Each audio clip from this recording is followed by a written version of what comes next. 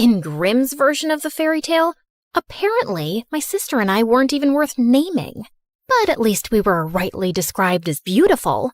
In Disney's version, our names are mentioned, but can you recall them? No. I bet all you can remember are two pug-nosed sisters with terrible hair, the nasolabial fold of a 70-year-old, annoying voices, and very big feet. The thing is, we really weren't ugly, especially me. Honestly, I was kind of a looker from the right angle. No, move to the left. That side is prettier.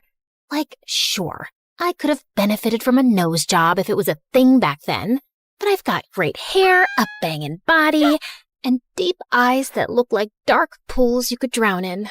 Or so I've been told. No, the problem wasn't us. The problem was her. Because next to her, anyone would look like a gnarly potato. You know how one day you feel you're looking really good? The skin is skinning, the hair is hairing, the outfit's outfitting. And then you see some celebrity on Instagram and feel like you two can't even be creatures from the same planet? Yeah, that's what the Cinderella effect was. Making everyone around her look like E.T. And you know what the biggest joke is? She was never a victim or forced to be our maid.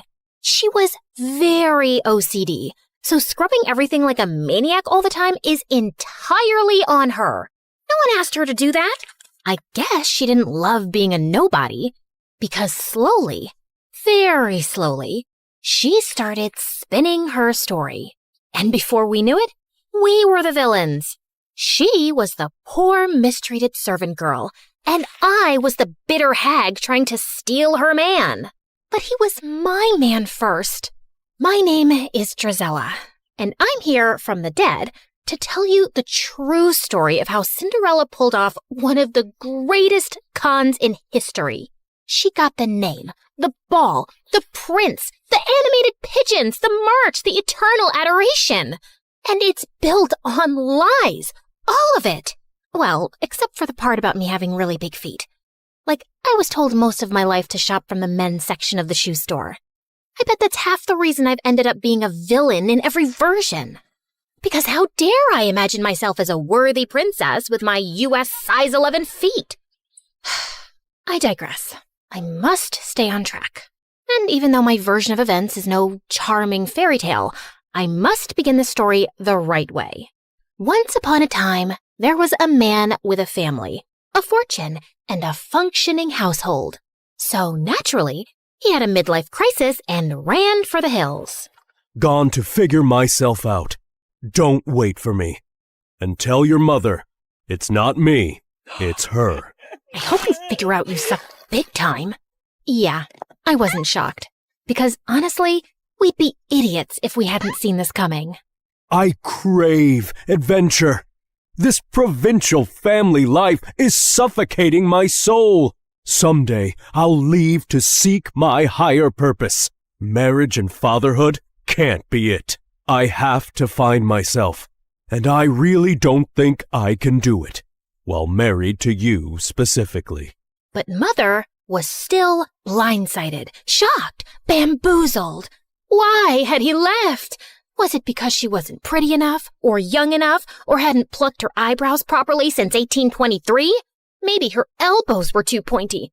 Maybe her eyes lacked emotional depth. I tried to explain that it was more about him being a spineless lizard running away from adult responsibility, but she just kept sinking in the depths of her despair, and the couch. And without a husband around, she went into full damsel in distress mode. Oh, how I crave pickles. If only I had a man with strong arms to open this jar for me. Never mind that she had servants to open all the jars in the world and two perfectly decent daughters. Okay, fine. She had one decent daughter, because the other one was Anastasia. Let's just say that we didn't know back then that excessive glue sniffing causes brain damage. And that kid always had her head stuck in a pot of glue. Anastasia, focus! With father gone and mother officially losing her mind, you and I have to run this household. Mother has plenty of money, but we need to start budgeting. Why? Mother's always telling me to stop budgeting when I'm around horses because it makes them nervous. Like, hello, lady. I'm the nervous one here. I'm the one who got kicked by a horse in the head. No, she's telling you to stop fidgeting. Those are two completely unrelated things. Are you sure? They sound a little related. They're not. Look, budgeting just means that we need to keep track of our expenses. For instance, how much do we spend on candles per week? Oh, candles? At least 11. 11 what? Candles. I meant money. What about it? How much money do we spend on candles? We spend money on them? No, Anastasia. They just grow on trees and we pluck them like fruit. Yeah, that's what I'm saying. Candles are free. What's the next item on your fidgeting list? Yep. This was my partner in responsibility. Her loyalty was unwavering, as was her misunderstanding of absolutely everything. She had a heart of gold and the usefulness of a fork in a soup bowl. Okay. I'll stop roasting my poor sister now. Despite all her flaws, she was my rock. Heavy, useless, and mostly in the way. Bazinga! But we soon had a much bigger problem at hand. Mother was dying for attention from men, and word of her wealth and desperation spread fast, sending every gold-digging bachelor within 100 miles our way. And I figured out how to get rid of them fast. Of course, my sister slowed me down. Okay, Anastasia, are we ready for afternoon tea? Absolutely. I ordered those fancy pastries Mother loves, fresh lilacs, lemon curd. No, Anastasia, not the actual tea. The plan. Are we ready for the plan? Oh, the plan. Right. Let me just quickly cancel the musicians. You ordered musicians? This isn't an actual date. It's an ambush. Do you remember the strategy or not? Not really, but I'll think of something on the spot. You know I'm very quick on my. Did you just forget the word feet? Quick on my feet? No, that doesn't make sense. You know I run slower than a duck. I have yet to beat a duck in a race. Oh my God. Focus on the tea. Fine. I'll spill tea on his thighs. No, that's not what we... Actually, you know what? You do that. Leave the rest to me. Great. And afterwards, we can eat the pastries? Yes, we can eat the pastries. And the lemon curd? Yes, fine. The lemon curd, too. I had discovered that the fastest method to drive off unwanted suitors was to casually mention Dad, and then watch Mother spiral into all 5 stages of grief. Well, 4. Acceptance was off the table. Mother, you look lovely today. Isn't this the dress you were wearing the day Father left? No, that was the lavender one. Oh, yes. The one Father said made you look washed out. He said what? Madam, you look absolutely radiant today. I cannot understand why any man would leave you. Of course he didn't leave me. He just relocated temporarily. I'm sure at this very moment he's thinking about how much he misses me, and he's making his way back home. Oh, I didn't think this was something temporary. You're right. I'm such a fool. Because honestly, what is there to miss? Just the woman who gave him the best years of her life. I held this family together. I cooked. I cleaned. When? You ironed a napkin. Once. And I'm the one who holds anything together. But if he'd just communicated properly, I could have changed. I could have sent my daughters to finishing school and gone with him to find himself and slept under the stars. I could have been free-spirited and spontaneous. Do you think if he knew this, he'd come back? I really can't say, madam. Oh, there's no point thinking about it. He's gone now. But you're here to mend the pieces of my broken heart, right? You have good, strong shoulders to cry on. I'm going to cry on them so much. It's getting kind of late for my horse's dinner. This has been lovely. Are you running away from me too? No, I mean, yes, but it's not you, it's me. Oh! He was leaving anyway, genius. Tea is expensive. You're all crazy. As he ran off and Mother sobbed into the tablecloth, we high-fived. I thought I was so smart, chasing off mom's suitors and taking charge of the household. But then I made the biggest mistake of my life. Yeah, bigger than letting Anastasia give me a haircut once. I hired a gardener. Ma'am, thank you for the position. If it pleases you, my daughter Ella will also be staying with me in the servants' quarters. I'm sure she can make herself useful to you. A girl my age emerged from behind him, and I will never forget the first time I saw her.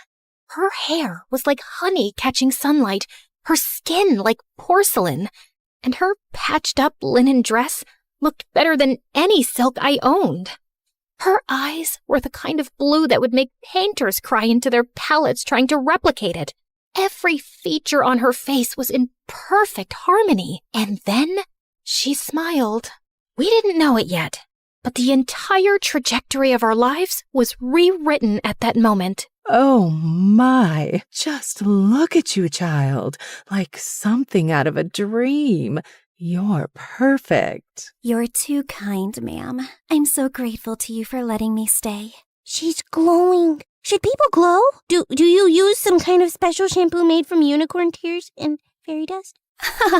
You're funny. I like you. Did you hear that, Gisela? She likes me. As Mother led her father away to show him their living quarters, and, I don't know, Anastasia went after a butterfly, Cinderella stayed back and looked directly at me. Drizella, isn't it? Yes.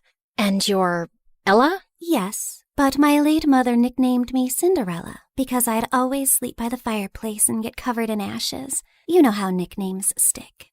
You don't have one? No, but you can call me Miss. You hired my father, Miss. That means you changed my life, and I'll be sure to return the favor. I felt a chill down my spine that had nothing to do with the weather. As she walked away, I just knew I disliked her intensely. Part of me thought it was because I was jealous, and yeah, of course I was.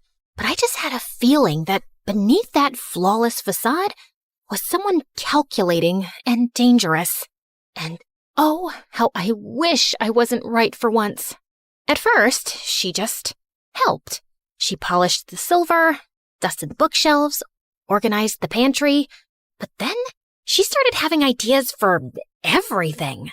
She rearranged the furniture, suggested new colors for the curtains, and started embroidering tablecloths and crocheting bedspreads. It's like watching angels knit. Even I couldn't deny her taste was impeccable.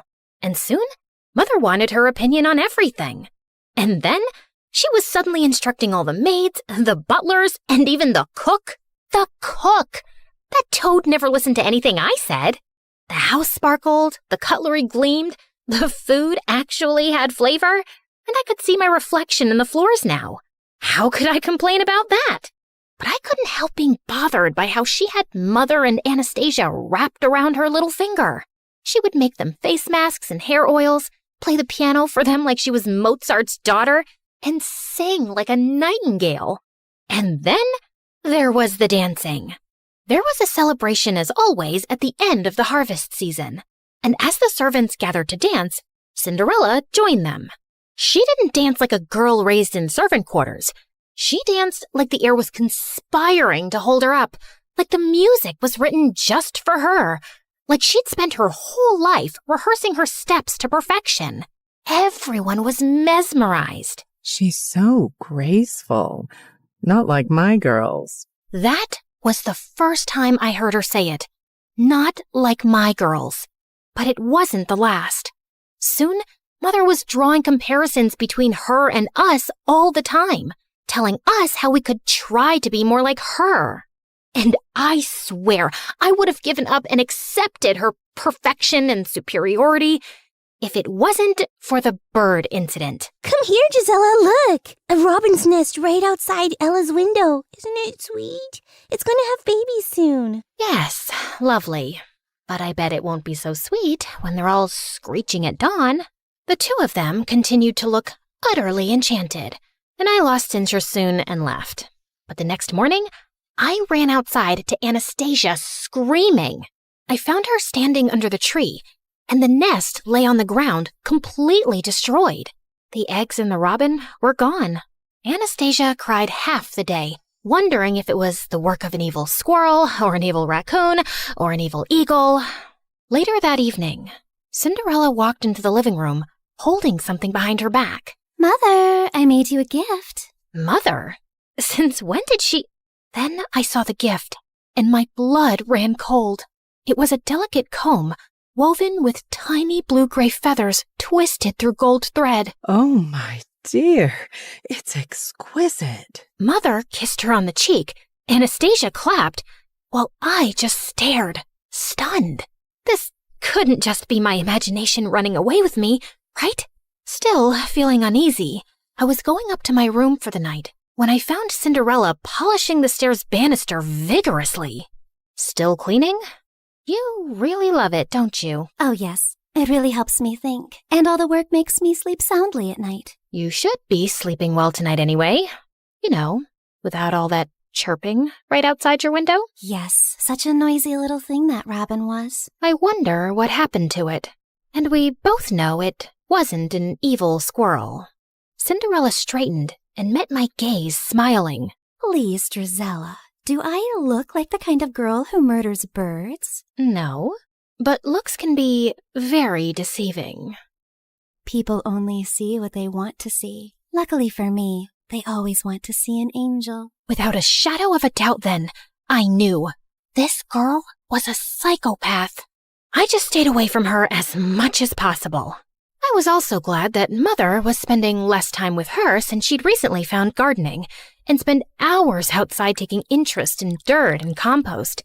I was happy she had a healthy hobby, until I walked into the living room one afternoon to find her and Cinderella's father sipping tea and holding hands. What's going on here? What does it look like? I'm hoping he's about to flip your palm over and read your future because no other explanation will make much sense. Drizella, I know it's been hard on you since your father left and you miss him. Nope, not even a little, not even at all. Speak for yourself. Honey, a woman needs a man in her life. His companionship, his strong hands, his opinions.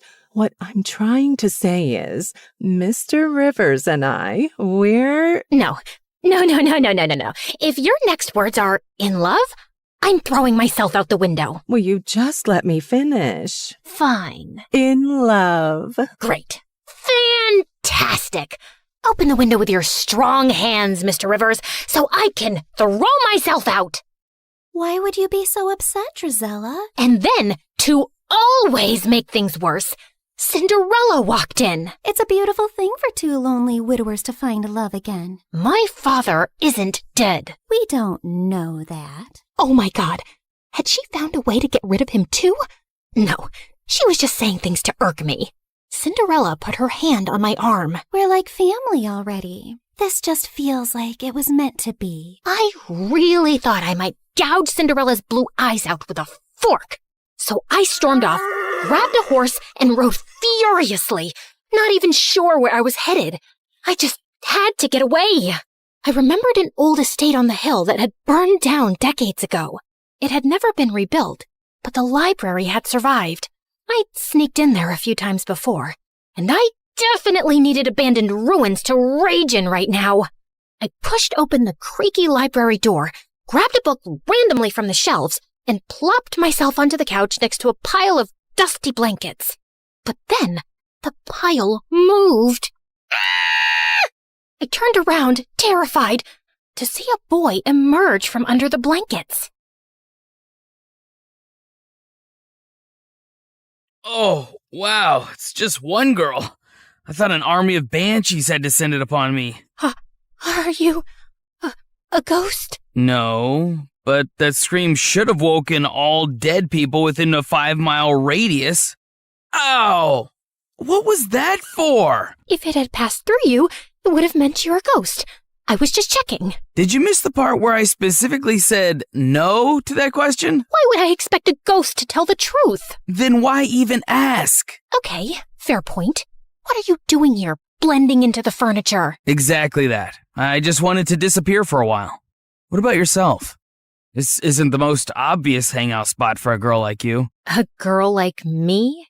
Well, you don't look homeless in your silk gown. You're not exactly some local goat farmer yourself. How dare you? I'll have you know I milked a goat. Once. It ran away crying, but still. My name's Henry. Henry what? Just Henry. First name Just. Okay then. Just Henry. Countess Dracula. Charmed to make your acquaintance. Now, is there any chance we could both disappear here together for a while? We don't have to talk about what we're running away from. I like the sound of that. And somehow, after that, Henry and I started meeting at the old estate. Not often, maybe once every week. We didn't ask why the other was there. We didn't even ask real names. Of course, a part of me was growing curious, but not knowing also felt weirdly nice. Like we were two fugitives, hiding out here and talking about books, ideas, the world, anything but ourselves. But one afternoon, as I rode back home after meeting him, I came upon a scene of chaos. Mother was wailing like someone had died. Anastasia was blocking out the sound with pastries, and Cinderella was on the floor at Mother's feet, a picture of despair. It turned out that Mr. Rivers was a greasy rat who had run off with Mother's jewels, and he'd left Cinderella behind. Man, I would have given him the jewels myself if he'd just taken her. He took advantage of me. He played with my heart and threw dirt in my eyes. I will never forgive him. I will tear out every flower he planted with my bare hands. For a moment, I felt hope. Surely Mother would toss Cinderella out after this.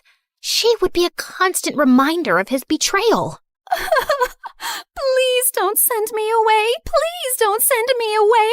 This is the only place I've ever felt safe. I will do whatever you ask of me. Please, I love you. I love our home, Mother. Ugh.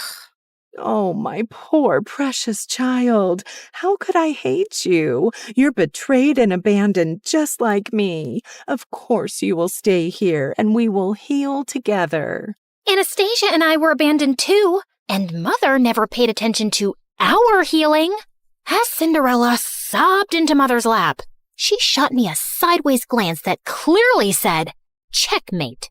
Mr. Rivers' betrayal just cemented Cinderella's place in our home more firmly.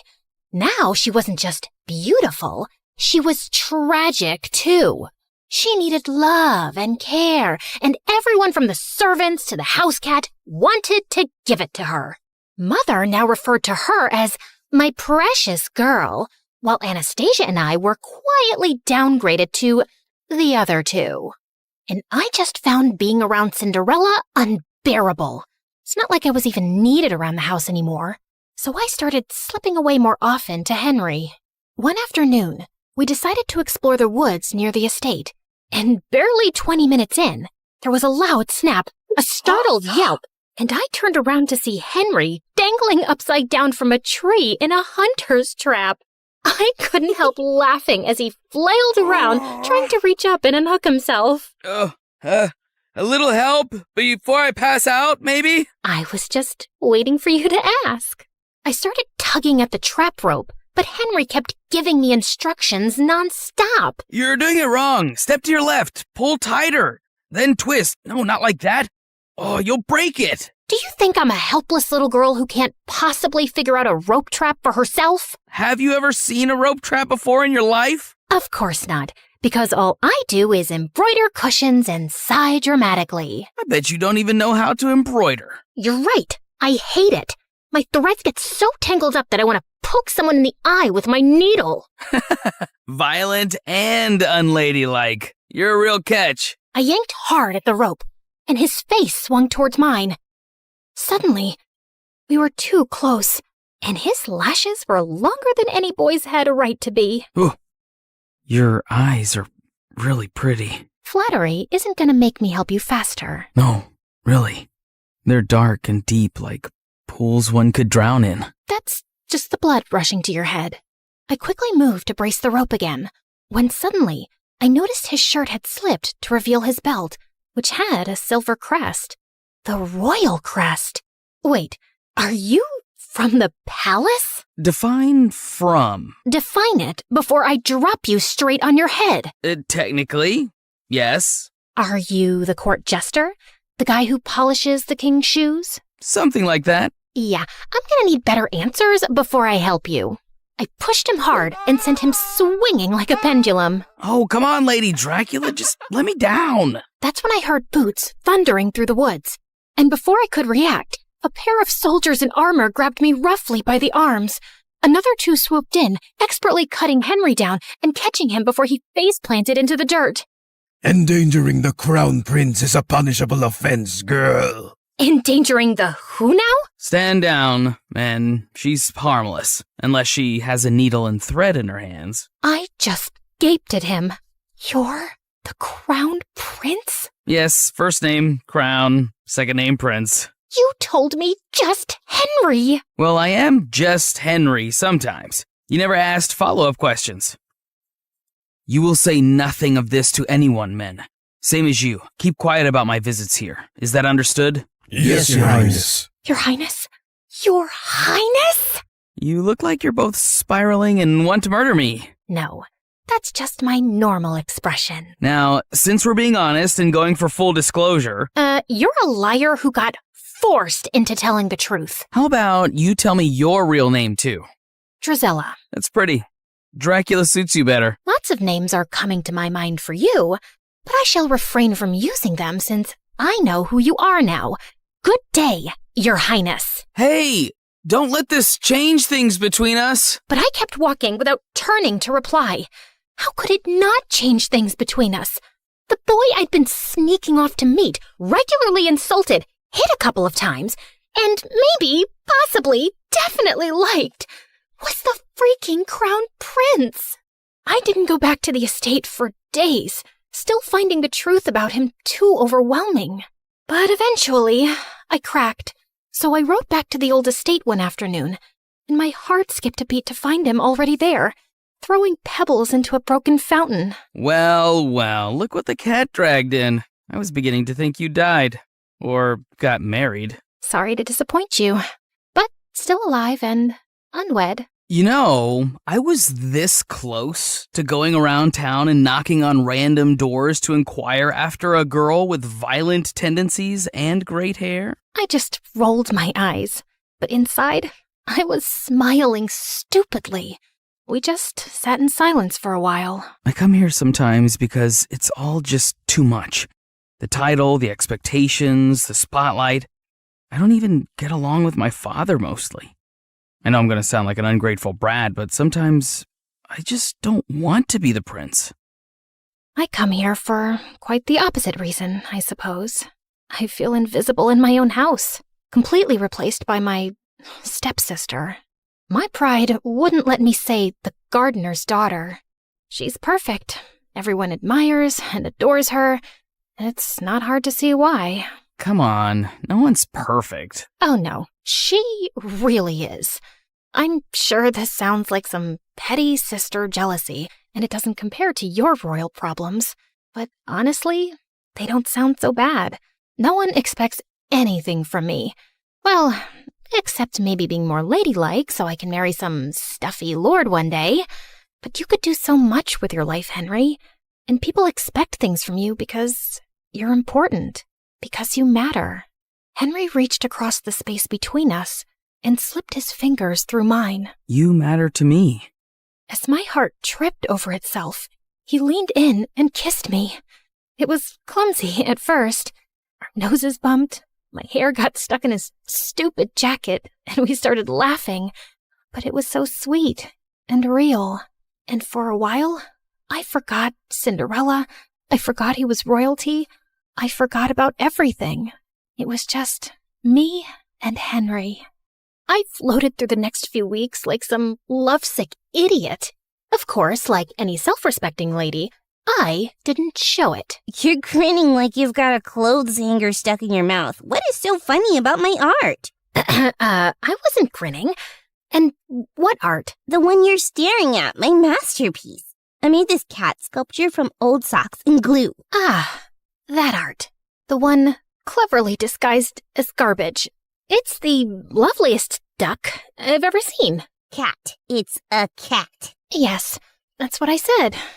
It was the happiest I'd ever felt in my entire stupid life, which naturally meant the universe had to kick me in the teeth soon. One afternoon at the estate, Henry sat me down with a serious look I didn't like one bit. I have to leave for a while. What, running away to join the circus? No. Father's sending me across the sea for an official royal delegation. It could be months, even a year, maybe. I forgot how to breathe for a few seconds. Drizella, you made me realize that I need to take my position and privilege more seriously instead of whining about it. So, yeah, I'm really trying. I'm really proud of you, Henry, and I just know you're gonna be brilliant. But a small, selfish part of me wanted to scream, "Don't go. Just stay." We promised to write regularly, no matter what, and for a while, his letters were the only thing keeping me sane. Of course, I always picked them up from the post office. I didn't want to draw anyone's attention to our correspondence. Dearest Countess Dracula, you will be thrilled to know that the local delicacy here is fermented fish eyeballs. Guess who had to eat 3? Smiling all the while. I cannot sleep at night because I keep imagining those eyeballs swimming around my gut, winking at each other. Send help. Dearest one-time goat milker, I regret to inform you that my life is way more exciting than yours. Just today, Cinderella invented chamomile soap and taught our cat to fetch her ribbons. Anastasia lost an intense staring match to a goat. Mother tried flirting with the milkman, and he fled on the aforementioned goat. I am so close to faking my own death. P.S. I miss your face and your insults. Mostly your insults. Fine. Also your face. P.S. I miss insulting you too. I'm forced to practice my skills on vendors at the market, but it's not the same. They cry too easily. Of course, it wasn't ideal, but every letter kept him close, and for now, it was enough. But then, the letters stopped coming. At first, I told myself it was all fine. There could be a million reasons for delays. But when 2 months passed by with no word, I started to feel a bit crazy. Still nothing for you, same as earlier this afternoon. You want me to save you a trip and scream no at you from across the street every morning? You might consider picking up a hobby. How about embroidery? I wasn't getting any letters, but I didn't stop sending them. Pages filled with jokes, questions, news, bad drawings. But weeks and weeks went by, and still there was no reply. By now, my heart was filled with dread. What if something had happened to him? But if that was the case, the news would be everywhere. And then finally, a letter arrived one morning. My hands were trembling so much, I almost ripped the letter trying to open the envelope. Dear Drizella,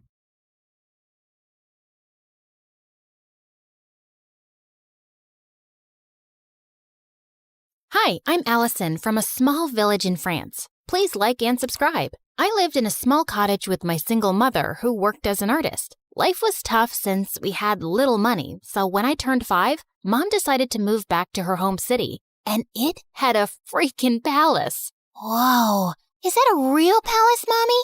I want to see what it looks like from the inside. I want to meet the king. The king doesn't live there, Allie. Only his sister, the Duchess, does. And only those who work in the palace can go there. Soon after, Mom got a job as a royal portrait artist, and I would beg her to take me along someday. But she always said I was too clumsy, and the palace was full of delicate things. I'll be careful, I promise. Oh, I forgot to tell you. There's also a ghost who has lived in this palace for decades. Was the ghost there when you were a kid? Yep. Then it must be old by now.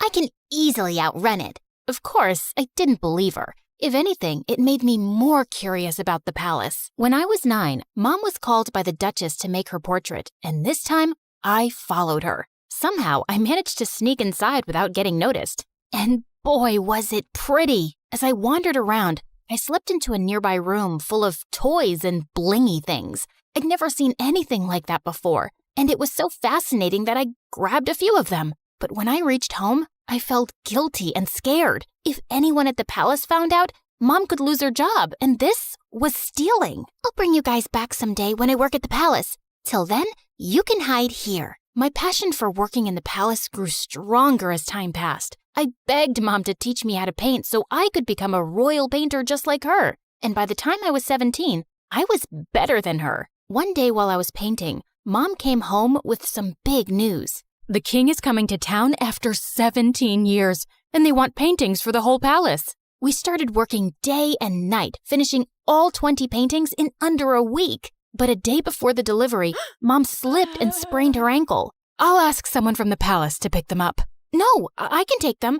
I promise. I won't break a thing. Whoa! Are you sure? We can't lose the job. Yes, Mom. You can count on me. I managed to convince Mom and then left for the palace. I also took the stuff I'd taken all those years back. I could finally put that back. When I entered the palace, it was exactly as I'd remembered. Wow. How dull. This place could really use some color. I was so lost looking around that I tripped over a giant statue's foot, and the paintings flew in the air. Just then, I heard someone scream, and when I looked back and saw a girl, I almost passed out. It was like I was looking in a mirror. I touched her to make sure she was real, and she slapped my hand away. Don't you touch me, you peasant. Don't you know who I am? My doppelganger?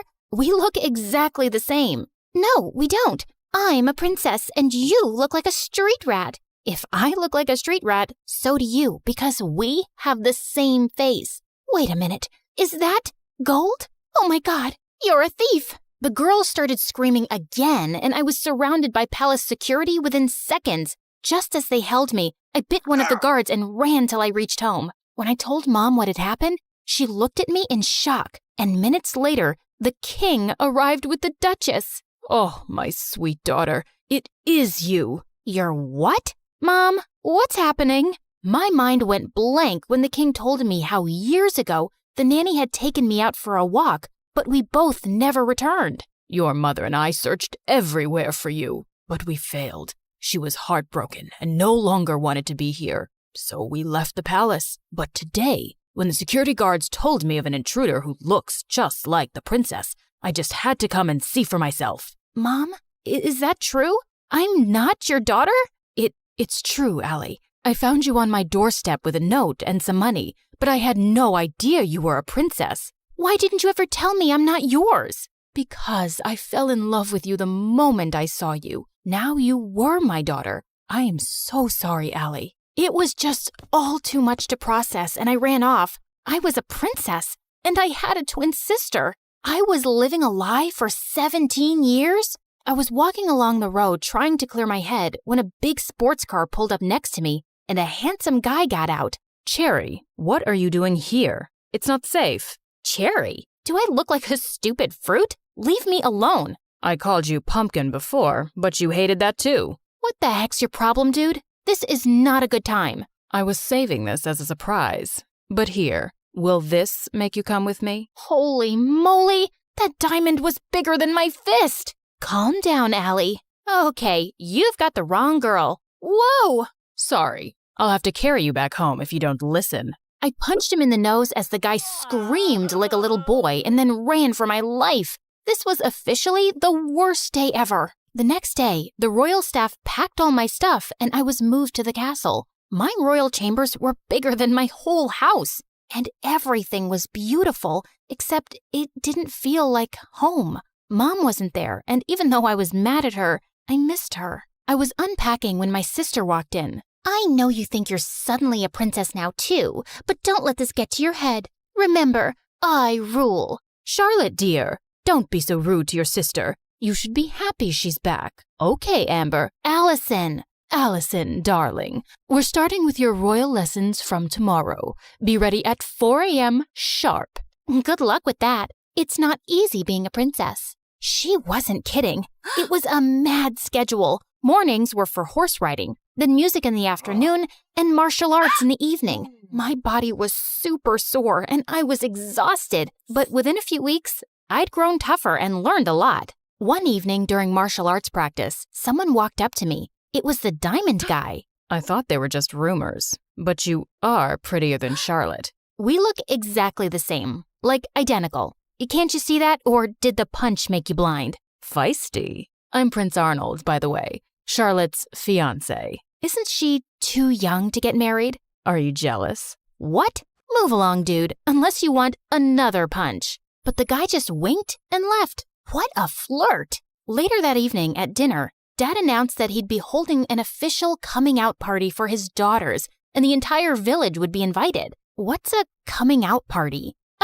Lame question. It's your official introduction. So why are you having one? Don't people know you already? That's when Dad told me that Charlotte had always been sick all her life. She had a rare genetic heart condition that didn't allow her to roam around too much. It was only recently that she'd gotten better. But I'm still better than you. What's your problem? My problem is that you're here to take my crown away from me, and I won't let that happen. Enough. That's for me to decide. Now eat your dinner. I'd root for you. I kicked that butt-face under the table, and he turned red. Much deserved. The coming out party had sent the whole town into a frenzy, and Mom was called to make our official portraits. Seeing her made me feel so much better. So, how do I look? Like a princess. Have you forgiven me? Maybe. I mean, you're still my mom. Of course I am. The party was a huge success, and I could see the king's pride in introducing his daughters. You should see Allison fight. She's a natural. Her paintings are so good. I think I should send her to Paris to become a professional. Dad, I wanted to become a chef, and you didn't allow that. That's because you weren't well, Charlotte. Now, don't interrupt me while I'm talking, darling. I was a little embarrassed with all the praise, and it clearly bothered Charlotte, so I excused myself and went out for some fresh air, only to find that jerk, Arnold, making out with a maid. What the heck, dude? Oh, hey, Allie. Don't worry, this isn't serious. And you're next. I felt furious and turned around to leave, but he blocked me. Oh, don't be so mad. Come here. Arnold pulled me in and was about to kiss me when I pushed him hard, but Charlotte walked in just then. What's happening? Wait, I knew it wasn't you. My darling Charlotte, this imposter tried to take advantage of me. She tried to kiss me while pretending to be you. What? That's not true. This guy's been flirting with me ever since I came here. Charlotte, he's a jerk. I just caught him making out with a maid. Enough. First, you try to steal my life, then my dad, and now you have your eyes on my fiancé? I won't let you get away with it. With that, Charlotte went inside and got on stage as everyone stared at her in confusion. Attention! My twin sister is a manipulative witch. She's a thief and a liar, and so is her mom, that lady. Tell me, Allison, did she teach you how to be a lowlife? Because you surely weren't born one. Say what you want about me, but keep my mom out of it. I feel sorry for you, Charlotte. How could you be so bitter? It's so... Before I could finish, Charlotte jumped on me and we got into a crazy fight. As the king pulled us apart, Charlotte started shaking and fell to the ground. We rushed her to the hospital, and the doctors informed us that she had fainted because of stress and needed rest. I wanted to visit her, but the Duchess stopped me. I think it's best that you stay away. You've done enough damage. Brother, she's not good for Charlotte's health. We might not get along, but she's my sister. She's right, Allison. I think it's best if you give each other some space. Maybe you can stay with your mom for some time. It will only be temporary, love, and I'll have you back as soon as possible. I think we dumped too much on Charlotte, and she needs to get better. Of course, I understood, but I was actually happy to get away from everything for a while, especially since Charlotte and I were on the front page of every newspaper the next day. People called us the Crazy Royals. We were a joke. I was packing my stuff when the Duchess walked in. You're finally going back to where you belong. I knew you'd never fit in here, and it was a mistake to bring filth into the palace. I know I didn't grow up here, but I'm still a princess by birth. So please, mind your manners and never talk to me this way again. Don't forget your place. That's exactly what I'm doing. I pushed her aside and left for my old home. Mom was ecstatic to see me, and to be honest, I felt happier than I'd been in weeks. A few days later, once Charlotte was better, the king announced her engagement to Arnold to give people something else to talk about. Dad invited me, but I decided not to go to the ceremony. I just wanted to stay away and avoid any more drama. On the engagement day, Mom had gone out for something when Charlotte came over. What are you doing here? Don't you have an engagement to get to? I can't marry him, Allison. He's a snake. I should have trusted you. Good time to say I told you so. But what do you want from me? After our fight, we can't have another media blowout. Dad will never allow me to call off the engagement at the last minute. Please, come with me.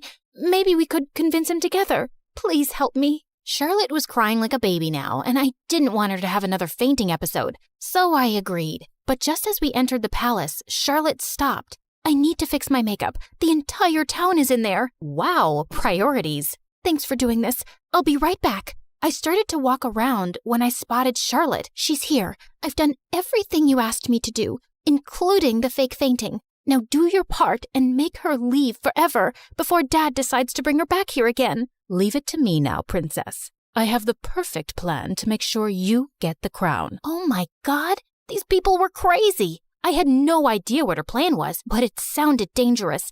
So I ran straight to Dad, and seconds later Charlotte followed. Allison, I thought you weren't coming, but I'm so glad you did. Of course she had to come. She had to ruin my engagement. She just can't see me happy. Oh my God, Arnold, hold me, please. Oh, shut up already. Don't you guys get tired of manipulating? King, Dad, whatever, you should see this. I played the video for the entire hall to see, and Charlotte turned pale. Charlotte? Dad, I'm sorry, but you seem to like her more because she's tougher than me. And when Auntie told me that she was after Arnold and my crown, I couldn't take it anymore. But this was all Aunt's idea. Sister, what were you planning to do and why? Suddenly, the Duchess turned into a mad person and started screaming. I'm tired of being your servant. I'm the older sister and the crown was mine, but these girls took that away from me, and I would have gotten away with everything if this one hadn't shown up. What do you mean? You knew she was alive? Whoopsie, you did a boo-boo. The Duchess confessed how she'd paid the nanny to take me away and drop me in the jungle, but the nanny had dropped me at Mom's doorstep instead. Charlotte was so sick as a kid, I didn't think she'd survive for so long. With both of you gone, I'd be a queen, but Karma's a witch. The king gave orders to take the Duchess away to the dungeons for treason, and Charlotte turned to me. I was horrible to you, and I probably don't deserve your forgiveness. But could you try? It might take some time, but I'll get there. What about me? You can chew your shoes and get lost. Yeah, I always knew you were a jerk. I was called back to the palace, and I took Mom along this time. Charlotte and I changed history by taking over the crown together. We were both queens in our own way, and I learned that those who love you will always stick by your side.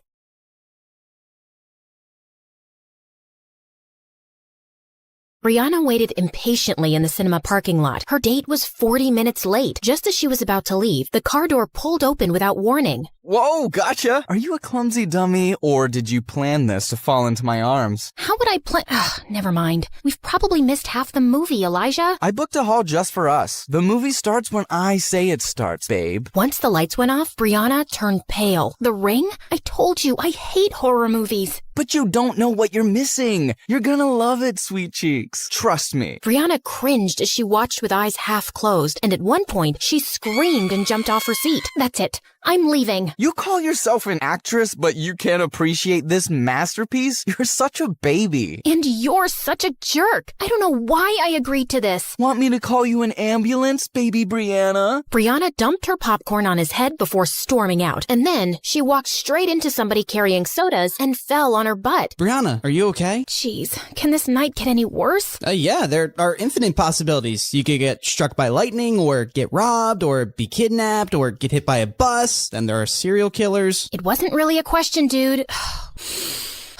I'm sorry. I wasn't looking. I'll pay for the drinks. I can take care of this. Thanks. What's your name? Wow, you don't even know my name? Why would I? I know your name. Yeah, because I'm, famous. What's your excuse? I'm in your biology class. I joined your school 3 weeks ago. Brianna was embarrassed. The teacher did introduce some new scholarship kid, but I've hardly noticed him since. It's okay. I'm not offended. It's what I'd expect from someone like you. I'm Charlie. I'll see you around. He smiled and walked away, and Brianna felt kind of bothered. What did he mean, someone like me? Charlie knew Brianna wasn't kidding about being famous. He had seen some of her TV show on Stargirl. At school, she was surrounded by girls just like her, and guys who changed sports cars faster than clothes. Of course she hasn't noticed someone like me. The 3 most popular girls in school chilling at a pool party was a sight to behold. Their leader, Madison, was a rich socialite excited model, and her childhood bestie Amber was an Instagram influencer who started the weirdest fashion trends. But the most popular right now was Brianna, who'd joined them in 8th grade and shot to fame with her teen TV series. People called them the Barbie Angels because they screamed perfection, but they weren't feeling great lately. Things are starting to get boring. It's not a challenge to get any of these guys around us, and it's even harder to lose them. I made out with a red-haired model last week, and later my boyfriend found a red hair on my sweater. I said I'd hugged a sad clown on my way home, and he actually believed me. I dumped his stupid butt. Seriously. I went on a horrible date with Elijah, and he texted me to say he was going to Korea, and we'd go out again once he returned. What made him think that would happen? Crazy, right? Ugh, even blind guys are drooling over me. I feel you, girl. Remember my blind stalker who tried to climb my bedroom window, but he fell down and was taken to the hospital? Ugh, so clumsy. Yeah, what a dummy.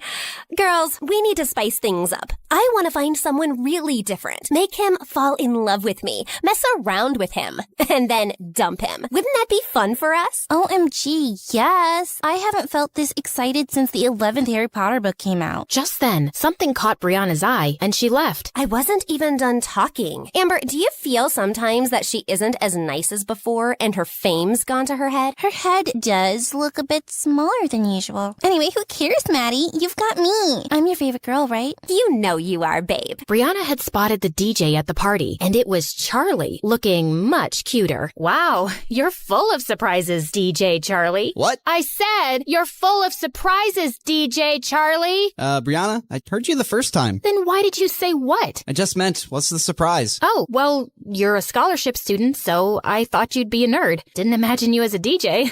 Guess you have a limited imagination then. My imagination's just fine, thanks. In case you didn't know, I co-wrote the series I acted in, the one that's really famous. That reality show with a bunch of rich girls doing rich things? Yeah, my coworker made me watch a few episodes. I'll have to get your autograph for her sometime. She's a huge fan. And with that, Charlie switched up the music louder. Every time I speak to him, why do I end up feeling insulted? So annoying. I have just the guy for Project Plaything, Maddie. See the DJ?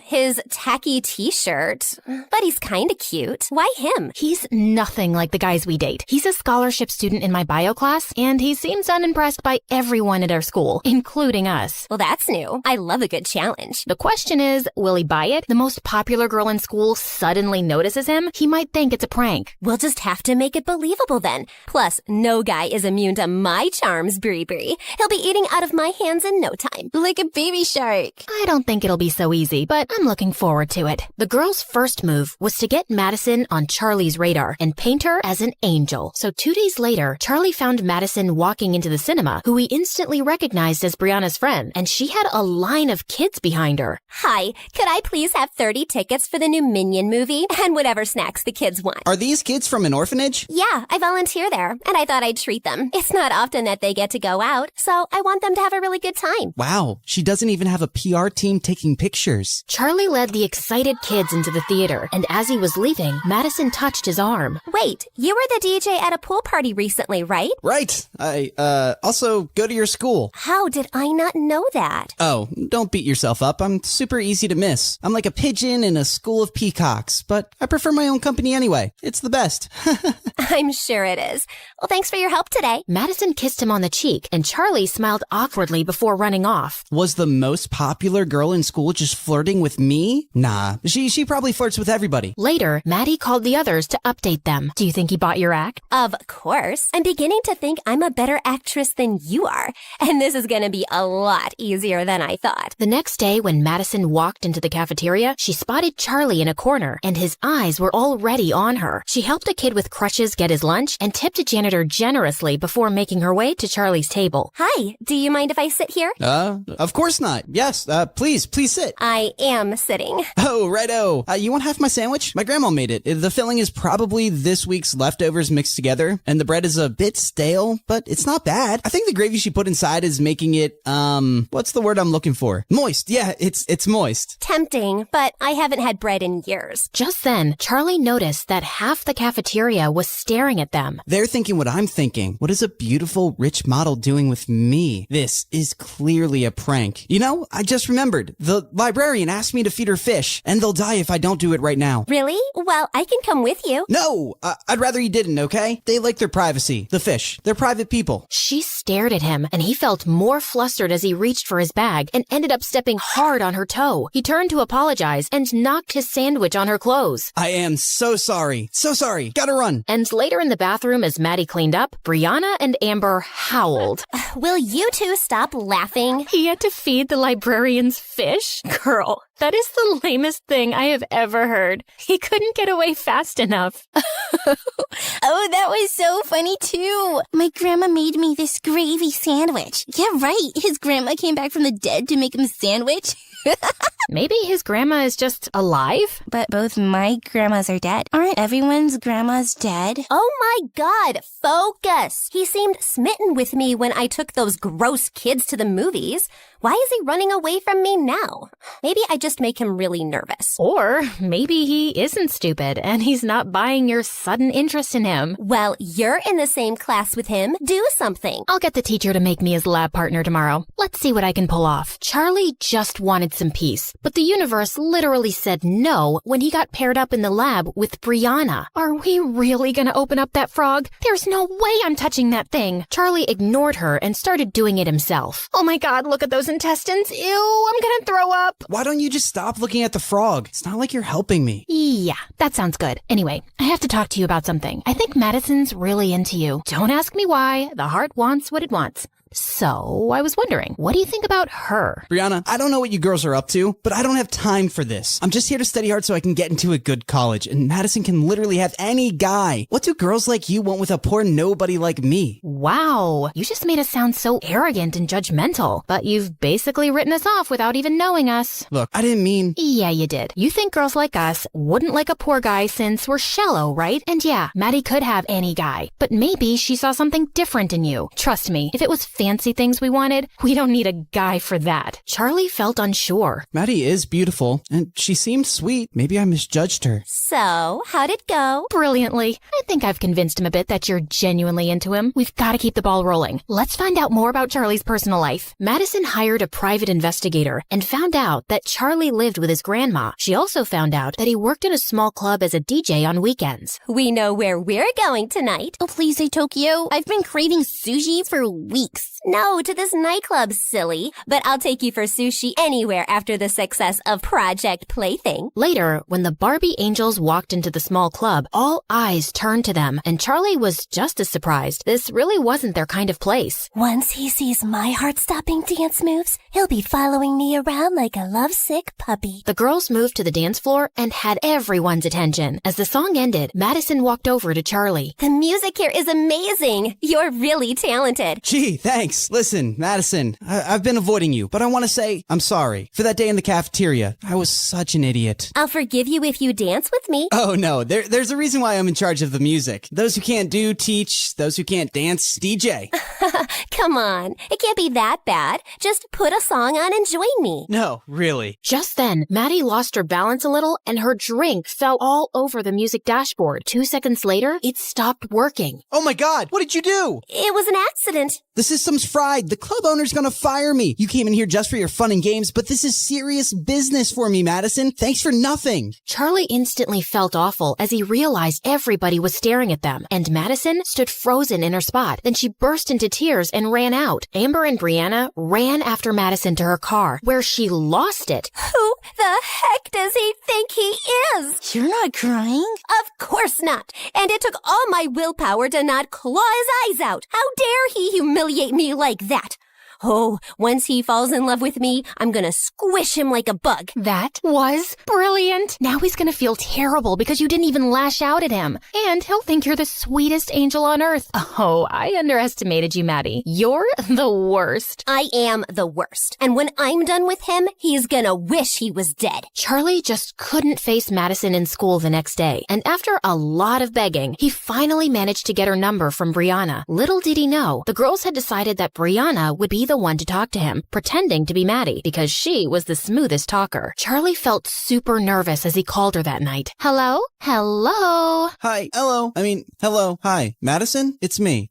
Charlie. What do you want? Listen, before you hang up, please don't hang up. I'm really, really sorry. I just lost it and you didn't deserve that. And you didn't even scream at me or hit me, which you should have. You still can. Charlie, I get it. You freaked out. I hope you didn't get fired. I did. But it's okay. I'll find another gig. I'm sorry. Are you for real? Don't say sorry to me. Do you think we could just start over? Yeah, I'd like that. Hi, I'm Charlie. Nerd by day, DJ by night, and I get free popcorn once a month at the cinema. You go. I'm Madison, and I'm a famous model. Also, I've been on a diet since forever, so I don't remember what popcorn tastes like anymore. That's the saddest thing I've ever heard. The two ended up talking and laughing for hours, and she kept surprising him. She was funny, well-read, and had great taste in music. It was 4 a.m. when they finally said goodnight. I can't remember the last time I had such a good conversation with someone. The next day, Brianna updated Maddie on everything they'd talked about, but she didn't see Charlie in her biology class. The girls hadn't seen him at recess either. So Brianna sent him a text as Maddie, and he replied, "Grandma broke her hip this morning. I'm at the hospital. If you really want to seal the deal with Charlie, you should go see his grandma." Ew, I hate old people with their wrinkly skins and their weird smell. Come on, they're cute. Just be nice to her. Charlie will love it. Should I really interact with her? I don't think I could be nice to an old woman. Brianna then thought of a better idea. After 3 days, Charlie's grandma was discharged, but he had one problem, the hospital bill. He decided to talk to the hospital staff about paying in installments, but then they told him that someone had already settled it. What? Who? The person had chosen to be anonymous, but Charlie insisted so much that the staff revealed the sender's identity, Madison. Why did you do it, Madison? What do you mean? You paid my grandmom's hospital bill and tried to hide it. Why? Because I knew you wouldn't accept the money if I offered it to you, and I made you lose your gig. It's the least I could do. I care about you, Charlie. You can have any guy you want, Maddie. Why me? Well, I've dated enough guys from my circle to know they're not very nice people. They're mostly after my money or fame or my parents' influence, and you don't care about any of that. You're like a breath of fresh air. But if you don't feel the same way, I won't hold it against you. Charlie was about to reply when his grandma called him, but he couldn't stop thinking about Maddie. What you did for me is amazing, but I feel scared about falling for someone like her. Charlie hadn't come back to school for a week, but he and Brianna had been exchanging texts, as Maddie, of course. She was laughing at a meme he'd just sent when she found Elijah by her locker. Ugh, why is he back? Just read something funny? Tell me, babe. I love a good joke. Excuse me? You were just laughing at your phone? I hope it's a joke and not a boy whose butt I have to kick. What are you, my dad? Because you're definitely not my boyfriend. Stay out of my business and don't call me babe again. I've forgiven you for the last tantrum, Bree. Now tell me where you'd like to have our next date. How do I spell this out for you? There won't be a next... Brianna, is this guy bothering you? Charlie, you're back. No. We're done here. Who's this loser? Did you wander here by mistake from some homeless shelter? Just leave him alone, Elijah. Charlie turned around to see Maddie, and his heart skipped a beat. What happened while I was gone? Since when did you girls start mingling with nobodies like him? Suddenly, Charlie walked over to Maddie, and he pulled her close. There you are. I've been looking for you everywhere. I've missed you. And then he kissed her on the lips, and Brianna was even more surprised than Maddie at Charlie's move. Elijah gritted his teeth and walked away. Wow. What was that about? I've been wanting to say it the whole week, but not on the phone. I do feel the same way. I care about you too, Maddie, a lot. Madison hugged him and smirked at Brianna. Once everyone knew that Maddie and Charlie were dating, his life in school took a 360-degree turn. People stopped to smile at him, say hello, crack jokes. Why does it feel like even the teachers are nicer to me? The other two Barbie angels welcomed him into their gang, and being with Madison was a dream. They went on long walks, watched sunset, ate ice cream, and kissed on top of a Ferris wheel. But later that night, Brianna and Amber cringed hearing Maddie throw up. Is Charlie trying to kill me? That gross ice cream at the amusement park made me sick, and my feet hurt from the long walks. And what is so fascinating about freaking sunsets? I think it's sweet. Yeah, 'cause you're not the one suffering. But there is one thing about Charlie. He sure can kiss. Makes you feel like you're the only girl in the world. Ugh, please, spare us the makeout details. Okay. Listen, Brianna, try giving him a hint about planning fancier dates for me. I know he's poor, but come on, he's dating me. The next day, while Charlie was watching football practice, the ball suddenly came in his direction, and he gave it a strong kick back. Hey, kid, you play football? I used to, but I don't have time now. Come on, grab some shoes and join for a game. Just then, Charlie caught Elijah looking at him like he was a buck, and that motivated him. Elijah was coming at him aggressively, but Charlie dodged him and kicked the ball straight into the goalpost. Charlie, you're a natural. You have to join the team. Sir, I really don't think I can commit to practice. Kid, just try it out for a month and see if it works, okay? Elijah, you better watch out. He's gonna give you a run for your money. Charlie ran off to the locker room to put back the cleat, but when he walked out, someone had pushed him to the ground. What the heck, dude? I just don't understand why a low-class idiot like you is in this school. I'm here on scholarship, which means I earned my spot here. But that doesn't mean you belong here. Well, Maddie doesn't think so, and the coach. Don't let the coach's stupid words get to your head. And as for Maddie, gosh, you're a moron. Do you really think? Just then, someone pushed Elijah away hard. Dude, seriously, what is wrong with you? Why are you jumping to his defense? Because he's my friend. And what, are you threatened by a little competition on the field? Oh, please. This loser just had beginner's luck today. I'll crush him next time, and he won't have mommy out there to defend him. Elijah and his friends went out laughing as Charlie picked up his bag and fished out a broken snow globe. Great, this was for Maddie. She's so excited about her Vogue photo shoot coming out, and I wanted to give her something thoughtful. What was this supposed to be? It was a guy, but instead of arms, he had wings, like a fan, and it said, "I'm your #1 fan." Oh God, I'm glad it's broken. It's so lame. No, it's cute. Yeah, maybe you could do something a little extra. Rent a car, get some flowers, go out for a nice dinner. Girls like being pampered. Wow, yeah, that sounds nice. Thanks, Brianna. Also for saving my butt. Also for calling me your friend. You're welcome. This is the place you were raving about? And why don't you have a reservation? It's walk-ins only, but it's so worth the wait. After 30 minutes, when they finally got a table, the place was dirty and loud. Isn't the energy of this place something else? Yeah, it's something. Oh my God, I just felt something on my foot. Maybe it was my foot. But just then, a mouse jumped onto Maddie's lap. She screamed and started jumping around like a maniac. Then she tripped on her dress and went crashing straight into another table. Ah! Oh my God. Madison, I am so sorry. Why would you bring me to this horrible place? And did you see all those people who were making videos of me? This is gonna be all over the internet. I get why you're upset, but you know, today's video is tomorrow's old news. No one remembers these things. Excuse me? Are you gonna explain to me how fame works? People don't forget anything. Once something's on the internet, it stays there forever. People can pull it out anytime they want. Ugh, this is officially the worst day of my life.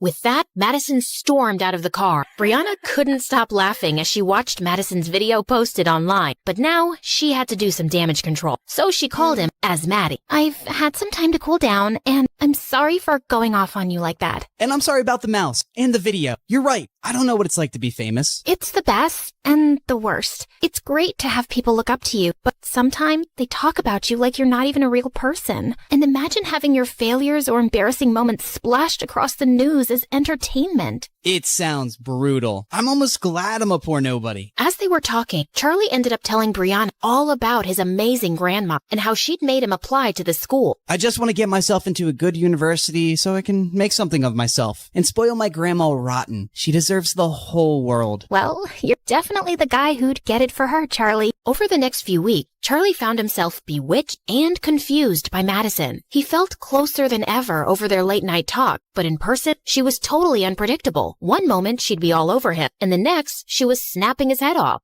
Charlie, do you think I'm fat? No. Why did you pause before answering? What? No, I didn't. Yes, you did. You said, no. You even looked at me before replying. I shouldn't have looked? Why would you look? Don't you just know? Maddie, you're being irrational. Now I'm crazy, am I?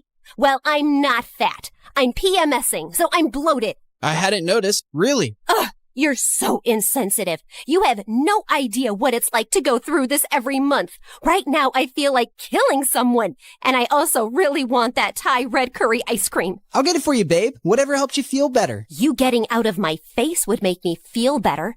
And yes, the ice cream. Now. You got it. Amber and Maddie started laughing hard as soon as Charlie was gone.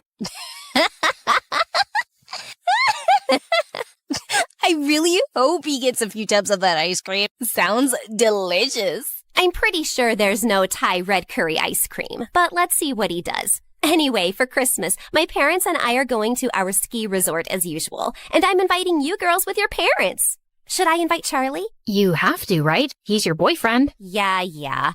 And at least 3 of my exes will be there. And I'd rather not show up single, but I'm gonna have to give Charlie a makeover before I take him. On his first day at the resort, Charlie slipped out of his room at 5 in the morning and found Brianna waiting in the kitchen. Oh, you're here. I almost thought you wouldn't come. I almost thought that too. I don't know why I agreed to the early morning skiing lesson. Because you're a good person and you like me? I'm just saving Maddie some embarrassment, because you'll definitely make a fool of yourself without my help. Couldn't agree more. They headed out to one of the smaller slopes, and she explained skiing techniques to him. I think you're ready. Well, as ready as you'll ever be. If I die, please break the news gently to Grandma. You play football against Elijah. You'll survive this too. Now don't be a wuss. Time to go! Brianna whizzed down the slope, and the cold wind in her face made her feel alive. She turned around to look at Charlie, who looked like a baby goat learning to walk. Charlie, just loosen up. Come on, I'm racing you down to the end. Charlie took deep breath and relaxed. He was gaining momentum and actually starting to enjoy it. Brianna was flying ahead effortlessly, but he was catching up. But then suddenly, he was going too fast. He tried to slow down, but he just couldn't. And moments later, he felt himself crashing straight into Brianna, and they went tumbling into the snow. Oh my God, Brianna, are you alive? Is your neck broken? Please don't die. Say something. Oh,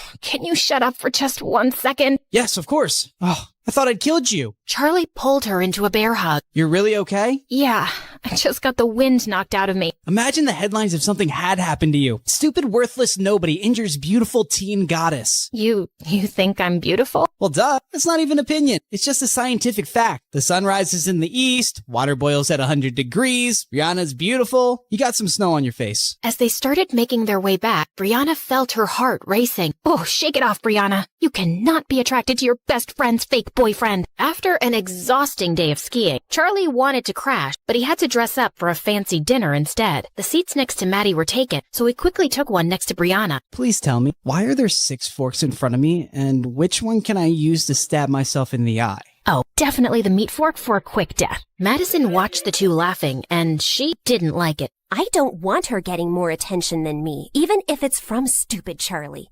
Hey, Charlie, could you sit next to Amber, please? Her parents couldn't come, and she, broke up with her boyfriend. She could use some cheering up. Charlie nodded reluctantly and took the seat next to Amber. So, Amber, you want to talk about your breakup?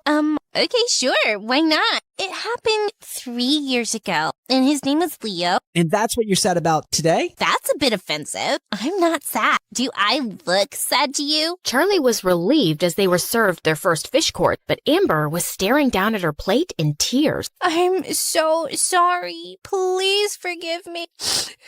What are you talking about? You will be missed, Nemo. Right, Charlie? Tell him he'll be missed. Yeah, you will be missed, Nemo. Just then, Brianna's mom, who was sitting opposite him, spoke. So, Charlie, where were you studying before? Well, I was in public school in another town. I got a scholarship here, so I moved with my grandma, who raised me. And what does your grandma do? She's an amazing healer. She cures people with herbal medicines and different techniques. So she's not a real doctor? No, not in the typical sense. And this healer thing, it makes her enough money? Mom, stop. It's okay. Yeah, she earns enough. And I work at the cinema. And I also DJ on the weekends. We manage to take care of each other. There was an uncomfortable silence, and Charlie felt his face turning hot. Then Maddie's mom spoke with her country accent. That's sweet, honey. You seem like a brat kid, and I'm sure you'll go places one day. It's funny how life turns around. I mean, look at me. I was raising little Maddie as a single teenage mom in a trailer park with nothing. And then, boom, one day I won the frickin' lottery, and we were rich. it. Soon after, I met my husband, and life's amazing now. Let's raise a toast. Our blessings. Brianna looked over at Madison, who looked like she was gonna crush her glass. She always felt ashamed of her past and that she wasn't born rich like everyone else. Just then, Amber said she wasn't feeling well, and as she was leaving, she tripped over the carpet and fell down. Amber, are you okay? Did you hit your head? No, didn't. But it hurts so bad lately. And even my eyes. Like, sometimes I wake up and it takes me like 2 seconds to see the light. And I swear the lights are on. You know, I'm a scared cute mouse, right? I don't sleep in the dark. Okay, I'm gonna take her to her room to rest. When Madison returned later to the main hall, she suddenly overheard Brianna's mom and another woman talking. That woman sure loves to tell her trailer park story. She's been rich for years now, but she still sounds so trashy. Money can't buy class. And now look at Madison's choice of boyfriend. I mean, he's sweet, but no amount of designer clothes can hide where you really come from. Madison's ear burned as she stormed off and ran straight into Charlie in the hallway. Hey, I was looking for you. How's Amber? Why did you say all that nonsense at dinner? What? Oh, I'm on scholarship, and I work at the cinema, and my granny does voodoo. It's not voodoo. And why would I hide all that? It doesn't embarrass me. And even your mom was poor, and she's not ashamed of it. Well, she should be. I don't know why she keeps telling that story so proudly. No one respects her for it, and I don't want to be reminded of the cheap start of my life. She said all that stuff because of you. I've been trying to please you all day, Maddie, but I'm really tired now. I hate skiing, these clothes are pretentious, and I don't like talking about my grandma like that. Charlie stormed off to his room, packed his thing, and called a cab. Charlie didn't speak to Maddie for a few days, but he gave in after all her apologies. I'm really sorry, okay? I just wanted my stepdad to like you, and he's a bit difficult. But I shouldn't have asked you to act differently. I like you, just as you are. Well, if you really want to make it up, you'll have to spend more time with my family now. Of course. I volunteer at the community center for old people and take Grandma there every Saturday. You should come. Can't wait. Madison had begged Brianna and Amber to accompany her. Eek. Oh, this place smells like disease and something rotten. Shut up, Maddie, and just act normal. After they'd all met, Charlie asked Maddie to help him set up a game of musical chairs while Brianna joined his grandma. I'm so glad to meet you, girl. Charlie was certain he wouldn't make any friends at his new school. You've raised a pretty nice guy. Oh, trust me, I didn't do much. That kid was born with a heart of gold. Once when he was 8, he came home saying he'd lost his bicycle somewhere, and I was so mad. Well, a week later, I found him 3 streets down, teaching a little girl how to ride the bicycle. He told me that she'd lost her brother recently, and the cycle made her happy. She needed it more than he did. That's what he said. Hey, he's always been special. Later that night, Brianna's heart felt heavy when she got Charlie's text. Thanks for today, Maddie. It meant the world to me, and I love you. I love you too, Charlie. The next day, when Brianna showed Maddie the text, she was ecstatic. Finally, the 3 golden words. It's time for phase 3 of Project Plaything. Dump his sorry butt. Yay! Then sushi in Tokyo. But Maddie, he really cares about you, and dumping him out of the blue feels cruel. Can't we think of an easier way to let him down? But this was always the plan. Are we supposed to care about his feelings now? Well, yeah, we've gotten to know him, and I just think he would take this really hard. You know what? You're right. He is a bit oversensitive. Maybe I can be really difficult the next few weeks, and then he'll just get sick of me and be happy to break up. That sounds better. Thanks. After Brianna walked away, Madison turned to Amber. Who does she suddenly think she is, Mother Teresa? I'm tired of Charlie, and I want to pay him back for the times he was rude to me. I have the perfect plan to dump that loser. But don't say anything to Brianna, okay? Oh, I love it when we have secrets. Just the 2 of us. 3 days later, it was Madison's birthday, and she was having a big party in a dance club with Charlie as DJ. Then suddenly, she climbed onto a table with a mic. May I have everyone's attention, please? I have something to say to our resident DJ. Everyone fell silent, and Brianna suddenly had a horrible feeling. As you all know, I've turned 17 today, and I just want to start this year fresh. So Charlie, I'll start with you, 'cause I just can't fake things anymore. You are just a game to me, okay? To us. I got bored, so my girls and I decided to make you fall in love with me as a challenge. Actually, Brianna was the one who brought you to my attention. It's been fun messing around with you, but it's just made me realize that dating below my league isn't for me.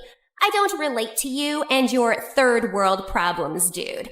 But thanks for a few fun weeks, and I'm sure you'll find a nice average girl soon. Ciao. Charlie just stared at her, frozen in his place. Joke, right? This doesn't make any sense. He suddenly looked over at Brianna, who looked pale. His head started spinning. Need to get out of here. He threw his headphones aside and started running, but then tripped and crashed to the floor.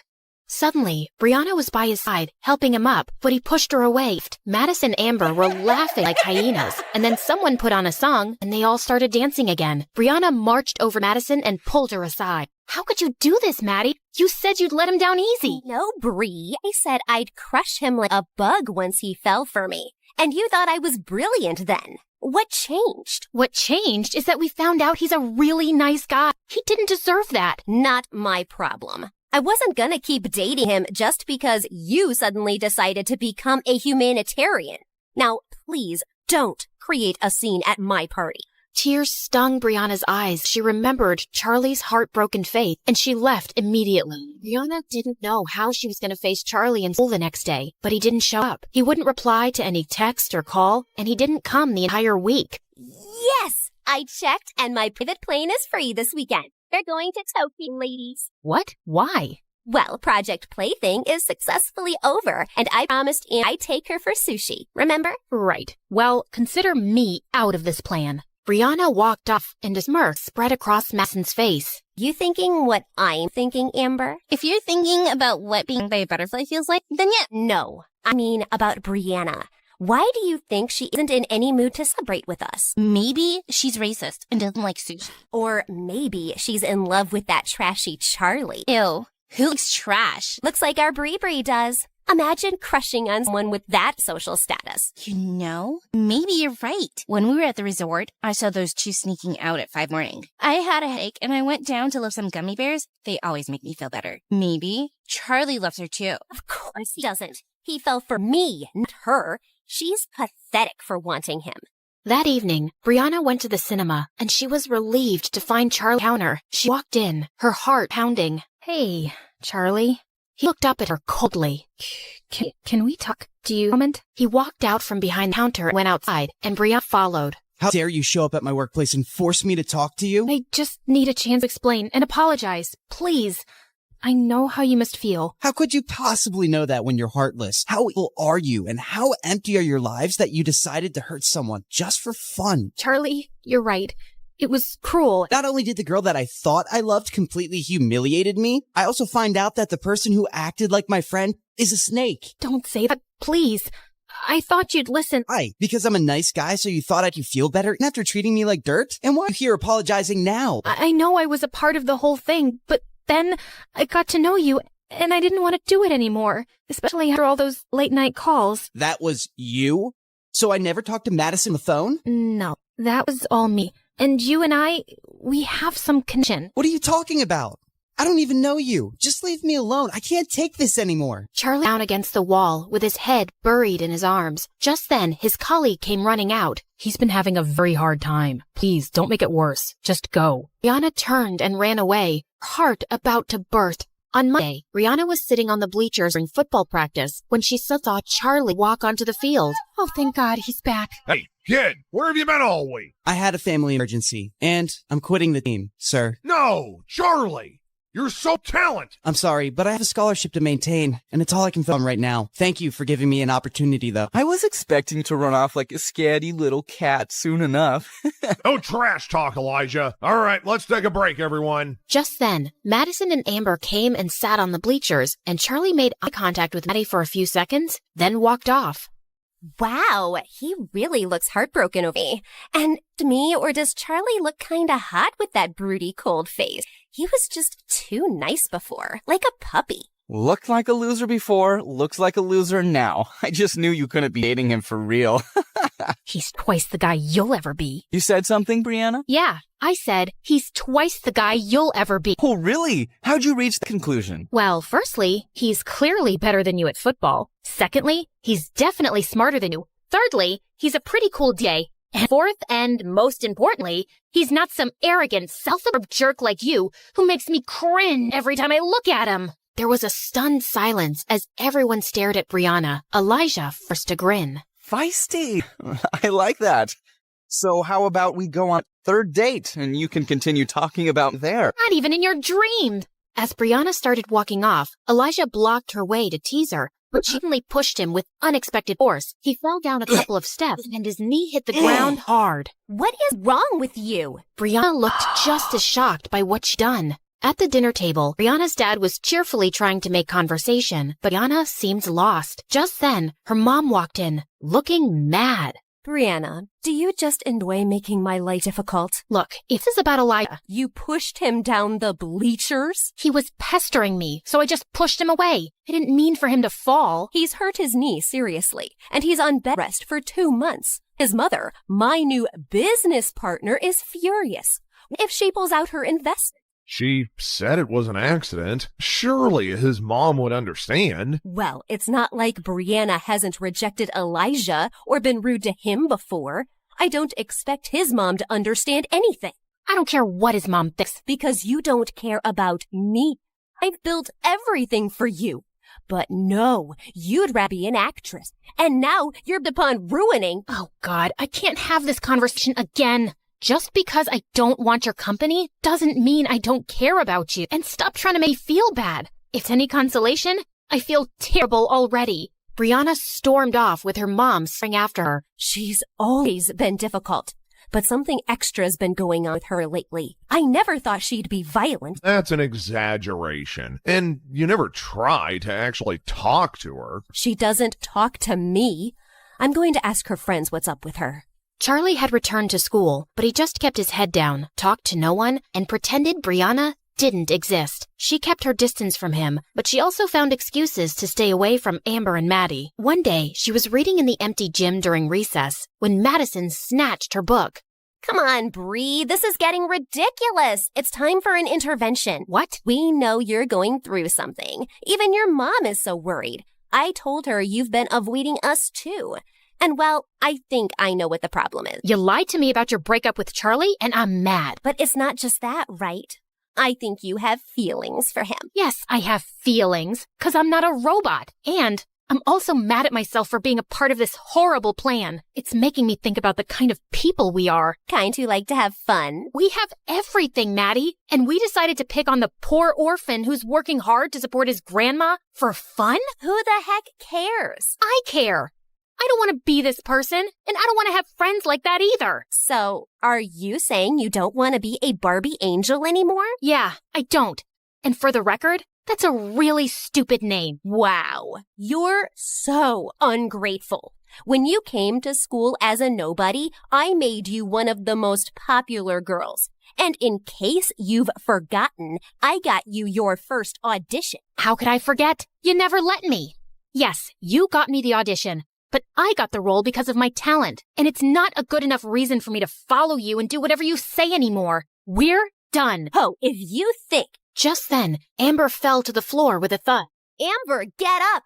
That's not funny. But Amber was unresponsive. She'd actually fainted. They immediately rushed her to the hospital, where she regained consciousness, and the doctors ordered some tests. Oh, my head.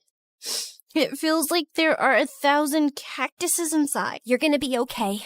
Just go, Brianna. It's not like you care. You made her faint by stressing her out. You were the one shouting at me. Please, both of you, shut up. All of Amber's tests turned out clear. Her parents even sent her reports to the best doctors around the world, but no one could figure out her problem. Meanwhile, her headaches and fainting spells continued. But one day, Brianna's mom brought up something unexpected while visiting Amber. Someone at work had a back problem, and she swears this healer fixed her after the doctors gave up.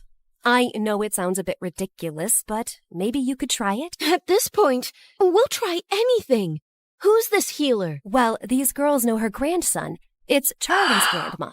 Amber's parents went over to Charlie's house, and they were told she can't see them. What did you expect? She hates us, of course. Why is she making this personal? Why won't she help someone if she can? Look, maybe if we go in there and convince her how sorry we are, she might listen. Fine. The three girls went over to Charlie's place one evening, and to their dismay, Charlie opened the door. What are you doing here? Don't flatter yourself. We're not here for you. We want to talk to your grandma. She doesn't have time for people like you. I made that clear before. Charlie, please, I need your grandma to take a look at me. Something's really wrong with my head. You got that right. We're not messing around, really. Amber is suffering, and the doctors can't figure out what's wrong. Not my problem. You people are rich enough to find someone else. Just leave me and my grandma alone. Wait, I'll see her. No, you don't have to do that, Grandma. Step aside, Charlie. Charlie stormed off angrily, while Grandma led the girls to her healing room. After Amber described all her symptoms, Grandma made her lie down and prepared her healing herbs, then started a strange ritual on her as the others watched. Once she was done, Grandma made Amber drink some tea. How do you feel, dear? I feel good. My head feels lighter, like there was a whale sitting on it before and now it's jumped off. I haven't felt like this in weeks. Thank you. Grandma told her to come for 2 more sessions, and the girls got ready to leave. I need to apologize to you for what we did. Maybe you think I'm lying, but I really am sorry. I wish I could take it back. I don't think you're lying, Brianna. I'll see you girls soon. After they left, Grandma found Charlie sulking in his room. You turned away Amber before, too. I wasn't expecting this from you, Charlie. Why does everyone keep expecting me to be an angel? You know what they did. They're awful. But it's my duty to heal people, whether they're awful or not. And what they did was wrong. But you have to let go of the anger and move on. I'm trying, Grandma. I really am. I just feel so stupid. How could I let someone treat me so badly and humiliate me? It's because you see the good in people. Yeah, it's called being an idiot. Don't lose that heart of gold, kid. You'll find the right person one day who will really love you for it. Charlie decided not to let the spoiled brats get to him anymore. He worked really hard for the midterms, and when the results came, he was at the top of his class. What are you grinning about, Charlie? Found a golden ticket in a chocolate bar?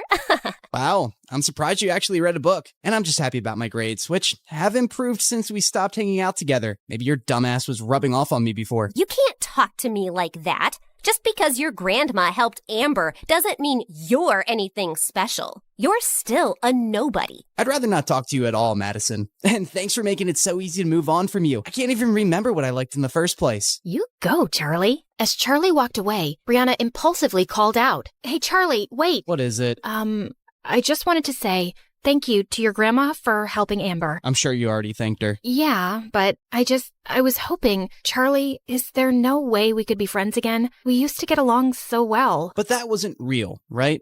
And now I'd never be able to trust a word you say. So yeah, not gonna happen. But really, that was an Oscar-worthy performance. I'm sure you'll have an amazing career as an actress. After Amber's last session, Brianna wanted to thank Charlie's grandma, so she dropped by his place with some gifts when she knew he'd be working. She was surprised to find the front door already open. And then she gasped when she saw Grandma on the kitchen floor. Oh my God, are you okay? Brianna, what are you doing here? What happened? Shh, not so loud.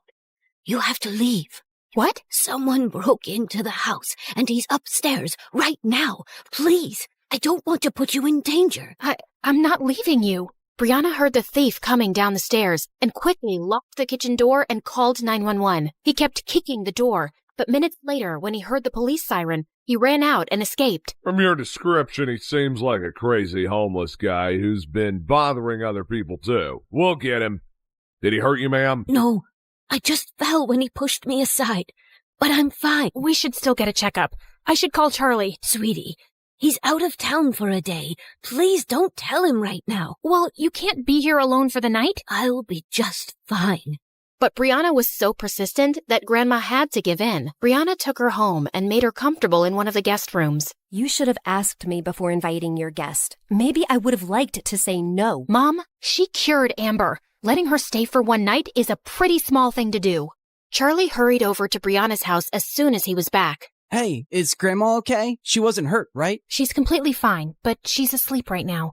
You can come in and wait. I'm fine right here. Charlie sat down on the porch seat, and Brianna turned to go back in. Wait, I'm sorry. I just want to thank you. Grandma told me on the phone how brave you were, and you didn't leave her, and then you brought her here, and you didn't have to, but I'm so grateful. What? Why are you smiling at me like that? You sound like the old Charlie today, the one who talks too much. I missed him. Brianna, this doesn't fix everything. I appreciate what you did, but I'm wondering even now why you helped Grandma. Why do you want to be friends with me? Why are you trying all the time to make up for what you did? Brianna gulped and walked closer to him. There's something I need to get off my chest, so just hear me out, okay? Somehow, getting to know you has changed me, Charlie. You're the sweetest, kindest guy I've ever met, and nothing has ever hurt me more than hurting you. But you know what? It started feeling really bad even when you were still dating Maddie, because I realized that I was falling for you. I know I don't have the right to say that, but I just had to, or I'd explode. And I know you don't feel the same way, and it's okay, but I'm in love with you. That's all.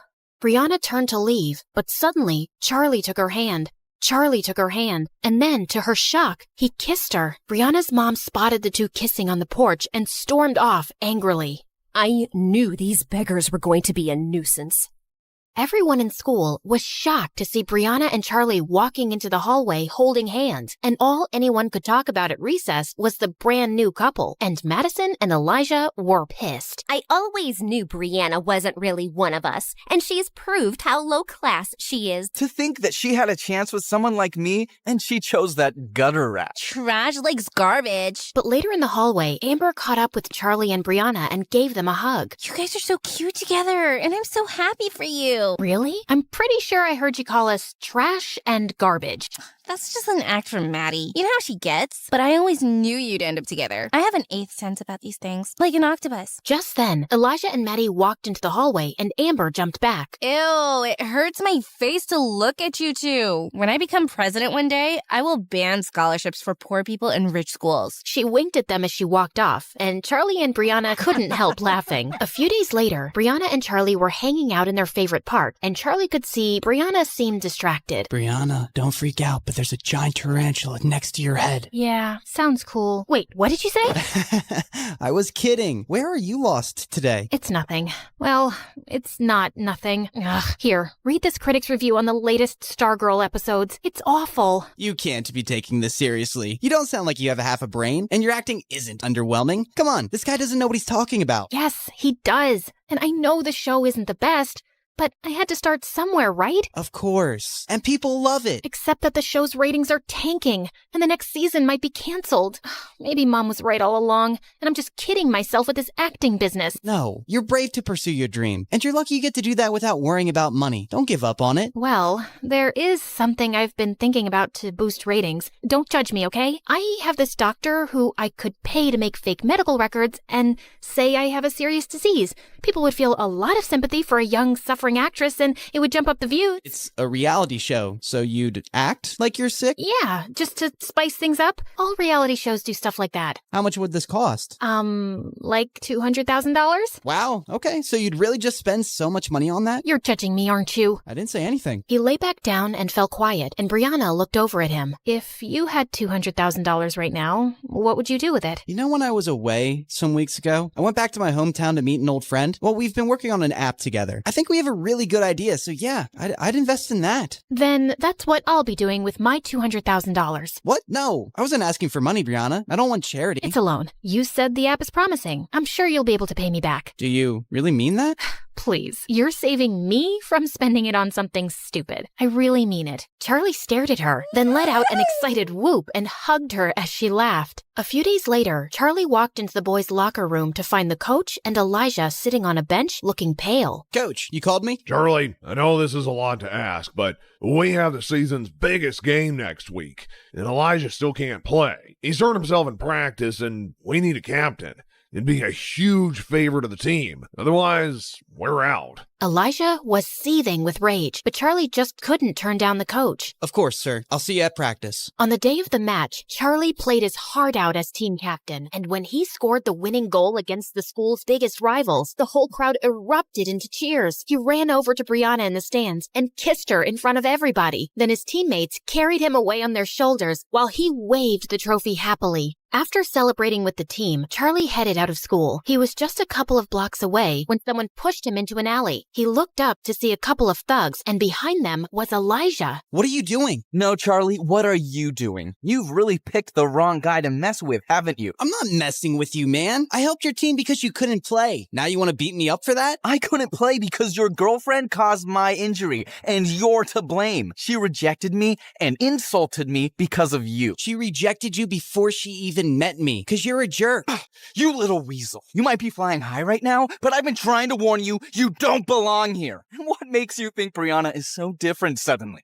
How can you be sure she isn't making a fool of you again? I'm sure. Now back off. I'm the school's hero right now. I don't think you want to mess with me. Elijah looked ready to punch him, but some kids passed by the alley just then, and he stepped away. This isn't over. 2 days later, the school was holding its annual spring dance, and Brianna walked into the gym looking for Charlie, who had said he'd meet her there. She saw Maddie, Amber, and Elijah glaring at her from a corner, then turned away to spot Charlie talking to someone. Hey, there you are.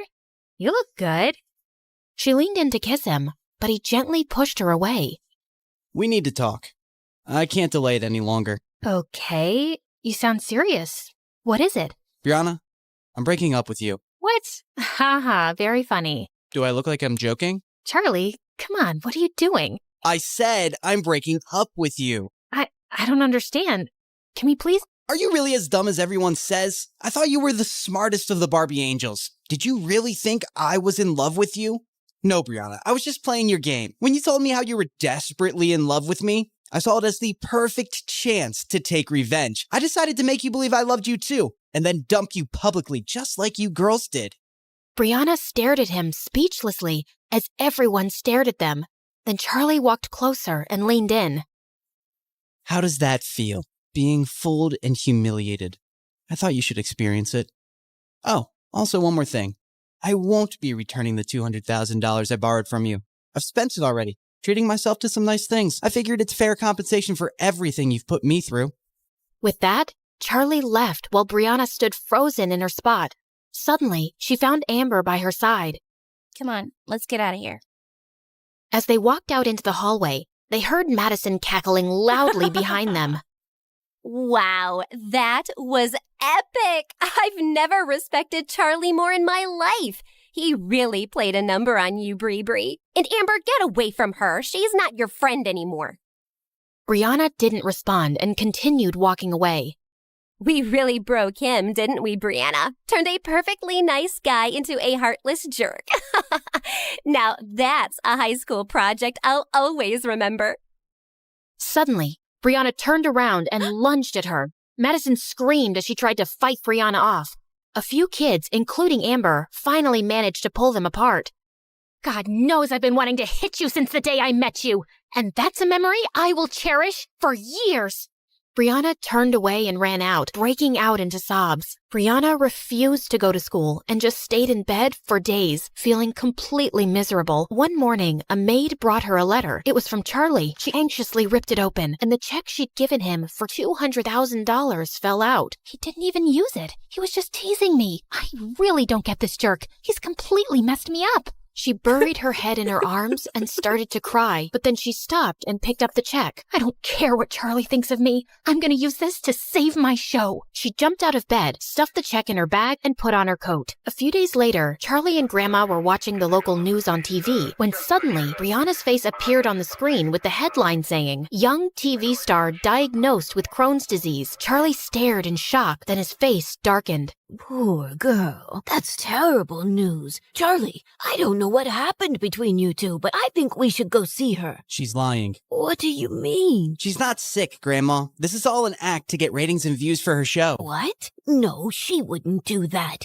Why do you have to assume the worst about people lately? Because they are the worst. She told me of her plan to do this herself. Well, she must have some reason. Brianna isn't like that. Yes, she is. Why do you need to see the good in everyone, Grandma? Least of all these people. They're awful and shallow, and they think people like us are more worthless than the gum stuck to their shoes. I made a huge mistake convincing you to attend this school. I thought nothing could ever change you, but I was wrong. I hardly recognize you these days, Charlie. Grandma walked out before Charlie could say another word. A few days later, Brianna was told someone had come to see her downstairs. She made sure she looked pale and walked weakly into the lounge to find Elijah sitting next to her mom. What are you doing here? Mom, I told you, I feel too sick to have visitors. Brianna, please sit down. This is important. Brianna, we both know you haven't been very nice to me, but I've always cared about you. It just crushed me the way that poor scumbag humiliated you. What do you want, Elijah? Oh, I don't want anything, but I brought you something that will really teach Charlie the lesson he deserves. That day at the spring dance, one of the kids standing close to you made a video. Elijah handed her his phone, and Brianna stared at it in shock to see Charlie caught on camera saying, How does that feel? Being fooled and humiliated. I thought you should experience it. Oh, also one more thing. I won't be returning the $200,000 I borrowed from you. I've spent it already, treating myself to some nice things. I figured it's fair compensation for everything you've put me through. Brianna, when were you going to tell me about this? If Elijah hadn't shown me this video, I would never have checked your account and known that $200,000 have been withdrawn. How dare he threaten to not return your money? Oh God, how can I tell Mom that Charlie returned the money? If she asked me where I spent it, I can't tell her I used it to bribe the doctor. Brianna, answer me. Has he been making any other threats? No, Mom, he hasn't. Please, I'm just too sick to deal with all this. He'll give it back. Oh, you bet he will. When I sue him, I'll have my lawyer send him a notice today. No, I don't want to do that. Honey, I'm not asking you to be a part of this. You just need to rest. I'll take care of everything. There is no way I'm going to let some good-for-nothing beggar rob us blind. He's treated you very poorly, Brianna. Don't worry, we'll make him pay. Brianna got up and left the room, feeling panicked. When Mom accuses Charlie, he'll rat me out. What if the news gets out and everyone discovers that I faked my illness? My reputation will be ruined for good. Oh God, what have I done? The next night, Charlie found a courier at his door, handing him over a legal notice to appear in court the next morning. It was served by Brianna's mother, accusing him of stealing $200,000. He crumpled the paper and threw it aside, holding his head in his hands. Moments later, he got up and looked at himself in the mirror. I gave her back the money, and she used that to bribe the doctor. But of course she didn't tell her mom, and now she's too scared to tell the truth. So her mom thinks I still have the money and I'm some thief. If I said the truth, Brianna's reputation would be ruined. I won't stand a chance against people like them in court. Why should I suffer anymore because of Brianna? I shouldn't even go. But I will, because I'm in love with her. The next morning in court, Brianna nervously stole glances at Charlie as she sat next to her mom and Elijah. Charlie just sat there blankly, not turning to her once. Would the plaintiff's lawyer please read out the charges made against the defendant? The defendant, Mr. Charlie, is accused of the theft of $200,000 from Miss Brianna. We have submitted video evidence where he admits himself that he has no intention to return money given to him as a loan. The defendant is also accused of bullying and harassing Miss Brianna, causing severe emotional and psychological damage. We have submitted documents of Miss Brianna's recent illness triggered by extreme distress. Objection, Your Honor. Is there any medical evidence to prove that? Your Honor, I know it's not my place to speak, but as a mother, I simply cannot stay silent. My only child has fallen extremely sick after being harassed by him. Her school, her work, her health, everything has been affected by his actions. Her doctors will vouch for it. And people like Charlie are predators who prey on the feelings of rich young women to get money out of them. He must be made to pay for it. Brianna's mom burst into tears as she took her place, while Brianna stared at her in shock. She's a better actress than I am. Would the defendant like to say something in response to that? Charlie rose from his seat, slowly. No, Your Honor. Did you intend to return the $200,000? No, Your Honor. And do you believe your actions have caused Miss Brianna psychological and emotional damage? Yes, Your Honor. Young man, do you understand that the charges against you are very serious? If you are unable to return the loaned money as well as damages, you could land for 2 years in prison. Charlie looked up and hung his head. I understand, Your Honor. Very well. Since you have pleaded guilty on all counts, the court gives you a day to arrange $500,000 or face prison. No, this is enough. Brianna, what are you doing? What I should have done before. Your Honor, I want to immediately withdraw this case. There is no case against Charlie. He returned the money, and I spent it on bribing a doctor to say that I'm sick. I did it to increase ratings and views for my stupid show. Everyone stared at Brianna in shock. Why would you? How could you lie to me like this? Because you've made me feel like I'm a failure as an actress, and I just wanted to fix things on my own. I was feeling down, and I wasn't thinking clearly. It was desperate and stupid, and I would have never told you, but this has gone too far. Young lady, you will be fined for wasting the court's time. I understand, Your Honor, and I will pay it, and I am so sorry. Case dismissed. The judge walked out of the courtroom, and Brianna held up a hand to her mom. We'll talk, but not now. Please, just leave me alone, Mom. Just go. Brianna's mom and Elijah stormed off, and soon it was just Charlie and Brianna in the room, and suddenly Brianna pushed him really hard. Oh my god, what is your problem? You! I swear, Charlie, I don't understand you one bit. Yeah, I wouldn't expect someone like you to. If you hate me so much, why were you about to go to freaking jail for me instead of telling the truth? You answered your question yourself, but I'll give you a few minutes to figure it out. I know you're slow. What are you saying? You don't hate me? Charlie just looked at her, and she started to cry. If you don't hate me, Charlie, then why did you break my heart? Because I became a monster, Brianna. I just couldn't get over how you girls used me for entertainment. I was just so consumed by anger and revenge. But after I broke up with you, I realized that hurting someone you love is the worst feeling in the world. I just couldn't expose your secrets and make you look bad, and I'm really sorry for how I've treated you. So am I. I hate the things we've done to each other. Listen, do you think there's any chance that we can start over? No drama, no games, no lies. Because I really love you, Brianna. I know you're way out of my league. I always knew that. And you could find someone else 10 times richer and handsomer, like you deserve to be with some movie star. But I swear I'll try to be cooler and I won't ever hurt you again. And if you let me out... How do I get you to stop talking? I'll even work on that. It's a nervous tick. I'll go to a therapist and... I have a better idea. And with that, Brianna leaned in and kissed him.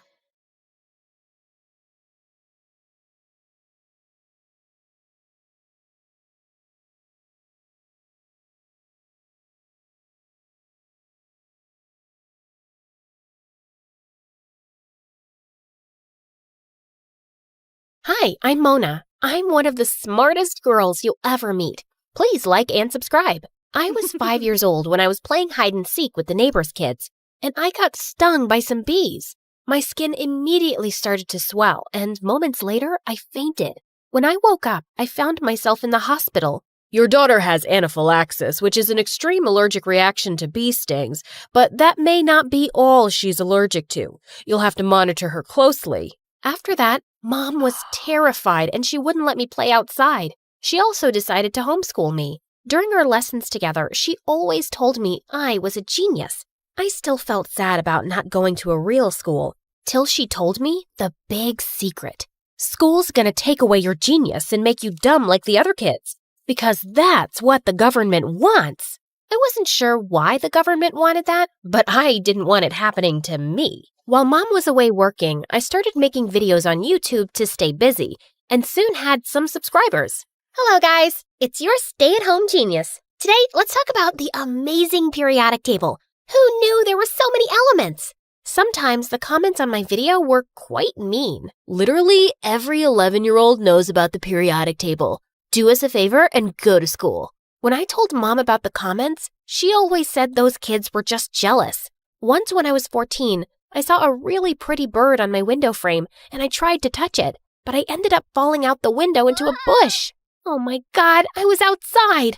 Just as I was about to run back in, my arms and face started to itch like crazy. I called out to Mom, who rushed me to the hospital. After the medicine, I was half asleep when I heard the doctor and Mom talking. Your daughter's reaction happened because she's been indoors so much. Her immune system didn't develop properly. You have to let her join a school. But what about her condition? I've told you before, that's not how this works. What? The doctor told you to put me in school before, Mom? Honey, I did it to protect you. All these doctors, what do they really know? I was so upset.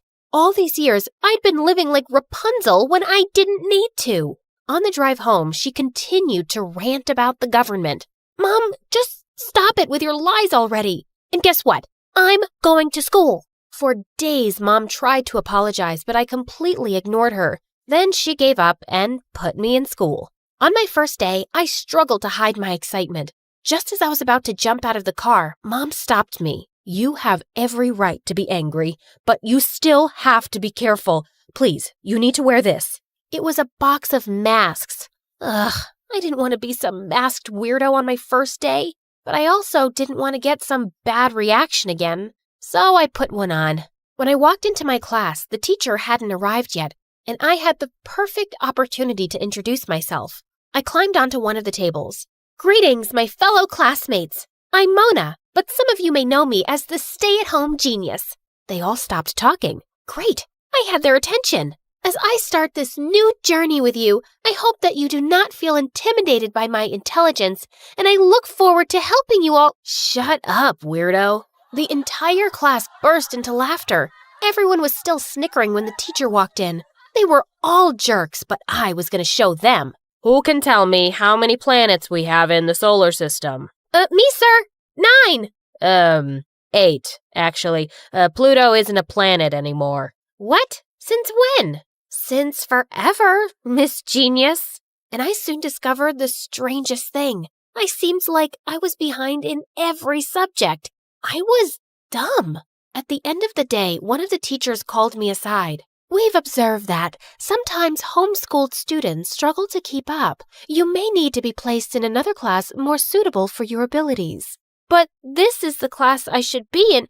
Yes, but you have to take a performance test at the end of the semester so we can be confident you can cope. She handed me some study materials and I headed home.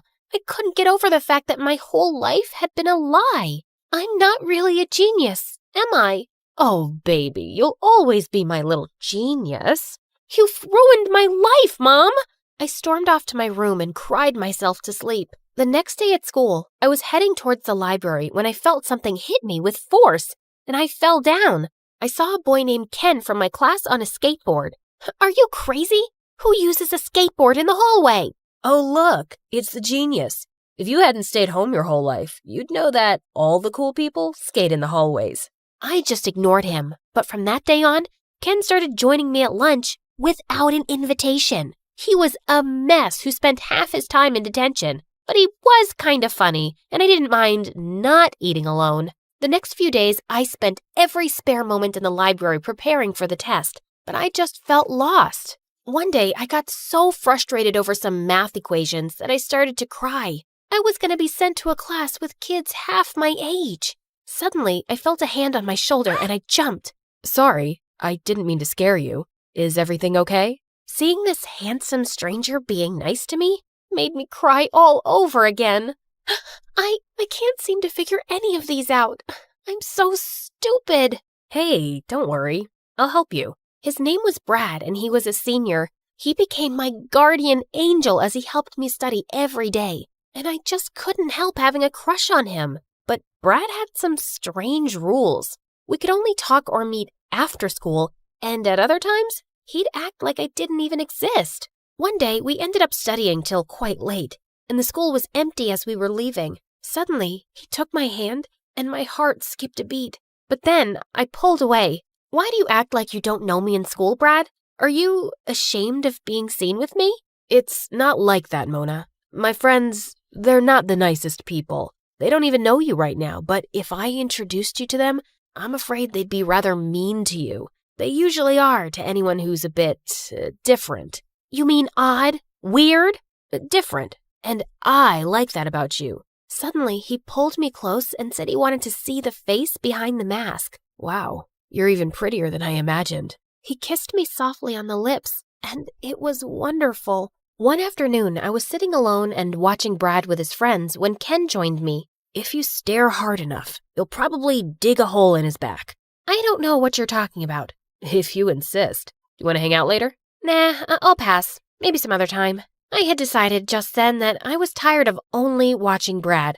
I had to show him that I was cool enough to hang out at his table. The next morning, I woke up super early to do my makeup. And when Mom dropped me off at school, I took off my mask. Mom had lied about a lot of things, so who said I really needed the mask? And I could feel all eyes on me as I walked in. Even Brad kept staring at me during recess, and he was so lost that he accidentally spilled juice on himself. Could this day get any better? Well, well, who do we have here? Mona, 2.0. Interesting. She's pretty. That day, Ken and I didn't eat alone. Other people joined our table and everyone seemed keen to talk to me. And the best part was, my allergies weren't acting up. Just then, a girl offered me some chips. And a moment later, My worst nightmare came true. I could feel my throat closing up. I felt the entire school watching me as I fell to the ground. I could hear panicked voices all around me, but just then someone jabbed me with my EpiPen. Ken had taken it from my bag and saved me. He helped me up and I immediately felt better, till I noticed Brad. He hadn't even moved from his spot. What the heck? I felt really disappointed, so I returned to school with my mask the next day. I couldn't make Brad care about me, and hiding behind the mask just felt more comfortable now.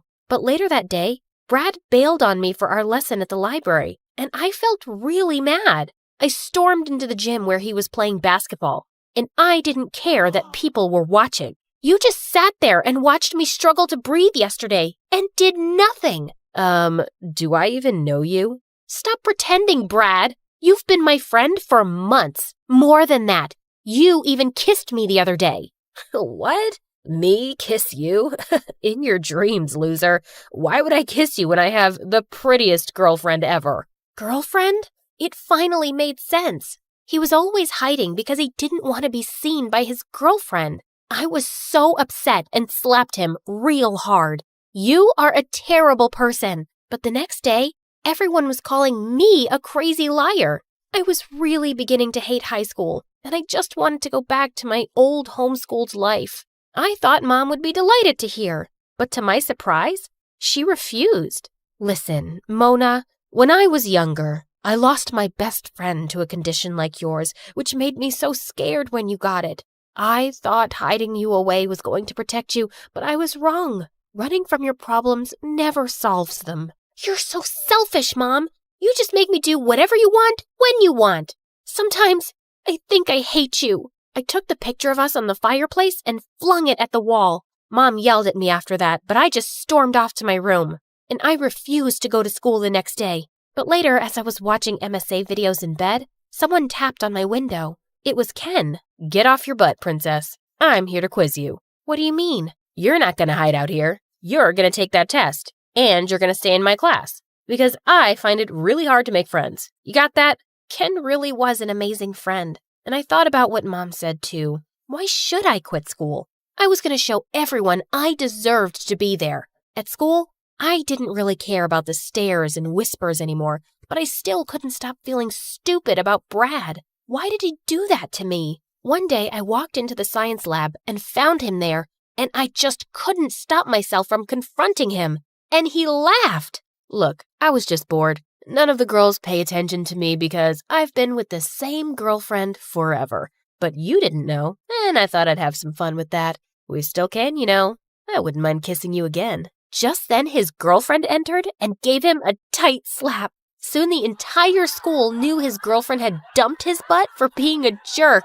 I was totally focused on my tests now, and studying with Ken became a routine. One day when he was over, I asked him, "What would you do if you had the chance to be anything?" "Join the Riker skateboard competition. I don't care if I win. I just want to be there. It's so cool." "Then go for it." My dad won't let me. He says it's a pathetic waste of time. The day of the test finally came, and after completing it, I nervously watched as the teacher graded it. "Wow, this is impressive, Mona. Congratulations. You passed." I gave the teacher a big hug and ran to find Ken. I had a special thank you gift for him, but when I found him, the principal was yelling at him in the hallway. "Your continued disregard for the rules has brought nothing but disgrace to me." "Yeah, no kidding, Dad." "Dad?" I followed him outside and found him sitting under a tree. "So, the principal is your dad?" "Yep, and you just saw for yourself what a disappointment I am to him." "Listen, I gotta tell you something. Don't be mad, but I applied to the Rikers competition on your behalf. I sent them that crazy stunt video you have on Facebook, and they want you to participate. You've been watching out for me since I got here, Ken. Let me help you talk to your dad. Can we try, please?" I could see tears in his eyes as I spoke, and then suddenly, he held my face and kissed me. I felt a million butterflies erupt in my tummy. That day when I got home, I found Mom sitting in the kitchen, and I hugged her from behind. "I owe you an apology, Mom. I was a jerk. Thank you for not letting me quit. I'm just trying to make things right, honey. You're on the right track."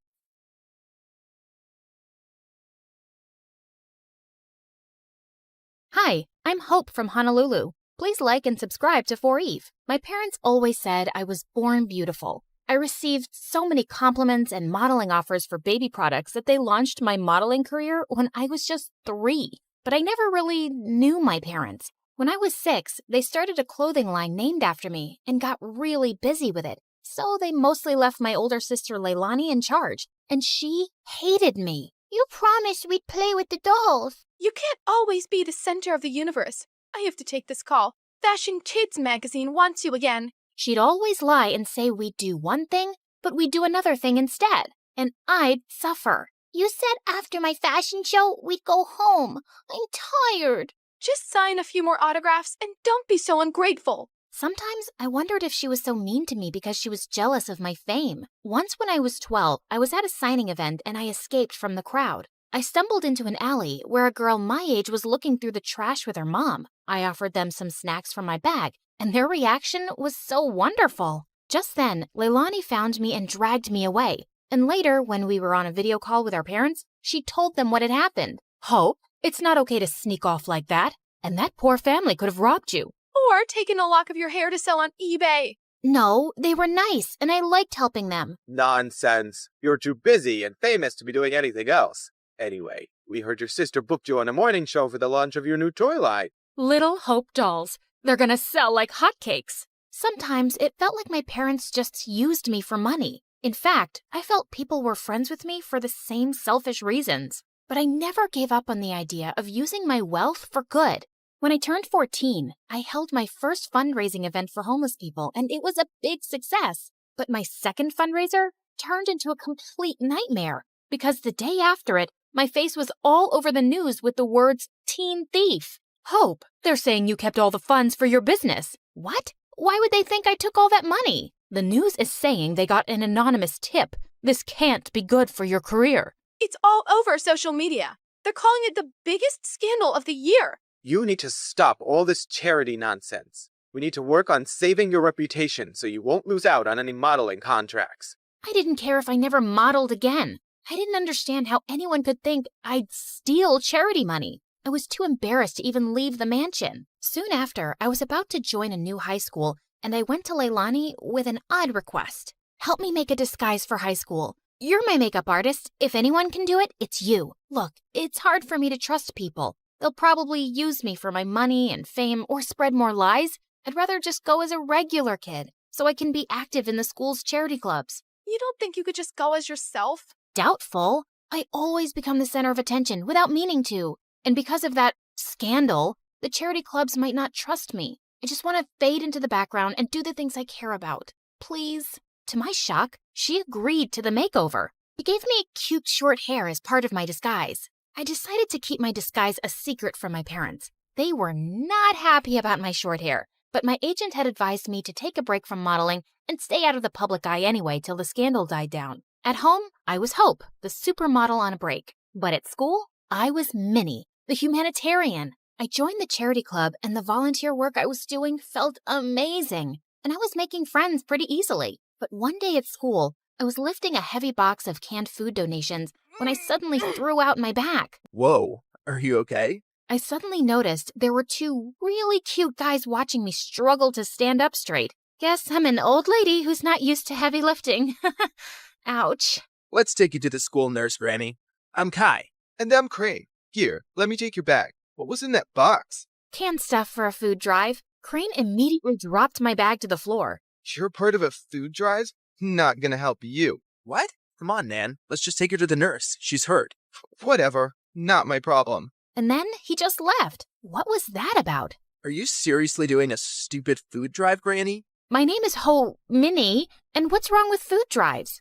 Minnie? Minnie. Everything about them is wrong, Minnie. If the poor just got off their butts and worked, they wouldn't be poor. Why should we treat them like babies and take money from people who do work? Wow. Sometimes it's hard for people to find work or earn enough, and they need help. Maybe lame losers do. Well, Minnie, here you are. Kai winked at me as he left. What a jerk. But I wasn't going to let his arrogant opinion stop me. I organized a school dance to raise funds for the food drive, and it was a hit. But just as I was dancing with some friends, Kai and Crane busted through the gym doors with crowns on their heads. To the rich, stand with the rich. What are you doing, Kai? We're here to tell everyone the poor are pathetic and charities are scams. Don't be fooled.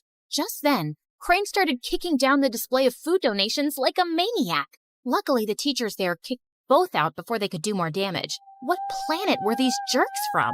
But I forgot all about them when I got home that afternoon and saw Dad running out to me. Didn't you check your phone, Hope? I think the battery died. What's wrong? Your mom and sister got into a car accident, but the doctor said they'll be okay. They both had some broken bones and will need bed rest. I started to cry, and Dad hugged me. I couldn't remember the last time he'd done that, and I decided I'd stay home for the next few weeks to take care of Mom and Leilani. The next evening, my bodyguard drove me down to the food bank to drop off the school's donations. To my shock, I saw Kai step out of his car in front of us, and he was dropping off bags of donations. What the hot fudge? I snapped a picture of him, and I confronted Kai in the school hallway the next day. Saw you at the shelter last night. What are you talking about? This? How did you... Okay, please, listen. Crane is against charity work, not me. He convinced me to think that way a long time ago, but I don't agree with him anymore. Years ago, Crane's family fell into a big scam by some fake charity, and they lost a huge fortune.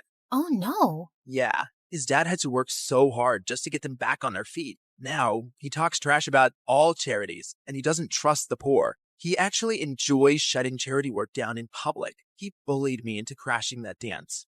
And well, I'm sorry I did, really. He looked really sincere. If that's the truth, I understand, but you gotta stand up to Crane sometime. You can't keep pretending to be someone you're not. Kai offered to walk me to class, but I explained I was just there to collect my books as I was homeschooling for a while. He asked for my number, and I kinda left with butterflies in my stomach.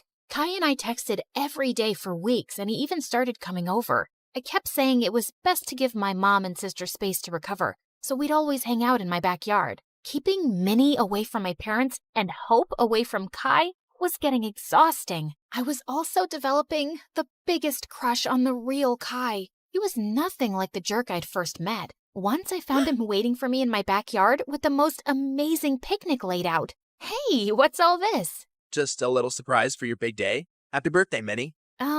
Kai, my birthday isn't for another 5 months. What? Really? I looked for you over social media, but I couldn't find you because you're apparently the world's most private person. Then I went to go check the school records, and I guess I got the wrong Minnie. I guess so. But thanks anyway. It's the nicest thing anyone's ever done for me. Just as I sat down, Kai opened a bottle of soda, and the cork went flying straight into my eye. Oh my god. I am so sorry, Minnie. Wait, stop rubbing your eye and let me see. He lifted my chin gently as he looked deep into my eyes. Your eyes. They're... Yes? They're what? They're not the same color. What? Suddenly I realized that my contact lens had fallen out. Oh, my lens must have popped out when I rubbed my eye. I wear them for my eyesight because I'm as blind as a bat. I see. But why would you wear those green lenses and hide your lovely blue eyes? His face was so close, and I didn't have an answer to his question, so I just kissed him. He looked really surprised, but then he kissed me back, and it felt wonderful. Soon after, Kai and I hosted a fundraising car wash for a soup kitchen, but suddenly a car honked at us angrily. Well, what do we have here? Crane, listen, buddy. I know how you feel about this stuff, but I'm asking you to back off. I want to do this. What? Support lying, dirty thieves? Did you forget what happened to my family? Of course not. But that was one bad experience. Not all charities are scams. It's this witch. Winnie's brainwashed you. It's Minnie? And Kai is free to do whatever he wants, but you need to leave. Just then, Crane went red. He threw a punch at Kai, but Kai blocked it brilliantly and stepped back. Crane, walk away right now. You better watch yourself, Winnie, or you'll end up like that stupid teen thief model who raised funds for her business. She got what she deserved. She's a forgotten fraud now, a nobody. Suddenly, I froze in my spot. Was it possible that Crane had started that rumor? He was crazy enough to do it. And what if Kai had been involved back then too? Crane drove off angrily, and Kai turned to me. This may be the end of my friendship with Crane, but I feel relieved. I'm proud of how you stood up to him. Kai smiled at me warmly, but now I felt guarded. Did I fall for someone who might have framed me? Later that evening, as he drove me home, Kai suddenly took my hand. Minnie, I love who you are and who you've helped me become. Will you be my girlfriend?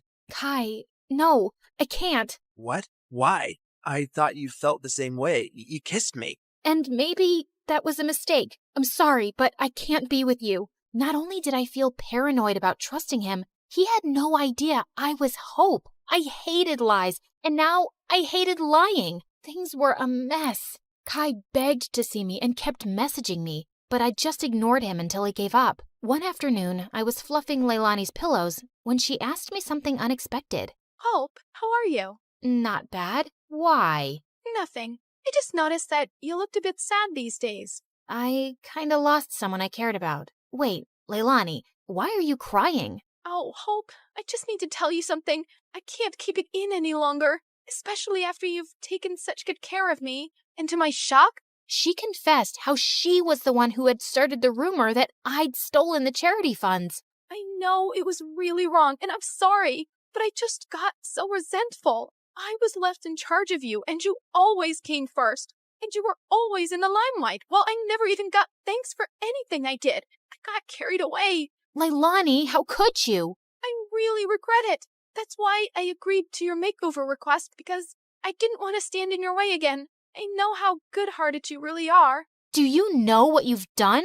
I immediately thought of Kai, this great guy, and how I'd shut him out. I wanted to slap Leilani, but I just stormed off angrily. I told Mom what Leilani had done and said I couldn't stand to be around her right now. To my shock, Mom agreed that I should take a break from her. We arranged for me to stay at my bodyguard's house, and I found out that he lived close to Kai. On my first night there, I walked over to Kai's place. I needed to fix things between us, but his butler informed me that he'd gone to Tokyo for 2 weeks or longer. My heart sank. For 3 days, I texted and called Kai, but he never answered. I knew he was avoiding me, and I deserved it, but I wasn't giving up. I called Mom and explained everything about Kai to her, and she actually listened. Tokyo might be a nicer break for you. OMG, Mom, you'd let me go? Yes, sweetheart. Ever since the accident, your dad and I have been thinking how hard we've pushed you and your sister. We just wanted you girls to know success early on, but we've realized there are more important things than success and money, like happiness and family. You've been amazing during our recovery, honey, and you really deserve to go. Thanks, Mom. I love you. And the next day, I was on a flight to Tokyo with my bodyguard and checked into the same hotel as Kai. Just as I stepped onto the elevator, I was shocked to see Kai inside. He looked awkwardly at me. Hi, can I help you with something? I suddenly realized he couldn't recognize me without my disguise. Kai, you're the reason I'm here. I came to tell you the truth. I'm Minnie. Minnie? Minnie from Honolulu? Yes, except my real name is Hope. What? I told him everything. My trust issues and my disguise and what my sister did, how awful I felt for abandoning him, and how I tried calling him. I'm using a different phone here, and I understand why you wanted to hide yourself, Hope. I've missed you. Do you think we could give us another chance? You flew all the way here to make things right? I'd be a jerk if I say no. But could you do just one thing? Give your sister another chance. Come on. Charity starts at home. I will. I promise. And then finally, a letter arrived one morning. My hands were trembling so much, I almost ripped the letter trying to open the envelope. Dear Drizella, my delegation has been extended and my duties have grown. I'm far too busy now to keep up with our correspondence. I hope you understand and wish you well. Prince Henry. I read it 3 times, as if expecting other words to magically appear the more I stared at the paper. But that was it. Just this cold, impersonal letter after all these months. I told myself that he was really busy with big, important things. It had been almost a year since he left, and people can change. It's not like he ever said he loved me or promised me anything. And of course, there was nothing left to do now but move on with dignity and grace. I found great comfort in pastries and gained a lot of weight. I considered becoming a nun, but decided against it since nuns aren't allowed to curse.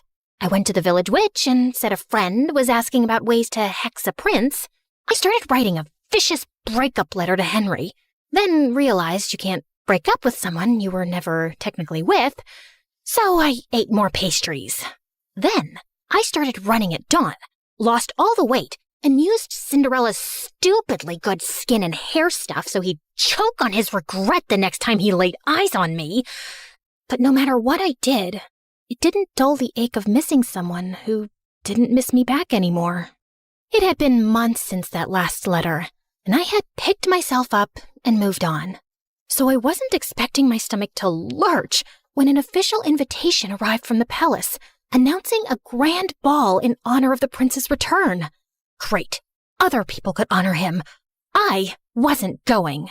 Besides, Anastasia was terrified of dancing, and Mother wouldn't be up for it either.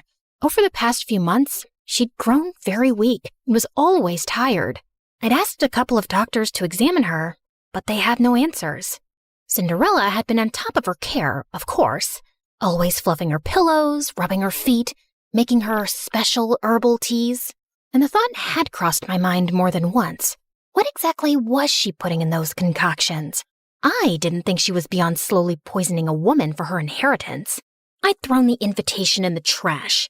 But sometime later, Cinderella came into the living room, clutching it to her chest. You're invited to a royal ball. Can you believe it? Oh, I've never been to a proper ball or worn a ball gown, and I've never seen the palace. I know I'm not invited, but maybe I could go, if you could take me with you. Yeah, no. We're not going. Royal balls are dull. Take our invitation and go, love. I'll arrange a carriage for you. You deserve to have some fun. Yeah, there was no cute fairy swishing a wand and going bibbidi-bobbidi-boo. Just my own mother handing Cinderella one of her finest gowns, a string of expensive pearls, and some money to buy shoes. Because naturally, Cinderella's feet were impossibly tiny and delicate, and she couldn't borrow shoes from us ogres. And off went Cinderella, looking like a vision. Since she was finally out of the house for a few hours, there was no way I wasn't going to snoop through her room, which was, as I suspected, disgustingly perfect. Not a speck of dust, and everything was arranged with military precision. Psychopath. I rifled through her drawers, opened her wardrobe, peered under the bed. I didn't find some secret stash of poisons or a diary confessing to slow murder. I wasn't even sure what I was looking for, and I was beginning to feel stupid. I turned to leave when suddenly, my elbow bumped into a picture frame on her vanity, knocking it to the floor. I cursed under my breath as I picked it up. Luckily, nothing was broken, and the picture had just come out. As I was placing it back in, something slipped out, a folded piece of paper tucked away carefully. And when I opened it, I recognized the handwriting instantly. I would have known it anywhere. Dearest Drizella, I'm so sorry I haven't written in a while. A sudden, strange illness gripped me and I was too sick to be moved or even lift my head. The royal court kept quiet to avoid panic, and it took me months to recover. Even now, the physicians say the worst is not over. I'm healthy otherwise, but my vision has been compromised permanently. They expect it will continue to worsen until I lose it entirely, perhaps within a few months or a year. Before that happens, before I lose my ability to pen down words myself, I need to tell you that I'm in love with you. I'm not the man you deserve, but if you could ever imagine a future with me, one where I will not have my sight, but you will have all my heart, I would ask you to marry me. Yours always, Just Henry. I read it again and again and again. My knees gave out and I sank to the floor. He had loved me. He had wanted to marry me. He had needed me when he had gotten such terrible news, and I'd never even known. I'd spent all this time thinking he'd forgotten me so easily, but it wasn't true. None of it was true. But Cinderella had known. How had she gotten this letter? Had she stolen it before it reached me? Did she intercept others too? Did Henry get mine? A broken sound escaped my throat. I wasn't crazy or paranoid. I'd been right about her all along. Suddenly, the sound of the front door opening snapped me back to reality. Cinderella had returned from the ball. I rose to my feet, pure rage surging through my veins. She'd taken everything from me. But this time, she wasn't getting away with it. I ran downstairs and found Cinderella by the fireplace, humming softly, and I lunged towards her and grabbed her hair. Oh my God, what are you doing? I shoved the letter in her face. Why do you have this?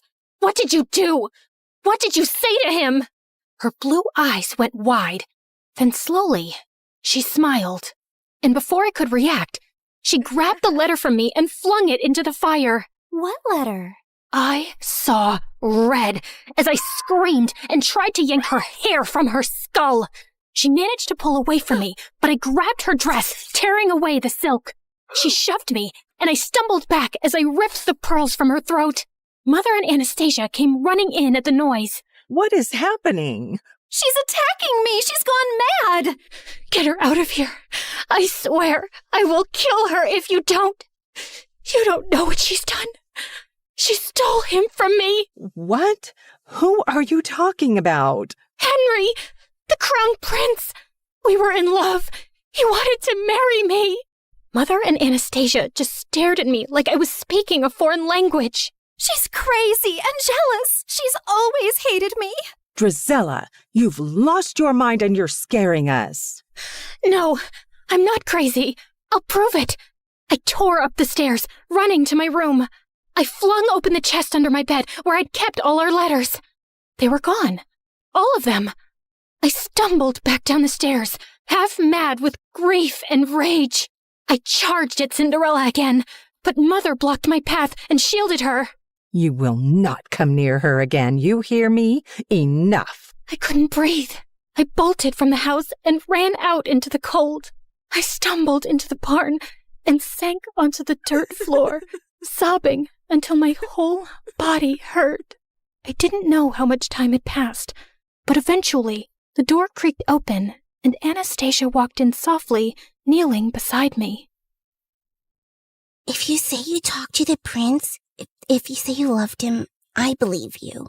You do? I knew you were hurting this past year. I mean, I know what eating your feelings looks like. But you just shut me out. I wish you hadn't. I leaned into her, the way we used to when we were little girls, feeling scared of thunder, and she pulled me into a warm hug. Thank you. I didn't sleep a wink that night. Henry's letter replaying itself over and over in my mind. Tomorrow, I was going to the palace. I didn't have a plan or some speech prepared. I just knew I had to see him, and I wasn't coming back home without doing it. It was soon after dawn that I prepared my horse to leave, when a servant handed over a letter. Important news! By decree of His Majesty, members of the royal family will be visiting each household in this town today. What? Why would the royal family be doing that? Would Henry be among them? I didn't know what was going on, but I had to stay back for the visit. Cinderella was probably still holed up in Mother's room, which was good for her, because if I saw her face, I would tear her apart. I paced around impatiently, looking out the window for any signs of the royal delegation approaching. I thought I'd get a better view from the attic, so I ran up. And as I stood there, with my face pressed to the window, suddenly, the hair on the back of my neck stood up. I turned, and Cinderella was standing in the doorway, her eyes gleaming. Before I could run towards her, she slammed the door shut, and I heard the lock click. "Let me out! You crazy witch! Let me out!" And when I saw the royal delegation arrive at our house, I felt manic. I kicked and banged and screamed until my throat was raw. But no one heard me. Why was the royal family here? What was Cinderella doing? Finally, I heard someone running up the stairs, and the door burst open. The prince, he's here. He's here. And he just asked Cinderella to marry him. The words punched the air out of my lungs. You have to go. You have to stop him. Hurry.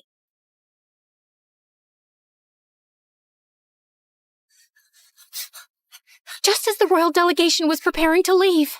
And there he was. Henry was standing beside Cinderella, his hand cradling hers gently as he bent to kiss her fingers. "Henry, no! You can't marry her! You don't know who she is!"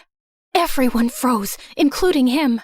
He slowly turned to me, squinting his eyes hard, and then his face hardened to stone. I told you she would never let me escape. Henry, whatever she's told you, it's all lies. Address me properly, miss. It's Crown Prince Henry.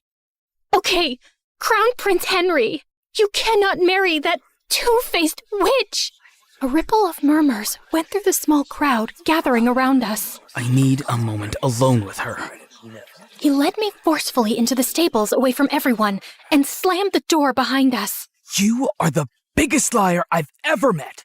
All the time you whined about your perfect stepsister replacing you when it was just a poor, abandoned girl that you and your family made your slave? I felt like he'd slapped me in the face. She didn't even dare tell me her name yesterday at the ball. She said she sneaked away because she wasn't allowed to exist freely, not even for a night. Then she ran away before I could even ask who she was. All I had was her slipper she left behind by accident. And then imagine looking for her and finding that you're the villain in her story. Henry, she's a manipulative psychopath. She stole my letters. She stole yours. I didn't even know you were sick or losing your sight. Stop lying. It was your handwriting on the letter I got, where you told me you couldn't be with me because of my illness, where you said it would be better to end things before they really even began. I never wrote that letter. She faked it. I think she always knew about us right from the start. Are you really so twisted that you think she plotted all this? So according to you, she intercepted our letters, forged your handwriting, and had been spying on us all along just to ruin things between us one day? I know it sounds crazy, but it's true. For a second, a shadow of doubt crossed his face, and I thought he might believe me. But then his jaw tightened. No, you didn't want me. And now you just don't want her to have me either. My heart felt like it would explode. You met her last night. How can you marry someone you don't even know? As if time is a guarantee of anything. I knew you for much longer, but it turns out I didn't know you at all. She knows about my ailment, and she accepted me as I am. And even though I've lost most of my sight now, when I look at her, she glows like an angel. She's kind and beautiful and good. I know she will save me, and I will save her from you. As he started walking away, I felt something break inside me, like a monster being unleashed.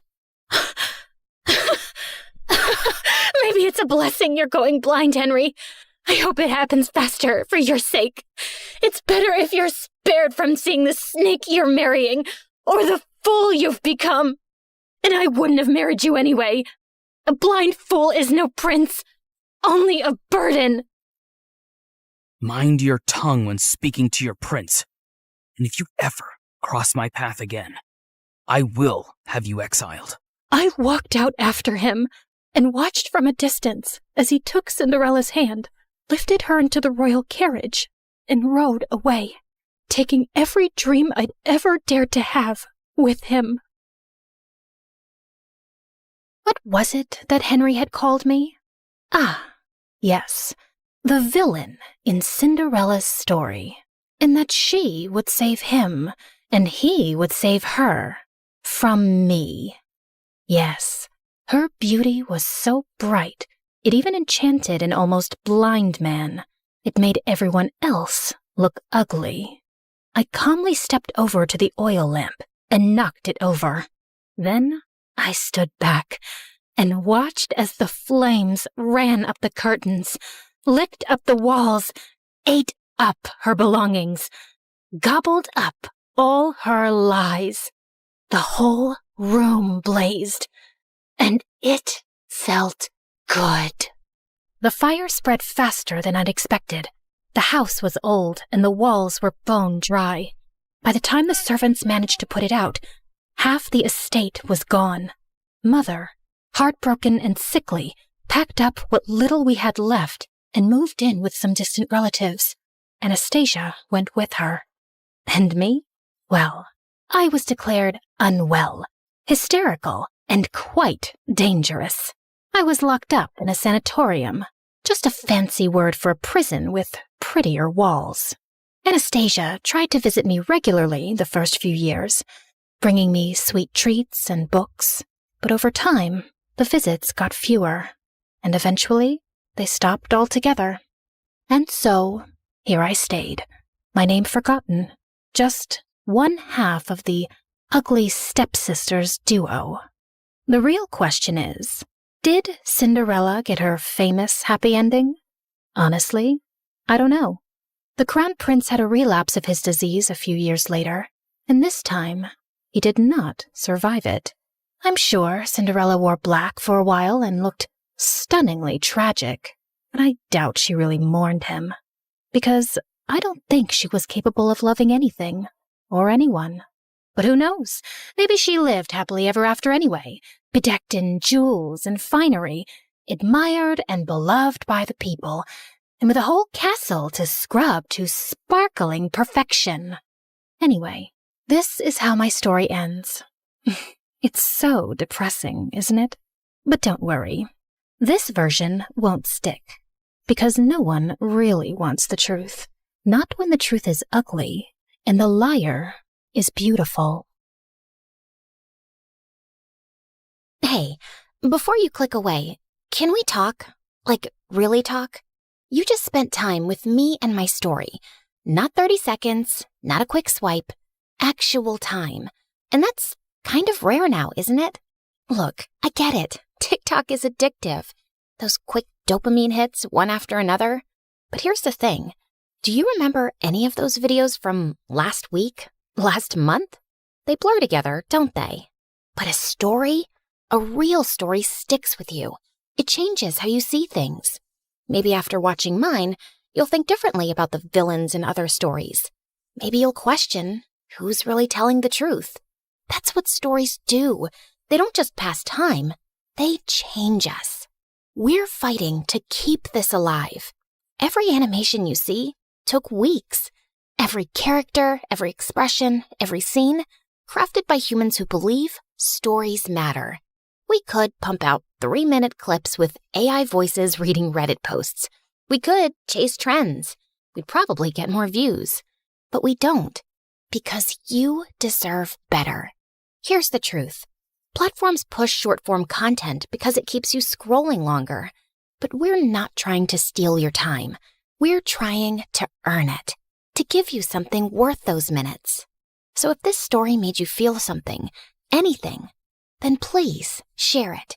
Not for the algorithm, not for us, but for everyone who's hungry for real stories and doesn't even know it yet. Send it to that friend who says, I wish movies were like they used to be. Drop it in the group chat where people actually discuss things. Because every share is a vote that says, yes, storytelling matters. Yes, we still want narratives that challenge us, surprise us, make us think. The art of storytelling survived thousands of years. From cave paintings to campfires to Shakespeare to cinema. Don't let it die on our watch. Not for a 5-second dance trend. Help us prove that in a world of infinite scroll, some things are still worth stopping for. Share this story. Save storytelling. It sounds dramatic, because it is. Hi, my name is Elena, and I'm from Seattle. Please like and subscribe.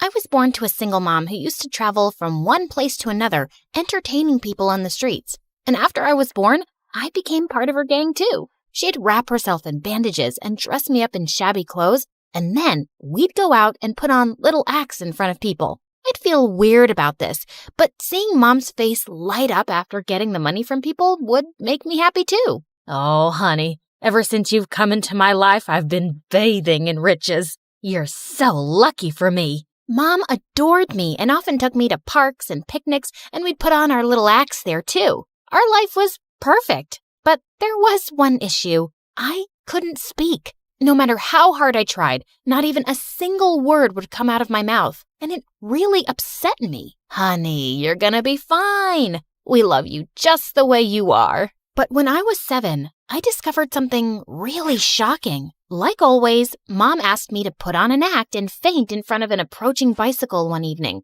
But surprisingly, the man went all bonkers on us. Get the kid out of my way, you morons! OMG, what have you done to my daughter? I know people like you. Frauds. You rob innocent people like this, but I'm not gonna fall for your act. Suddenly, a crowd gathered, and Mom broke into tears, and I couldn't keep still. I got up and hugged her. Look, she's totally fine. Huh?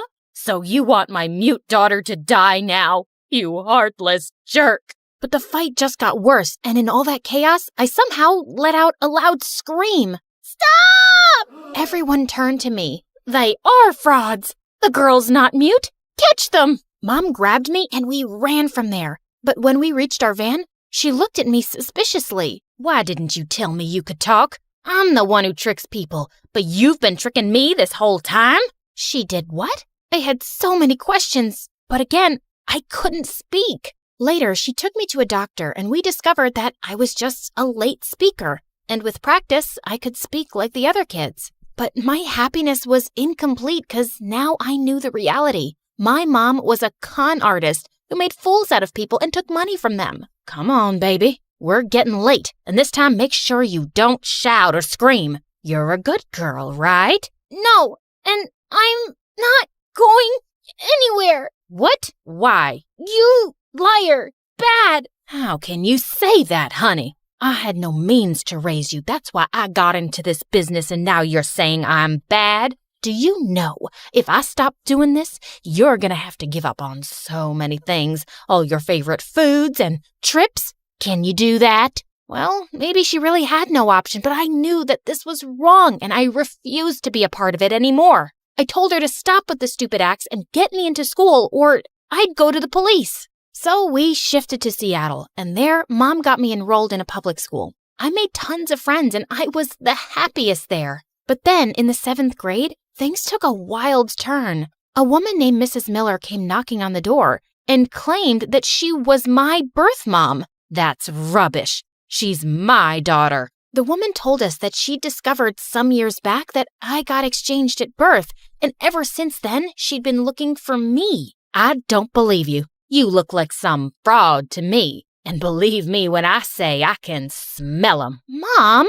I know it's hard to trust me, but I'm sure you're my daughter, Elena. Please, give me a chance to prove it. But Mom pushed her out, and I felt really uneasy about this. What if she was actually telling the truth? And then a few days later, the unthinkable happened. Cops came to our house and arrested my mom. Wait, what are you doing? My mom's innocent. But the cops showed me CCTV footage, and it turned out Mom had robbed a bank this time, and now she was going to serve time in jail. As a result, I was sent to a foster home, and it broke my heart. It was worse than prison, and I was ready to run out of there. But then Mrs. Miller came to see me there one day. Oh, Elena, I saw everything that's happened on the news, and I didn't want to leave you alone, dear. She tried hugging me, but I pushed her away. My own mom lied to me. I wasn't going to trust some stranger now. I know you can't trust me, but I don't want you to live in such a place when your mom can take care of you. And I will get you the proof you need.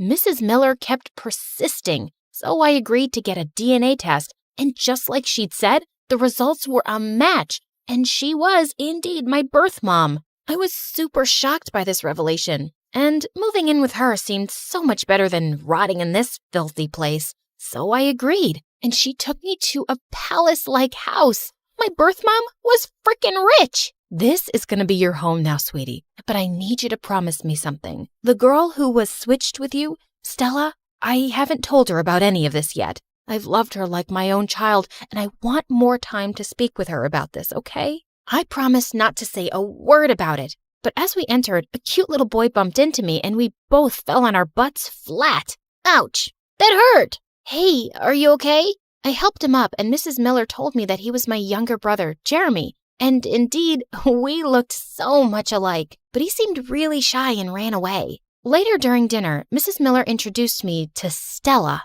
A distant relative? But how come I've never heard about her, Mom?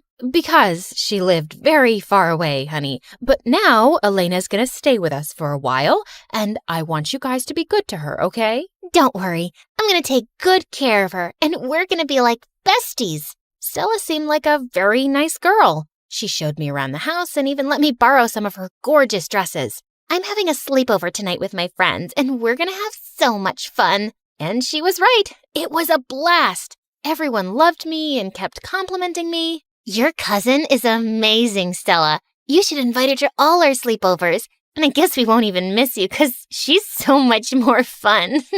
Gosh, these girls were so funny and crazy. They asked me some questions about my family, and I came up with some random lies. But Stella looked a bit suspicious. The next few days were amazing. Mrs. Miller would take me out shopping, and we'd have so much fun getting to know each other. She even took me to her workplace, and I got this proud feeling knowing that she was a top lawyer in a huge firm. And soon, I wanted to be just like her. But that night when I was asleep, I heard some strange noise in my room and I saw someone going through my stuff. It was Stella. What are you doing here? Oh, well, I was just checking up on you. Go back to sleep. Saying that, she rushed out of the room, but I felt really uneasy and I couldn't sleep after that, so I went downstairs to the kitchen for water. And there, I found Jeremy hiding behind the kitchen counter, binging on ice cream and cookies. Caught you. No, please don't tell anyone I was here. I swear, I didn't eat anything. Hey, it's okay. I'm not telling anyone.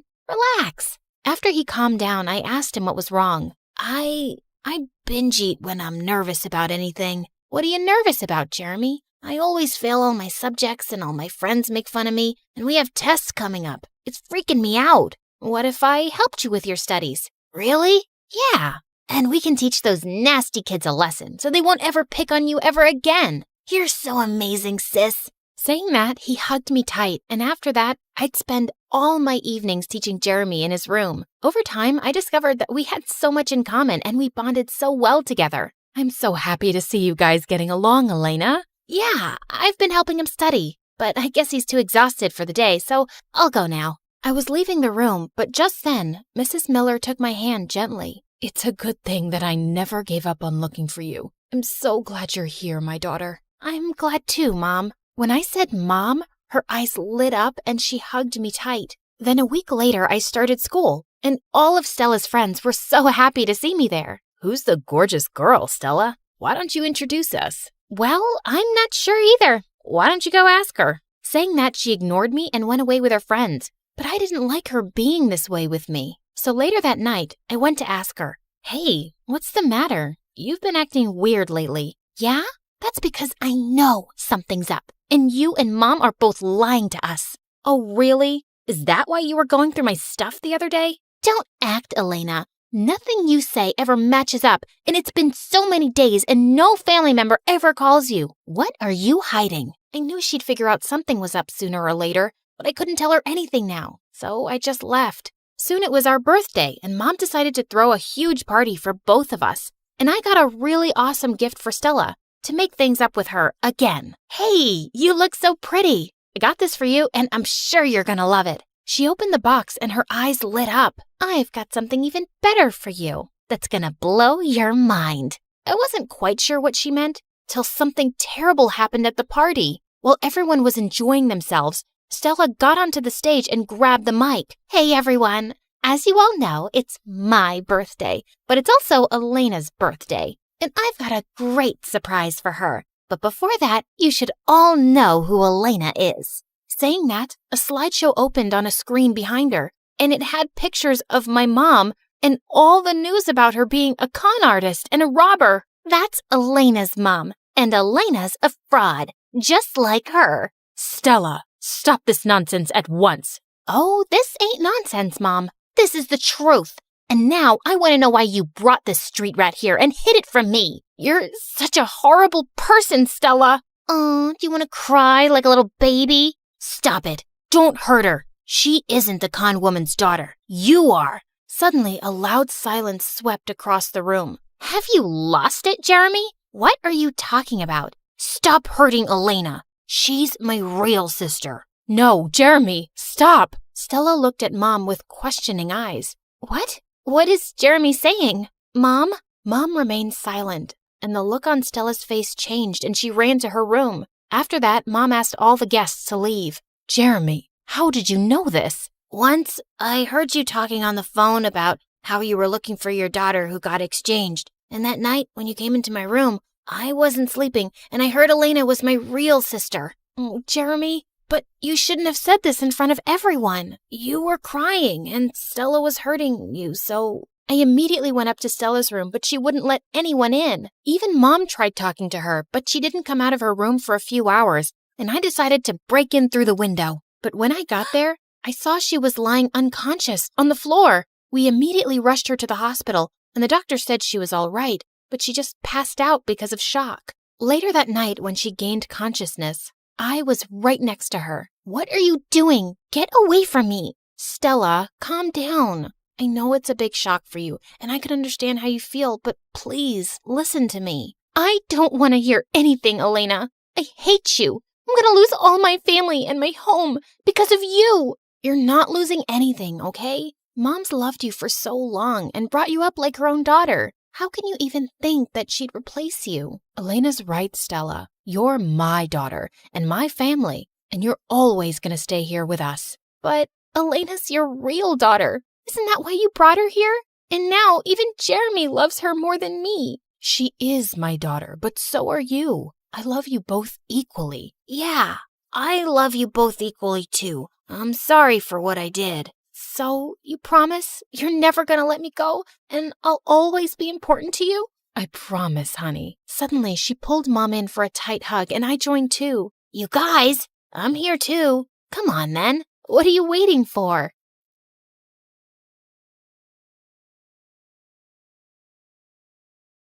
People call me the Queen of Entertainment, a famous pop icon, a musical superstar. You can take your pick. As for me, I like to be called the Queen of Hearts. Hi, I'm Ariana Grande. I was born in 1993 in Florida to overachiever parents who were super successful in their careers. Right since I was a toddler, I loved to sing. Mom would sing me lullabies and I'd sing along with her. You have a beautiful voice, my baby. Just like an angel. I'm not so sure. I didn't get selected for the school choir. Don't let that dishearten you, sweetheart, and have confidence in your talent. I'm sure you're meant for greater things. Although I loved singing, I was also fascinated by theater and acting. I performed on stage for the first time when I was 8 in a musical named Annie. Are you nervous, Ari?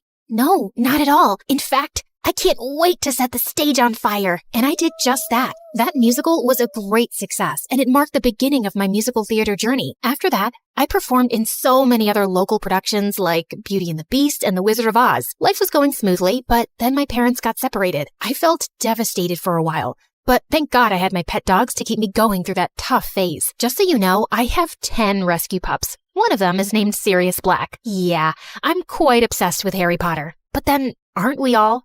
So by the time I turned 14, I decided I'd acted enough and now wanted to make a career in singing. I packed my bags and moved to Los Angeles to meet my managers. Guys, I think I want to make an R&B album. That's a hell of a goal, but who do you think's gonna buy a 14-year-old's R&B album? Well, that kind of made sense. So I went back to Florida and decided to focus on theater for the time being. Then when I was 15, I got chosen from among thousands of girls to play one of the main characters in a Broadway musical called 13, for which I later bagged a prestigious award. By this time, I had moved to New York, so I was missing school a lot. Mom, I want to continue performing, but what about studies? I want to finish high school at least. Don't worry, sweetheart. Your school has agreed to send study materials so you don't miss out on your studies. That was pretty cool. I was studying and focusing on my career, even though I was miles away from home. Then in 2009, I bagged the role of an adorable goofball named Kat Valentine in the famous Nickelodeon TV show named Victorious. Since the show was set in a performing arts school, it gave me an opportunity to showcase my acting as well as my singing abilities on a national platform. Thanks to the show, I was suddenly a teen idol. So, Ariana, what's next? Are you looking at a career in Hollywood? To be honest, acting is fun, but music has always been first and foremost with me. I was determined to give singing a shot, so I kept uploading my videos on YouTube where I sang covers of songs by Adele, Mariah Carey, and Whitney Houston. Meanwhile, the second season of Victorious premiered in 2011 to 6.2 million viewers, becoming the highest-rated episode of the show. Victorious ran for 3 seasons until it was finally wrapped up in 2013. Then one day, I got the most unexpected call. Hello, Ariana. I'm Monte Lipman, CEO of Republic Records. I saw your YouTube videos, and I want to sign you up for the label. Are you interested? Yeah, of course. I'd love that. I put down my phone and did a little happy dance. My music career was finally taking off. The next 3 years, I focused completely on my vocals and singing and collaborated with many contemporary artists. The result was my first album, Yours Truly, that debuted at #1 on the US Billboard 200 albums chart, and it sold 138,000 copies in its first week. After that, there was no looking back for me. Today, I've sold over 85 million records worldwide, broke 27 Guinness World Records as a singer, bagged 2 Grammys, and was listed among the 100 most influential persons in the world by Time magazine. So friends, I hope my story inspires you to never give up on your dreams, since miracles do happen. Just believe in yourself, because if you don't, who else will?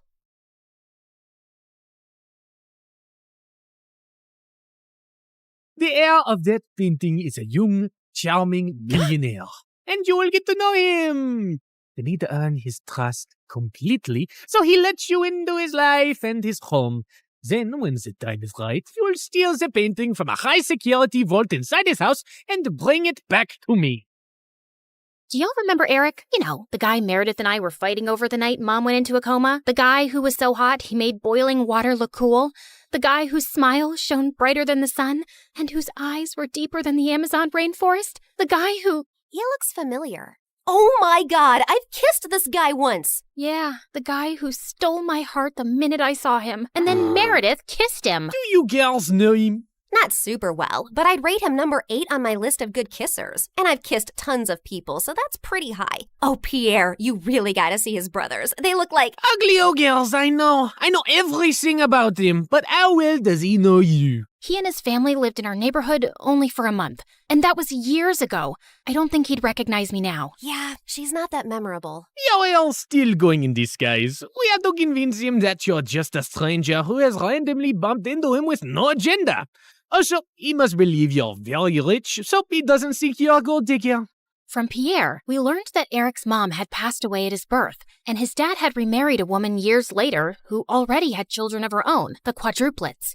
The world makes sense again. Thank you. Eric's maternal grandmother recently left the painting to him in her will. His father is a big business tycoon, so they always have security at the mansion. But the painting is even harder to access. The only way you'll make it in and out of there is if you're welcomed into their home.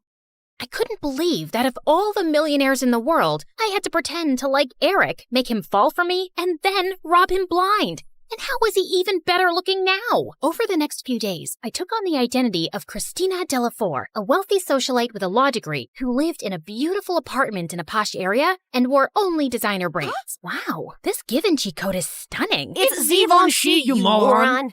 Okay, geez. Also, Pierre, can't someone do a background check on me and easily find out that I did not graduate from Harvard and that I don't have parents who made a fortune out of selling toilets in India and now live there? If anyone runs a check, they'll find all this information to be accurate. I've made sure of it, and no one is interested in the law or toilets. So they won't ask you many questions. Now, show me how to walk in heels like a rich lady. Fine. Meredith, pass me the Jackie Chim Chews. Oh my God, they'll know you're fake in a second. I was joking. Relax. I've hung out with enough rich people to pick up a few things. I got this. And then, a week later, I was inserted into Eric's life. We talked over coffee for an hour, and I thought it was going really well. But when it was time to part ways, he didn't ask for my number and just left. Ugh, I'd failed to capture his interest. I'd have to plan another encounter without seeming suspicious. As I was walking away distracted, I ran straight into a garbage can and stuffed my toe hard. Son of a biscuit! Holy mother of fudge! I was still hopping around when I crashed into a woman pushing a stroller, and a doll went flying out of her hand onto the road. Just then, the car ran over the doll and turned it into a pancake. You destroyed my child's precious doll! I'm so sorry. It was an accident. I'll get your little girl a... Wait, your child is a cat? Yes. And that was my childhood doll, which I passed on to my baby. Look, here's some money. Get your baby another doll. She loves that one, and they don't make those anymore. Your baby is a cat. She doesn't love that particular doll. She probably doesn't even love you. She'd eat your face in your sleep if you weren't the one to feed her. Now, please. Just then, someone tugged hard at my purse, and I saw a thief running away with it. You've got to be kidding me! I took my heels off and sprinted after the thief. He jumped over a fence into a park, and I followed. I was gaining on him and sent a flying heel at his head. Just then, someone ran past me, pounced at the thief, and pinned him to the ground. Gotcha! Eric? The park security immediately arrived on the spot and took the thief away. Aren't you glad I followed you and came to your rescue? My rescue? I hit him with my shoe to slow him down and was about to catch him, but then you swooped in at the last minute, and now you want credit? Whoa, easy. I was just flirting with you. Oh, sorry. Wait, you said you followed me? Yeah, I felt stupid that I left without asking for your number. I definitely want it now. You became even more interesting when you stubbed your toe, murdered a doll, yelled at the cat lady, and chased a robber. Eric and I started seeing each other, and even though I knew it wasn't a real relationship, it still felt wonderful. We both hated rom-coms, but were always up for watching horror movies. We supported different baseball teams and had heated debates about who sucked more, and we both loved eating from street vendors and walking around the city at night. I enjoyed his company more than I cared to admit, and my heart skipped a beat every time he took my hand or gave me a goodnight peck on the cheek. And then one night, as we watched a fireworks show in the park, he pulled me close and kissed me, and I practically melted in his arms. Soon enough, he told me his parents were hosting a party at their house, and he wanted to introduce me to them. This was the first time I'd be in his mansion, and I needed to make sure I got invited often enough to find out where the vault was. Eric's dad was lovely, but his stepmom looked at me with a stare so icy it could make hell freeze over. I escaped from the party for a while when the dancing started. Yeah, that's when Meredith dropped by as Catwoman with a cheeseburger, but soon enough, Eric came around to call me in for dinner, where the quadruplets also joined us. So, Eric told us your parents sell toilets in India. Yeah. It's a great business because everyone needs a toilet, right? And you know the population of India. Multiply that with toilets and you have a fortune. What is the population of India? Well, I don't have an exact figure. It's just a lot of people. Suddenly, I had a queasy feeling in my stomach. Didn't you get made fun of as a kid? If you were in my school, you'd be called the Toilet Princess. Rubber Queen. Duchess of Poop. Guys, cut it out. You're not in high school anymore. Wait a second. Have we ever met before? What? No, I really don't think so. Oh God, why was my stomach churning? You know I'm really good with faces, and you remind me a lot of this girl we met in a neighborhood in Connecticut years ago. Guys, remember? She had a twin sister. Oh yeah, I remember those twins vaguely. The blonde one was prettier, right? Dang it, has to be someone else. I'm an only child, and I've always lived in Boston until I moved here. Yeah, Eric told us you're a lawyer from Harvard. So who's the baddest person you put behind bars? Not that kind of lawyer. I'm actually an environmental lawyer. I was really feeling sick now. Maybe it was that burger I ate? Like you have trees as clients? What do they pay you with? Leaves? Hey, why are you turning green? You love trees so much that you're becoming one? You guys stop. You're not even that funny. No, look at her. She's green. I think I'm gonna hurl. Eric called the doctor immediately, who said I had food poisoning. He gave me some medicines, and Eric insisted I stay over for the night in one of their guest rooms. I fell asleep immediately and woke up a few hours later feeling thirsty. As I made my way down to the kitchen, I realized I had the perfect opportunity to try finding the vault. Just then, I heard some low voices from some room, and I slowly crept up to find Eric's stepmom talking to one of the bodyguards in the library. Were you able to figure out how to unlock the vault? There's no way. I've tried everything for weeks.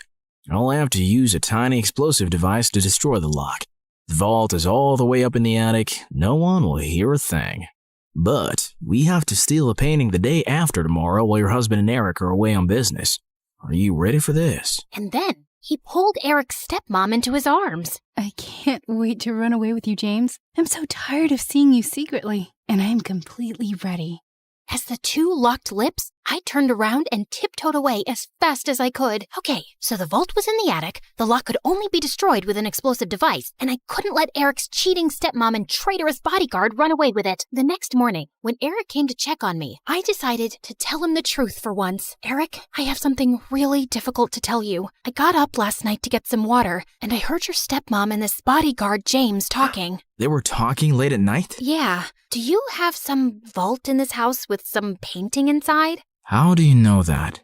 That's what they were talking about, breaking in and stealing the painting. They're planning to do it the day after tomorrow, and your stepmom said something about running away with James. I saw them kiss. I'm so sorry. I wish I hadn't. No, I'm glad you did. This is gonna be a huge blow for Dad. But it would have been much worse if we'd found out everything afterwards. Thank you for telling me. And please, keep all this to yourself. I know I can trust you. Eric kissed me gently before walking away, and 2 days later, when the bodyguard and Eric's stepmom were about to escape with the painting, police officers immediately arrested them. This is fantastic. They might link the museum robbery to the bodyguard and stepmom too, and assume the painting is now safe. So it'll be easier for you to steal. Good job, mon chéri. I knew you was a smart twin. After Pierre left, I sank into my armchair, but then I noticed Meredith staring at me. What? You should be happy, but you don't look happy. What's up? Nothing. I just can't wait for this job to be over. You can steal the painting soon, right? You know exactly what to do, and Eric trusts you. By the way, have you two kissed? I've been dating him for 2 months. Of course we've kissed. We text every day and you never mentioned it. I didn't know I had to. So, how is it? It's fine. It's whatever. It's like kissing anyone. My memory's a bit fuzzy, but you know I've kissed him. You never let me forget. And I definitely wouldn't call it a whatever kind of kiss. Yeah, okay. It's nice. It's good. Nice? Good? Oh, wow. Don't make me jealous with all the passion. Okay, you want to know what kissing Eric is like? It's like flying through space, like a meteor that explodes into 1,000 stars, and then jumping into really cold water that makes you feel alive all over, and then feeling warm and tingly down to your toes, like having hot chocolate next to a fireplace on a snowy winter night. So, I'm guessing it's better than kissing the pillow you used to practice on? I did not. Shut up! You're in love with him, aren't you? I was about to snap at her again, but then I just sighed. Yes, I am. The night of the heist arrived, and I felt sick to my stomach, but I just wanted to get it over with. Eric's dad was away, and Eric was holding an important shareholders' dinner, with which most of the household staff was busy. I'd volunteered to host the dinner with him, and got ready to leave before their meeting started. Thanks for your help tonight. You're the best. Oh, it was nothing. Don't thank me. So, I'll see you tomorrow at our coffee shop? It's a date. As Eric walked away, my heart felt like it was breaking into a million pieces. This was the last time I'd ever see him again. I gulped down my tears, and instead of leaving, I sneaked up unnoticed to the attic. Inside, I found a heavy metal door to a vault. I took out the tiny explosive device Pierre had given me, placed it on the lock, and activated it. In a few seconds, there was a tiny pop and a sizzling sound. Then, I heard the lock click open. I walked into a tiny, dark vault and found the painting under a glass case. Praying to every god that no alarms would go off, I lifted the case carefully, put the painting in my bag, and started sprinting down the stairs. But just as I'd reached the second floor landing, one of the Ninja Turtles blocked my way. What are you doing? Hey, bro! You know when I stayed over a few weeks ago? I dropped a necklace, and I was looking for that guest room, and I got lost. But it's fine. I'll just get new earrings. See you later. He suddenly grabbed my bag and pulled out the painting. Do you think I'm a moron? A moron? You? No way! Sorry, which one are you? Michelangelo. Okay, no one has time for that. Now listen, Mike, you're definitely the smartest of your brothers, and just a tiny bit better looking than all of them too. We're identical. That's what they want you to believe, but I know you're better. I think you and I can strike a deal, okay? I'll sell this painting, and you and I can go halvesies on it. Just give me an account number and I'll wire the money to you. No, you're not leaving with it. Okay, look, dude, I'm doing this for your mom. I have to sell this painting so I can pay for her bail and get her a really good lawyer. Don't you want that? No, my mom's in jail because she did something wrong, and she abandoned us all. She shouldn't have stolen Eric's painting. What do you care about Eric? Don't you hate Eric? He's so good looking and smart and perfect and gets all the ladies. It makes you guys look even worse than you really are. You should want to hurt him. So let me take the painting. That'll really hurt him. Eric's the best brother in the world, and I love him. Okay. I have an offer you can't refuse. How about I become your girlfriend? I bet you've never had one. I'm gay. Jesus! All right, I surrender. Just one last thing. Without warning, I punched his face so hard that he went reeling back with shock and dropped the painting. Then I kicked him into a room and locked the door shut. I'm sorry, Mikey. You're a really good guy. I sprinted down another flight of stairs and jumped out of the first-story window. I ran across the garden to the fountain, climbed the tree next to it, jumped onto the wall, and then landed softly outside on all fours. Just as I got up, I found myself facing Eric.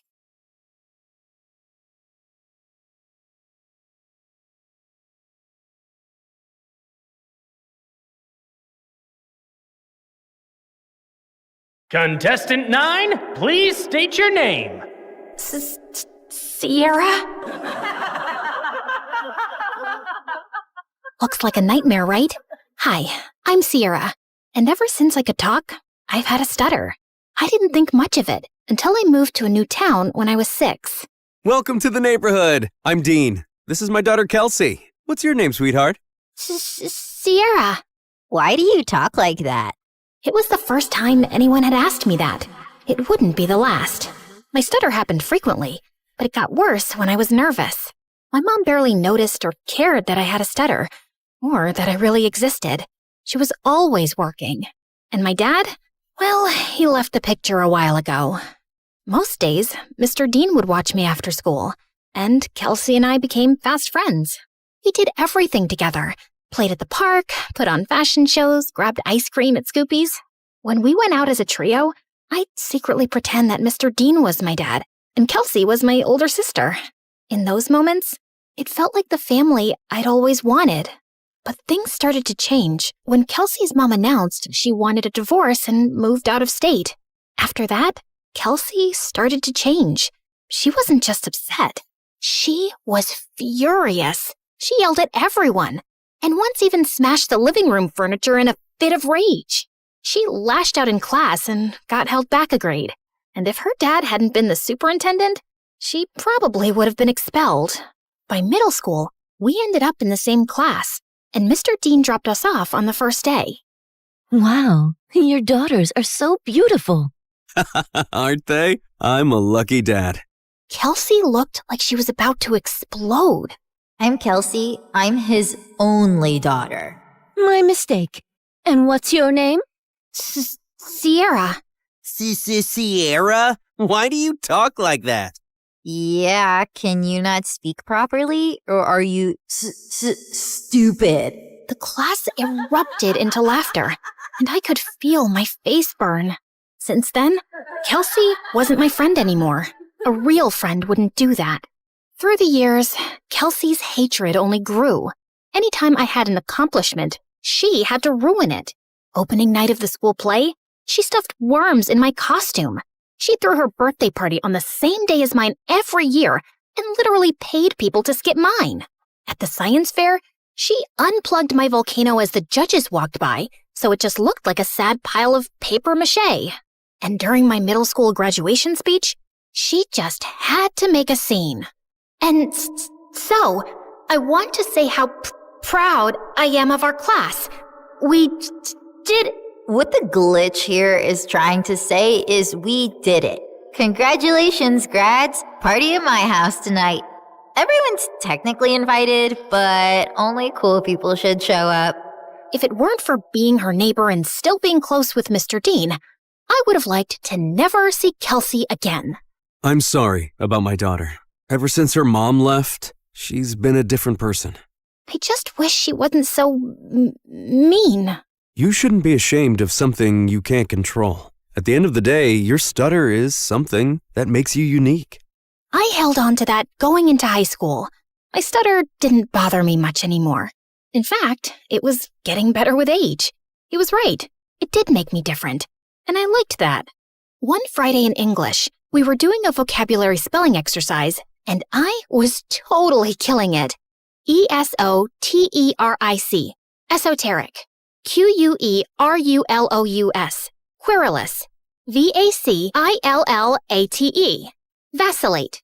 Everyone was surprised at how well I was doing. And honestly, so was I. Who knew I was that good at spelling? Sierra, there's a regional spelling bee in a few weeks. You should join. Who knows, you may make it all the way to nationals. That night, as I sat in my room looking over the spelling bee brochure, loud music suddenly rattled my walls. Kelsey was throwing a party in her backyard. A few classmates waved me over. Fine, just for a little. The party was fun, but I couldn't stop thinking about the spelling bee, and I decided I would sign up. I was about to leave when... What's this? She snatched the brochure out of my hand. A spelling bee? Oh, please. Like you could ever win one of these. In case you didn't know, you trip over your words. Give that back.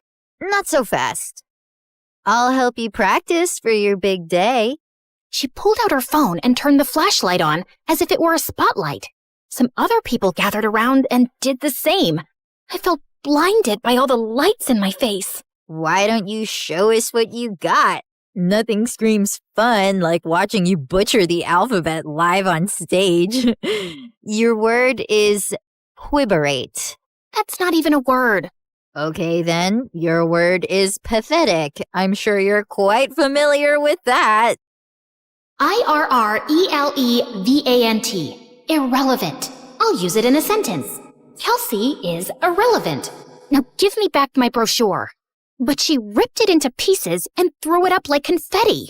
I took a small step in her direction. Kelsey took a step back and fell into the pool. Ugh! You pushed me! Yeah, right. I didn't push you. Your attitude just slipped. She climbed out and stormed over to me, and I bolted. As I ran, I saw her shoving people in her way into the pool. I made it home and locked the door just as she started kicking and clawing at it. My heart was racing. By Monday, the whole school was talking about it. Someone had filmed everything, and she looked completely unhinged. I avoided her all day.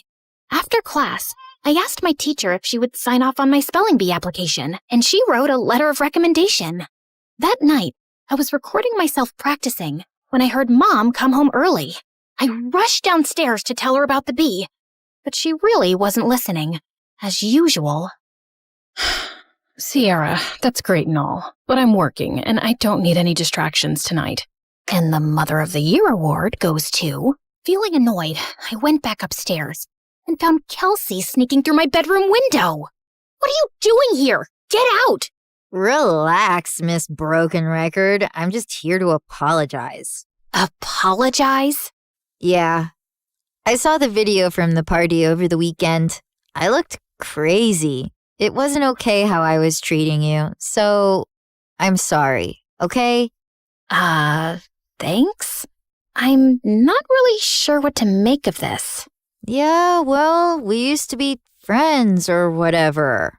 I think it's time to put the bad blood between us to bed, right? Trust doesn't just snap back into place, not after everything that's happened between us. I understand. I intend to prove it to you. Do you mind getting me some water?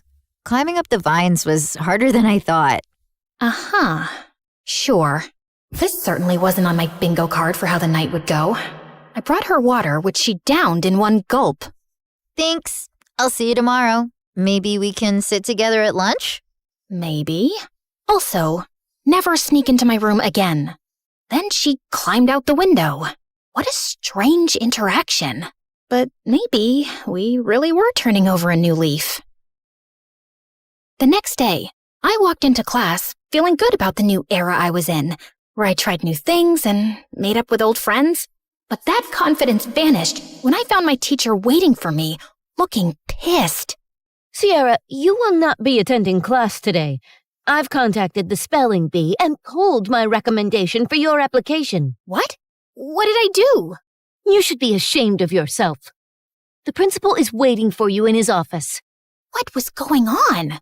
It has come to our attention that the English exam answers were sent to your entire English class yesterday. I'm sorry.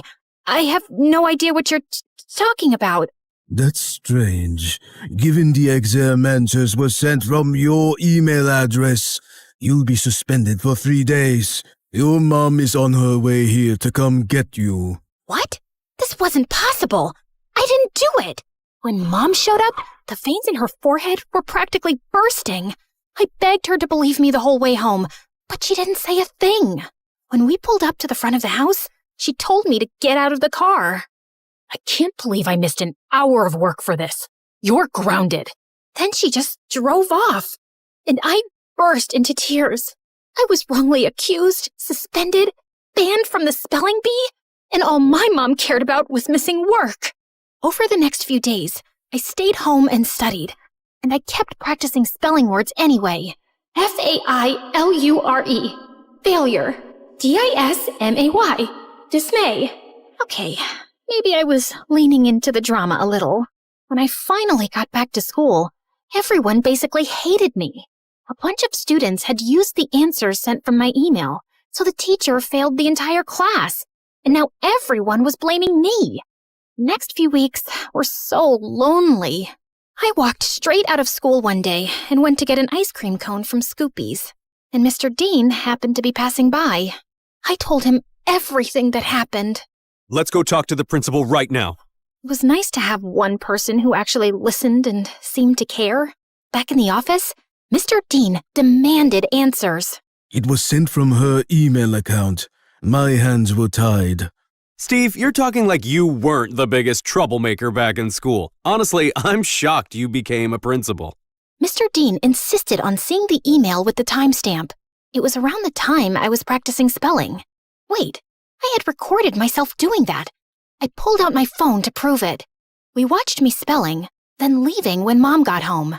Then Kelsey climbed through my window and went for the laptop, but I walked in. Once she sent me away for water, she sat down and typed out the email. She did this. They called her into the office. Dad, what are you doing here? You framed Sierra for stealing exam answers when she's completely innocent. I did not. He showed her the video. Of course you go to defend her. She's never been completely innocent, Dad. What had I ever done to her? The principal and I had front row seats to their screaming match. Kelsey got suspended for a week, and the principal and teacher apologized to me and reinstated me in the spelling bee. That night, I heard a commotion outside. I looked out my window and saw Kelsey stuffing suitcases into her car. I'm over you, Dad, just like Mom was. She slammed the door, rammed the car into the garage, and peeled out of the driveway. I ran to Mr. Dean, who was covered in food. What happened? We were in a huge fight about what she did to you, and she threw everything in the fridge at me. I kicked her out, and she's gone to live with her mom. As much as I wanted to jump with joy at the thought of never seeing Kelsey again, I didn't want things to be like this. Mr. Dean looked crushed as he walked back inside, and I followed him to help clean up the mess. At school, word got out about what Kelsey did, and people started being nice again. Things weren't just back to normal, they were better. I gave an incredible anti-bullying speech at a school assembly that got a standing ovation.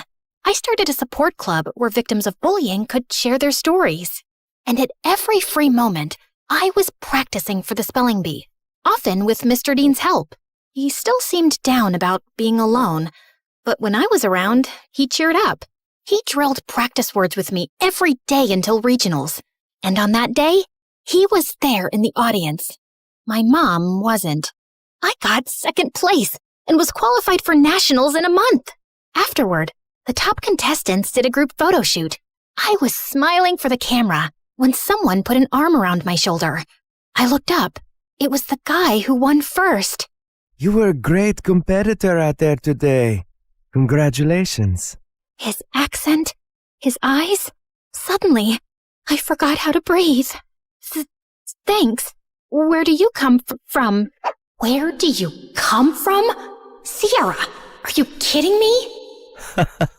Is that how you speak, or did I just fluster you? Oh, no. I just have a stutter. It's adorable. I'm Leon, and I'd love to get your number. We should talk more, since we'll be seeing one another for nationals next month. Yes, please. We exchanged numbers, and I practically floated back to Mr. Dean. It felt like the best day of my life. When we got home, Mom was on the porch, arms crossed. She rolled her eyes when she saw us together. And where have you two been?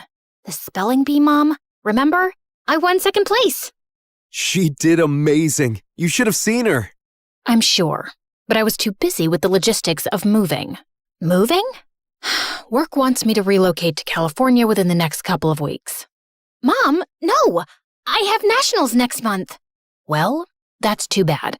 Work comes first. You know that. Work always comes first for you, Mom. It's never me. Oh, stop being so dramatic.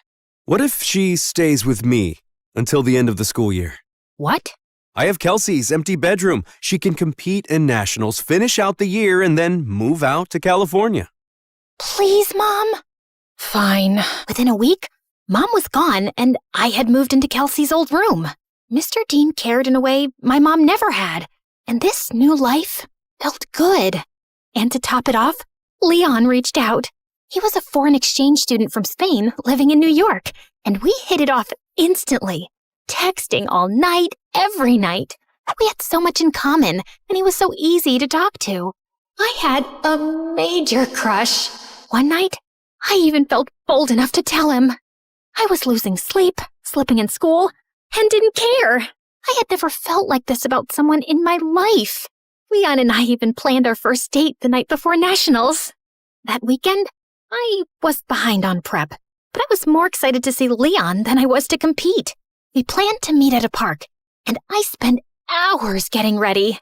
I waited for him at the park. He was 5 minutes late, then 15, then 30. After 2 hours, unanswered calls, and 20 unread texts, I gave up and walked home. I got in bed and cried. Had something happened? Had I been stood up? I barely slept that night. The next morning, I was exhausted. Mr. Dean and I headed to the B. I checked in and looked for Leon. Nothing. When it was time to go on stage, I scanned the crowd. No Leon.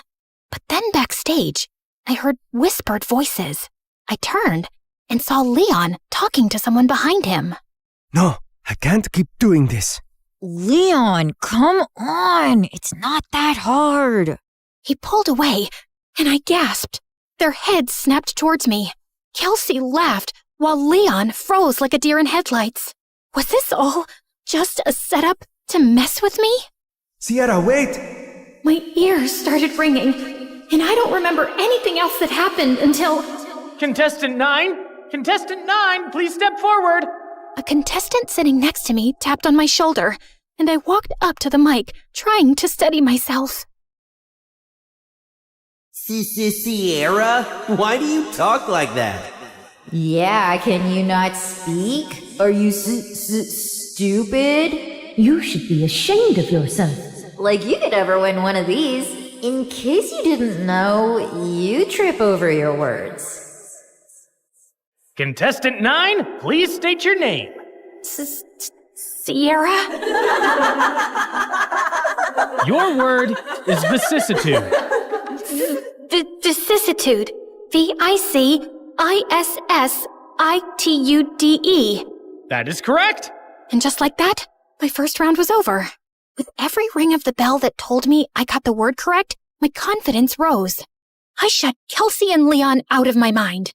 Contestants were dropping like flies, but I stayed strong. Until it was just Leon and I. Your word is appoggiatura.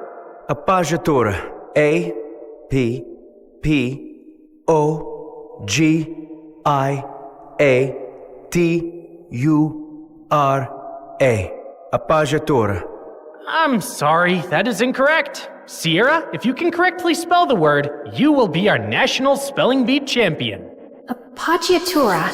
A-P-P-O-G-G-I-A-T-U-R-A. Appoggiatura. That is correct! I did it!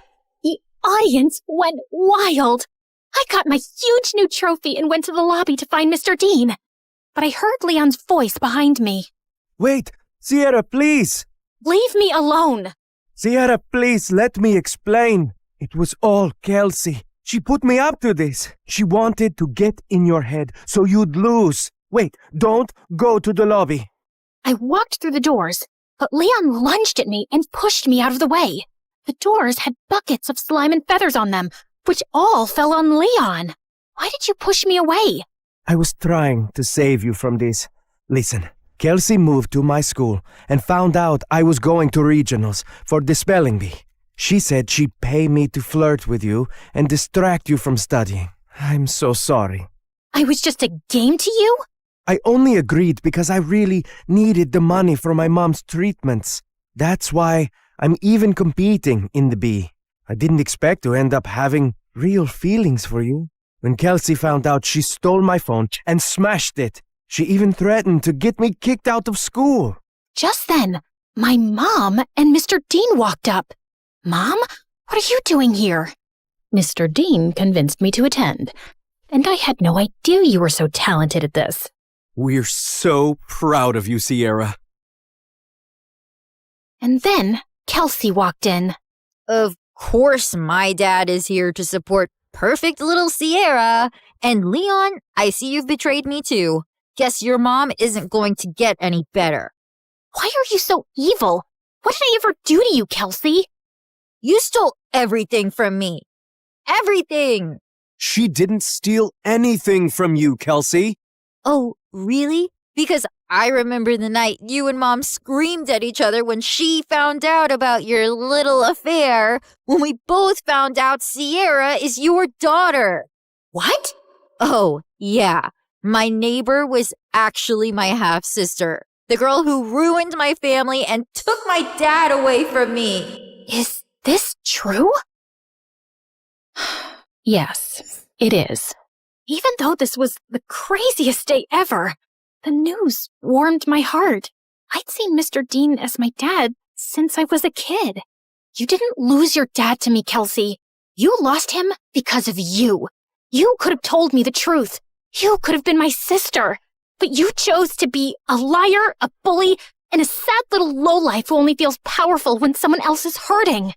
I may stutter, but I never had to hurt people to be heard. And why didn't you guys tell me sooner? I'm sorry. He didn't know until I told him once we moved in next door. I wanted to tell you right away, but then my wife left me and Kelsey took the news really hard and started lashing out. We thought it would be best for you to not know. For your sake, and Kelsey's. I was planning on telling you. I figured since we live together now, it was the right time. You live together now? She screamed, grabbed my trophy, and hurled it through the convention center's windows. She got arrested for property damage and spent some time in juvie before going to live with her mom.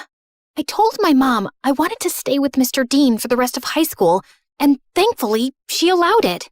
I gave the prize money to Leon to help his sick mom, but I refused to date him even after all his apologies.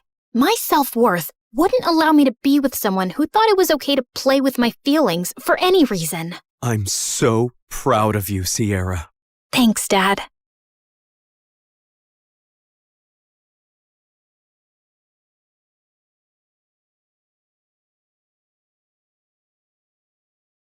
My thumbs flew over the controller at lightning speed as I battled my coworker Andy while everyone else cheered from the sides.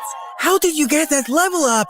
Where have you learned these moves? From the deep, dark corners of the internet, my friend, and I'm about to own your butt. With that, I unleashed my final secret move and blew up the enemy. You're a loser, I'm a winner, your mama's buying me chicken dinner. Suddenly, there was pin drop silence, and I turned around to face the Dragon Store Manager, aka Andy's mom. You have 10 seconds to clear up this mess and get back to your jobs. Or you're on fire!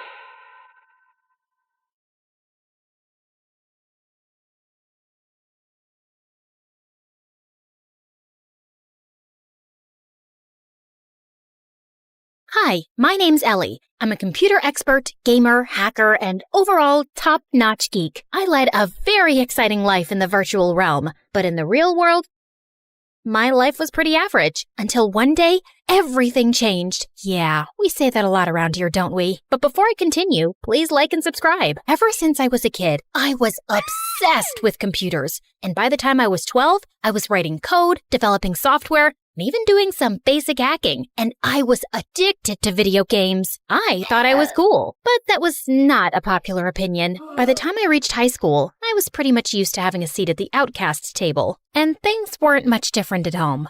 I was raised by my single mom, who was my polar opposite. She was a social butterfly who loved throwing lavish parties for her wealthy friends and was always trying to set me up with her sons. A nightmare. Mom, can I go to my room? I ate too many dumplings earlier. I don't feel so good. You're not fooling me, Ellie. See that boy over there? He's single and very rich. Go talk to him. That boy played football at my school, and he was surrounded by some popular girls. And I walked over. Hi, oh God. Save yourselves! Then I threw up all over the boy and the head cheerleader. Of course, I was a laughing stock in school the next day, and I started hiding out in the library. One day, I was playing a game when I got an invite to a virtual treasure hunt with a huge cash prize. The disclaimer read, "Only super smart hardcore gamers need apply." It was like someone was describing me. I breezed through each challenge, but when I got to the last level, my computer suddenly froze, and then it became lifeless. No! But this was just the beginning of a series of unfortunate events. Soon after my 18th birthday, Mom suddenly fell really sick. The doctors ran a million tests and gave her expensive treatments, but nothing was working. And we had a ton of medical bills we couldn't pay because Mom's credit cards were all overdrawn. We're poor and I'm sick. Find a rich man so you can have a good life. How am I supposed to do that? Boys don't even notice me. We're poor. Find a rich man. A rich man. Find my daughter. What did I say? Daughter, find rich? My man? Find a rich man. And then my mom slipped into a coma. My life turned around 180 degrees. I had no idea when Mom would be okay. I was drowning in debt. My grades were suffering, and I felt so alone. But then one day, as I was leaving my work shift, a strange man came running to me and shoved a device in my hand, then fled the scene. You've been selected for a top-secret mission. This message will self-destruct in 30 seconds. I read the details fast. I'd make a ton of money and work with computers and security systems all day. Was this for real? My life was at rock bottom anyway, so it was worth finding out. I accepted, and a second before the time ran out, I tossed the device into the air, and it exploded. What in the Mission Impossible? And the next day, I was whisked away in a private jet to a state-of-the-art facility with a dozen computer geeks. All day, we worked on hacking software, computer codes, and sophisticated simulations. We were given board and lodging, too, and for the first time, I was with people I had something in common with. A week later, I was busy working at my desk when this guy a few years older than me walked in, and I felt like the Matrix had glitched. Like I was Ellie in a parallel dimension where it was possible for Ellie to fall in love with a boy at first sight. And he was like a young Keanu Reeves, but with spectacles. So hot. I don't remember the part where I floated away from my seat, but suddenly I found myself standing in front of him. Can I help you? Maybe I can help you. I'm very helpful. Help me help you. What? Sorry, ow, I just poked myself in the eye. Let me introduce myself. Hi, I'm Ellie. It's short for Eleanor, or Elena, or Elaine. I extended my hand, and as he shook it, I screamed. What? What happened? Oh, it's not your fault. That was just a very firm handshake, and I have a very low threshold for pain. Like, really. I once fainted when an apple fell from a tree and hit my head. It wasn't even a hard apple. Like, it was rotten and squishy, but he walked away while I was still talking. That's the head of the company, girl. Oh my gigabytes. This demigod was my boss? His name was Liam Finch. He could solve any problem, crack any code, and he looked amazing while doing it. I had such a giant, stupid crush on him, and I couldn't help recalling Mom's words about finding a rich man for a better life. Liam looked and smelled expensive. I had to get him to ask me out, and I turned to Ask Brain 2 for helpful tips. The next day, I turned up to work in a tight, short dress, and I'd made sure to apply plenty of tanning lotion to look like those gorgeous models I'd seen online. All eyes were on me, and I was sure to have the same effect on Liam. Before we start this meeting, I have to ask Emmy, are you having a reaction to something? Emmy, speak up, whoever you are. The boss is asking you something. Oh, wait, you meant me. It's Ellie. And, no, I'm good. I think you should go to the bathroom. There's some anti-allergy medicine in the first aid kit there. This wasn't the reaction I'd expected, but when I looked at myself in the mirror, I screamed. The tanning lotion had turned so orange, I looked like a radioactive carrot. The next day, I came to work wearing huge fake eyelashes, but those stupid things made my eyes feel heavy and I couldn't stop blinking. Later in the cafeteria, one of my coworkers came up to me as I waited in the lunch line, and he had some ketchup on his upper lip. Hey, Ellie, I saw you in the meeting today. Okay. I saw you too, buddy. But first, you got something right here. Out of nowhere, the guy pulled me close and planted a moist kiss on my lips. I pushed him away and punched him hard. Ellie, what the heck? First you keep winking at me all through the meeting, and then you ask me to kiss you, and then you hit me? Excuse me, what? He kicked up a huge fuss to Liam about being assaulted, and then he quit. That was one of our best coders and you've made him leave! Well, he hit me first. He was hitting on me, and it was gross. Are you sure? Why would anyone want to hit on you? Why wouldn't anyone want to do that? But Liam just walked away without replying. A couple of days later, Liam threw a small farewell party for his secretary, Jessica. She was so annoyingly model-like, and I couldn't be happier to see her leave. Hey, Jessie, I'm really sad you're leaving. Want me to help you pack? I'm very helpful. Wait, isn't that a company paperweight? No, it's mine. I brought it from home. I'm pretty sure it belongs to the office. But hey, it's just a paperweight. Are you calling me a thief? Why don't I just take that from you? We won't mention this to anyone. Give it back to me, you witch! It's not yours, Jessie. You're robbing the boss blind. As we both pulled at the paperweight, I suddenly lost my balance and let go, and it went flying straight into Jessica's perfect fake nose. Emmy, what's the matter with you? Do you think I care if my secretary takes a useless paperweight from the office? I was just trying to do the right thing, sir. The right thing would be to stop injuring my employees. The next morning, I gave myself a pep talk in the staff room before work. Okay, the last few days have been bad, Ellie. But today's a new day to show everyone what a cool, brilliant chick you are. You got this, girl. Now show yourself some self-love. I kissed my reflection, but when I opened my eyes, I was horrified to see Liam standing behind me. Can you please keep things professional and practice your make-out skills in private? Which, I might add, need a substantial amount of work. Jeez. What? No, that's not what it was. Oh, God. This was almost as bad as the day Mom went into a coma. The next day, while I was busy coding, I couldn't help thinking about my make-out skills. I turned to my trusty advisor, Google, but when I opened up the first link, some kind of virus popped up on everyone's screens. Your system is under attack and will be immediately destroyed. Goodbye. And then every screen went blank. There was a wave of shocked silence across the room. Who the heck opened an insecure link? I felt about as small as an ant. I am so sorry, Liam. It was a small error of judgment. Small error? Your small error may have catastrophic consequences for our national security. Sorry, what? I thought this was a private security company. I recruited people I believed I could train to be the very best. Because every code we write and every firewall we construct has massive importance. But you've caused a major breach, and now I have to fix your mess. And I was clearly wrong about you. You don't belong here. Pack your things. You're going home tomorrow morning. And it's not Liam. It's Mr. Finch. I felt like I'd been punched in the stomach. This place was the most at home I'd ever felt, and I'd really screwed things up. The next morning, I was going to the office to turn in my employee card. When I stopped short, the building had been sealed and was surrounded by police officers, and my coworkers were being arrested. I slipped away quickly, my heart racing. What the heck was going on? The only thing I could think of was finding Liam.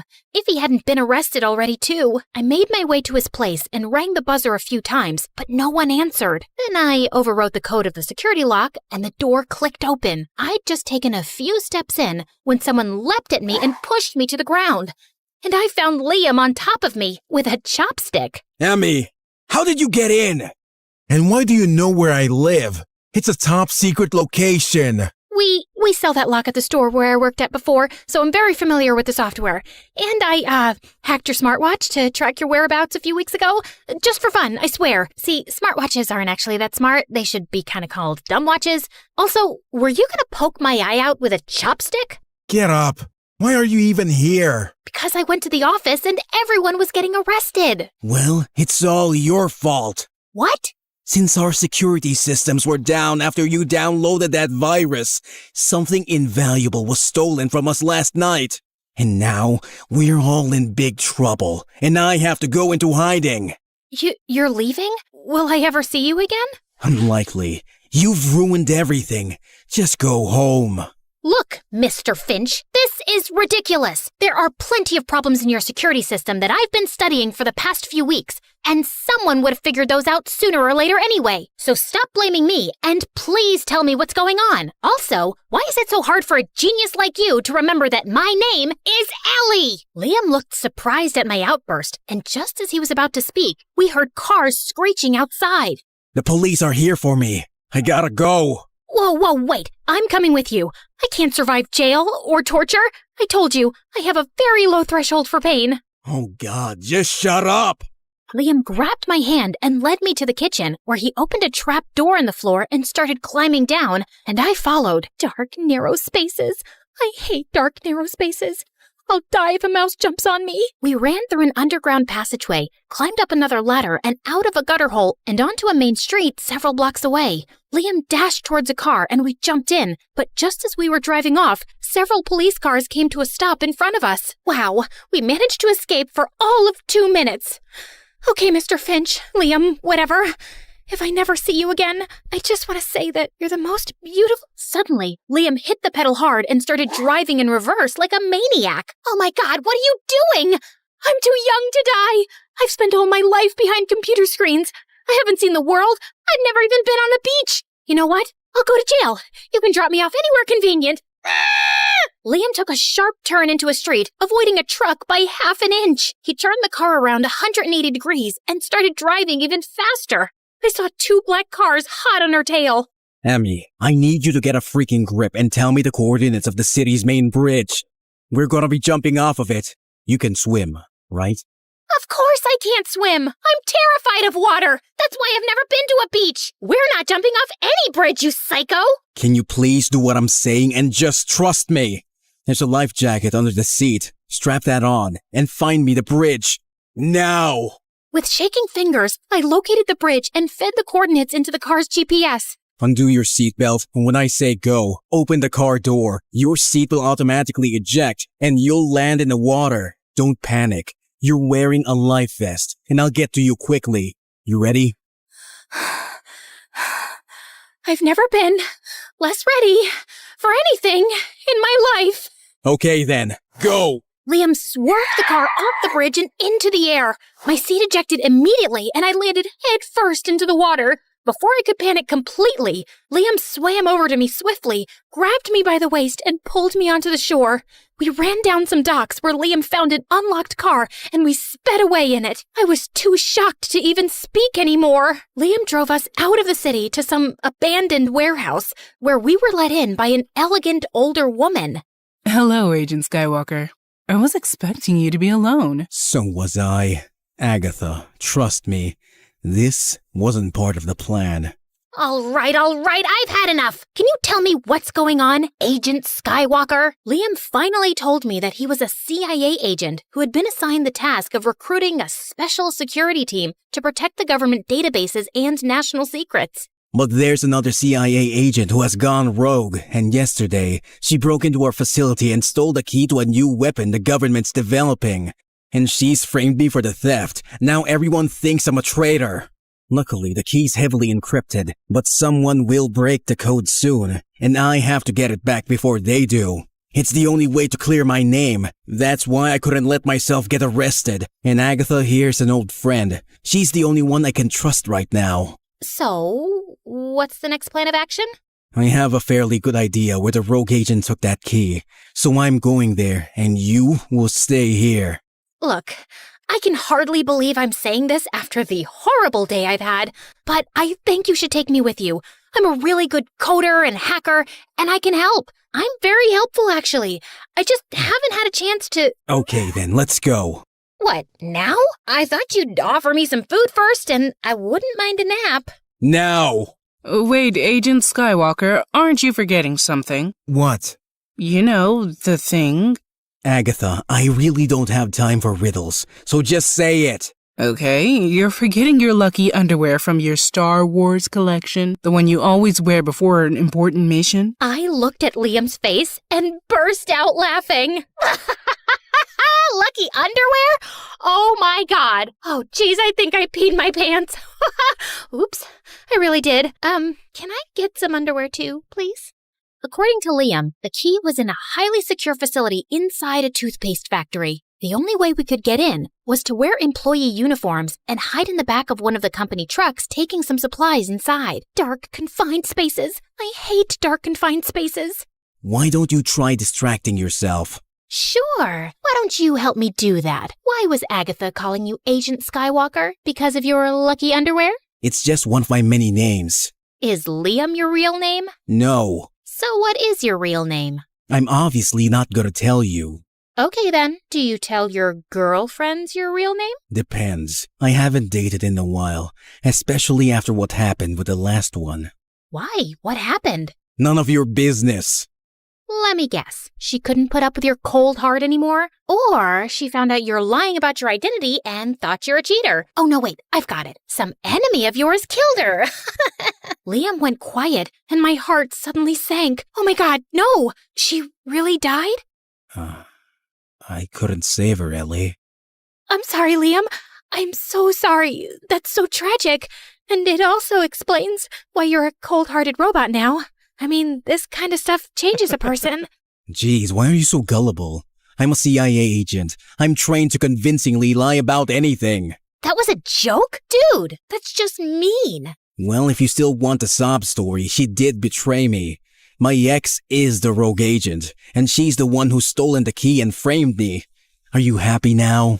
Oh, wow, that's a lot. So how do you feel about it?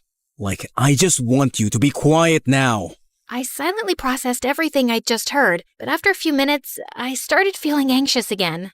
I wish I was special, so very special, but I'm a creep, I'm a weirdo. What am I doing here?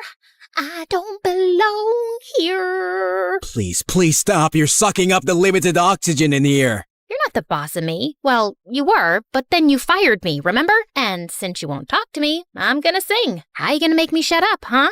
I can think of at least one way. Suddenly, Liam moved closer and put his hands on my face. Oh my god, was he about to kiss me? Just then, the truck jolted to a halt and Liam pushed me away. Rude! We quietly slipped out and made our way to the entrance. We scanned the fake IDs Agatha had given us and we were inside the building. Liam had the building's blueprints and he led the way to the surveillance room. We peeked inside to see a security guard observing the screens and Liam quietly crept up to him. Just then, my nose started itching like crazy and I tried desperately not to sneeze. The guard turned around and Liam punched him hard in the face, then stabbed him with a tranquilizer. Why do you look like you're gonna be sick? I've only put him to sleep. Oh, I know. I'm just terrified of needles. I think I told you, I have... Yeah, a very low threshold for pain, I remember. Okay, we gotta check all the rooms in this place. There's gotta be a team working hard to decode that key. We scanned all the screens, but it seemed like there was hardly anyone in the building. Just then, I spotted an empty room with only a glass case in the center. Liam, do you think the key's in that vault? Yeah, it looks like it. Listen, Ellie, I need you to hack into their system and find out whatever you can about the security measures in that vault. I'm gonna be by the door to keep an eye out. You got it. I was totally lost in my work when suddenly my eyes flitted to one of the screens. Liam, what did you say your ex-girlfriend looks like? I don't think I said anything. Would you say she's a skinny supermodel type with lovely blonde hair, a perfect jawline, and very, very long legs? Yeah? Why? Well, if we don't scram out of here in the next 3 minutes, I think you're about to be reunited with your ex. She's coming this way. Liam grabbed my hand and we ran out and down the corridor like crazy. Suddenly, security alarms started blaring all over the building. I guess she found the unconscious guard in the surveillance room. Ellie, why have you stopped running? I'm so out of breath. I'm a computer person. On my butt all day. Not used to running. Suddenly, Liam swept me up like a sack of potatoes, flung me over his shoulder, and started running again. all the entrances were being sealed, and Liam managed to get through the last one seconds before it slammed shut. We went rolling onto the ground, then got up quickly and sprinted as some guards chased us. As soon as we got outside the gates, a car screeched to a stop in front of us. Get in! Hurry! Yet another narrow escape. Was the mission successful? Far from it. We didn't manage to get the information we needed to break into the vault where the key's being kept. What are you talking about? I downloaded every single piece of information on their system in this flash drive. This one. No, wait. Not this one either. It's the neon green one. It's my favorite. Aha! Here you go. What? Oh my god, Ellie. You're amazing. He pulled me into a hug, and I was so startled that I didn't even hug him back. I wanted to kick myself for this wasted opportunity. And when we got back to the safe house, I crashed onto my bed like a malfunctioned hard drive. I was exhausted, but I kept having nightmares, and at some point, I woke up in a cold sweat. Just then, I screamed to see a dark shadow hovering over me, and I punched it hard. Ow! Liam, what are you doing here? You were shouting in your sleep. I was just checking on you. Aw, you came to see if I was okay? Well, that's too much to hope for. I already know you're unhinged. Geez, I think you've broken my nose. What, with these jelly arms? Come on, don't be a baby. A baby could punch harder than me. I'm not being a baby. Ugh. Since you're finally up, let me show you what we found from that information you got. Agatha and Liam then proceeded to tell me that we didn't need to break into the vault. Apparently, they'd discovered a foreign delegation was visiting the embassy in 2 days for a big event, and the stolen key would be exchanged there. The rogue agent, Princess Leia, will be disguised as a journalist. She will be secretly handing it over to this undercover foreign... Whoa, hold on. Your ex-girlfriend's code name is Princess Leia? Oh, now I get why you're Agent Skywalker. That's really cheesy. Can you focus on what's actually important? Leia might recognize you, Liam, even in disguise. I can get you in the building as the kitchen staff. But we need to send someone else in as a guest, preferably a pretty harmless-looking girl who can get close enough to the arms dealer to find out when the exchange is happening. I'm not sure I can. Wait, Ellie, you're a girl. Gee, thanks for finally noticing. She's not a trained agent. It's too dangerous. Yeah, man, stop putting me in danger. You'll just be like any other guest at the event, and I'll be close by and constantly in touch with you. Please, Ellie, this is my last chance before the key leaves the country. Okay, fine. You can act like a cute, flirty girl, right? I'm used to my mother throwing me at rich guys, so yeah, I have some practice. You should be prepared for anything. You know, once I was working the field, I had to kiss a mafia boss to distract him. It brought down his whole operation. She's not very good in that department, Agatha. I've seen her practicing in a mirror. That's not what I was doing. Look, I'm a pretty good kisser, okay? Well, it's an important skill any undercover agent should have. So, prove it. Prove it? How? You could just kiss me. Duh. What, like right now? Is that really necessary? Maybe she just finds you ugly, Agent Skywalker. I didn't say that. I mean, who would find him ugly? He's very good looking. That's just a fact. Like, I'm sure even a lesbian would find him attractive. Then it's just your bad kissing skills stopping you, I guess. Let's hope you don't need to use them. You know what, man? Just shut up. I suddenly grabbed Liam and kissed him hard. He kissed me back, and my brain exploded with fireworks. Well, that was not half bad. It was good. Great, even. Yeah, she'll be fine. I'm gonna get some more coffee. I'm proud of you, kid. 2 days later, as I was getting ready for the event, I felt sick with anxiety. Just then, someone knocked gently, and Liam walked in. Wow, you clean up nice. I mean, your dress is pretty. I think I'm gonna barf all over it soon. Don't be so nervous. I won't let anything happen to you. Here's your earpiece. It has a tracker in there. I'm just not cut out for this, Liam.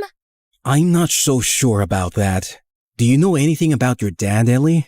My dad? No, I don't. He left when I was just a few months old. Yeah, because he was an undercover CIA agent too. What? Your dad was one of the best agents in the field, and he was brilliant with computers. He's not around anymore, but he served his country well. And finding you wasn't just a coincidence. We've been keeping an eye on you, and you proved you have his skills when you crossed every level on that treasure hunt game we sent you. So maybe you are meant for all this. It's in your blood. You've met my dad? Yeah, once. You have his eyes too. He tucked my hair behind my ear and gave me a warm smile, and my heart nearly fell out of my chest. Just then, Agatha walked in, saying the car was ready. At the event, I was looking everywhere for the arms dealer, and I finally spotted him. Just then, a tall, dark girl with glasses approached him and whispered something in his ear, and they both started walking out of the hall. Princess Leia is on the move. I think the exchange is happening now. Follow them to see where they're going. I'll come after you. I rushed out of the hall and saw them going down a corridor. They walked to the end of it and entered the room on the left. I inched closer, and as I tried peeking through the door, I suddenly lost my balance and fell inside. And all eyes turned to me. Oh, I'm so sorry. I thought this was the bathroom. Sorry. You can continue with whatever you were doing. Not so fast, girl. Ow, that hurts. Hey, maybe it was just a mistake. She seems like a harmless little girl. Oh, really? Is that why she is wearing an earpiece? That's my hearing aid. Who do you work for? What? I can't hear you. Look, we can't do the exchange right now. This place is probably surrounded by federal agents. Leave immediately. I will create a distraction. And you, girl, you're staying here. Sit down.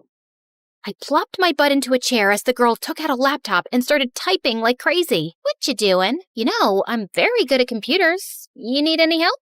Oh, I'm just activating an explosive device linked to this laptop that will go off in 5 minutes and blow up half of this place. So that should create a nice distraction. What? I gotta run, babe. It was nice meeting you. Ciao. She then ran out of the room and locked it from outside. Oh my God! I stood frozen in panic, staring at the screen, seeing my life flash before my eyes. But then somehow, I managed to muster some courage. Okay. Calm down, Ellie. It's just a laptop. Any software can be overwritten. Anything can be decoded. You can do this. You got this, girl. I tried everything I knew, but nothing was working. And then I had a brainwave. I opened Google and typed in the website from where I downloaded the virus at work. I clicked on it and the screen turned red. Your system is under attack and will be immediately destroyed now. Goodbye. And then the laptop went blank. I'd actually done it. Oh my God. I collapsed to the floor. And just then the door burst open and Liam pulled me into his arms. Ellie, are you okay? Leia took your earpiece and I ended up following her instead. Did you manage to stop her? Did you get the key? Yeah, I did. Agatha hadn't told me before, but she'd call in the other agents to help. And I'm really glad. We needed it. Leia's under arrest, and so's the arms dealer. That's amazing! And Liam, did you know that I just defused a very large explosive device and saved many lives? You did what? The federal agents evacuated the embassy and scanned the entire building and found the device that had been linked to the laptop. You're a hero, Ellie. Seriously. You're the smartest girl I've ever met. I'm hiring you back immediately. We can train you to be a field agent. That's very kind of you, but I'd actually like to go home. Earlier today, I got a message from the hospital that my mom's out of her coma. She's been asking for me. Oh, wow, that's great news. But you can come back once she's better, right? You know what? I don't think so. Yeah, my dad was an agent, but I'm not meant for this life of high stress, crippling anxiety, and close calls. I'm just an ordinary nerd who's happy behind a computer screen. Okay, no field agent, just a desk job then. Ellie, I'm trying to say something here. I would personally like you to stick around. Maybe we can even go out for dinner sometimes. I owe you a decent meal. Look, Liam, it's not exactly a secret that I've had a giant crush on you since we met. But the truth is, I don't have a crush on the real you because I don't know the real you, and I probably never will. I mean, what's your real name? Liam just looked at me silently. Yeah, I thought so. But I get it. You're meant for this life, and it suits you. But it's not for me. Just one thing. Can I take this dress with me? It's all yours. I extended my hand and he shook it gently. Then I got into the car waiting for me and left. Back at home, I was overjoyed to see Mom doing well. And with my large paycheck, I was able to take care of all our bills and then some. Oh, my daughter, we're rich! Did you find a rich man? No, Mom. I worked very hard for this money. And I'm in charge of the finances now. But to celebrate Mom's recovery, I decided to throw her one lavish party with all her friends at Christmas. And I was trying not to zone out of a very boring conversation with some rich, dumb jock when suddenly the doorbell rang. Liam, what are you doing here? It's Norman. Huh? What's Norman? My real name! Oh, Norman! Ouch, that's not a cool name, dude. I know that. Listen, Ellie, I miss you, okay? You're crazy and you talk a lot, and you're an awful singer. There's never a dull moment with you around, because you're also smart and beautiful and adorable. And I tried to keep a cold front because I didn't want to get too close. But despite my best efforts, I can't stop thinking about you. You're anything but ordinary. So yeah, my real name's Norman, and I'm willing to tell you more if you agree to go out with me. I'm not even your type. Evil Longlegs Barbie is your type. Not anymore. Geeky Jelly Arms Computer Nerd is my type now. And then he pulled me into a kiss.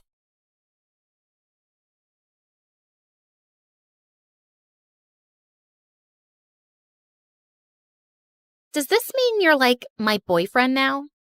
I like the sound of that. Can I tell my mom you're rich? I am rich. Like, really rich. Perfect. Mom, I found a rich man.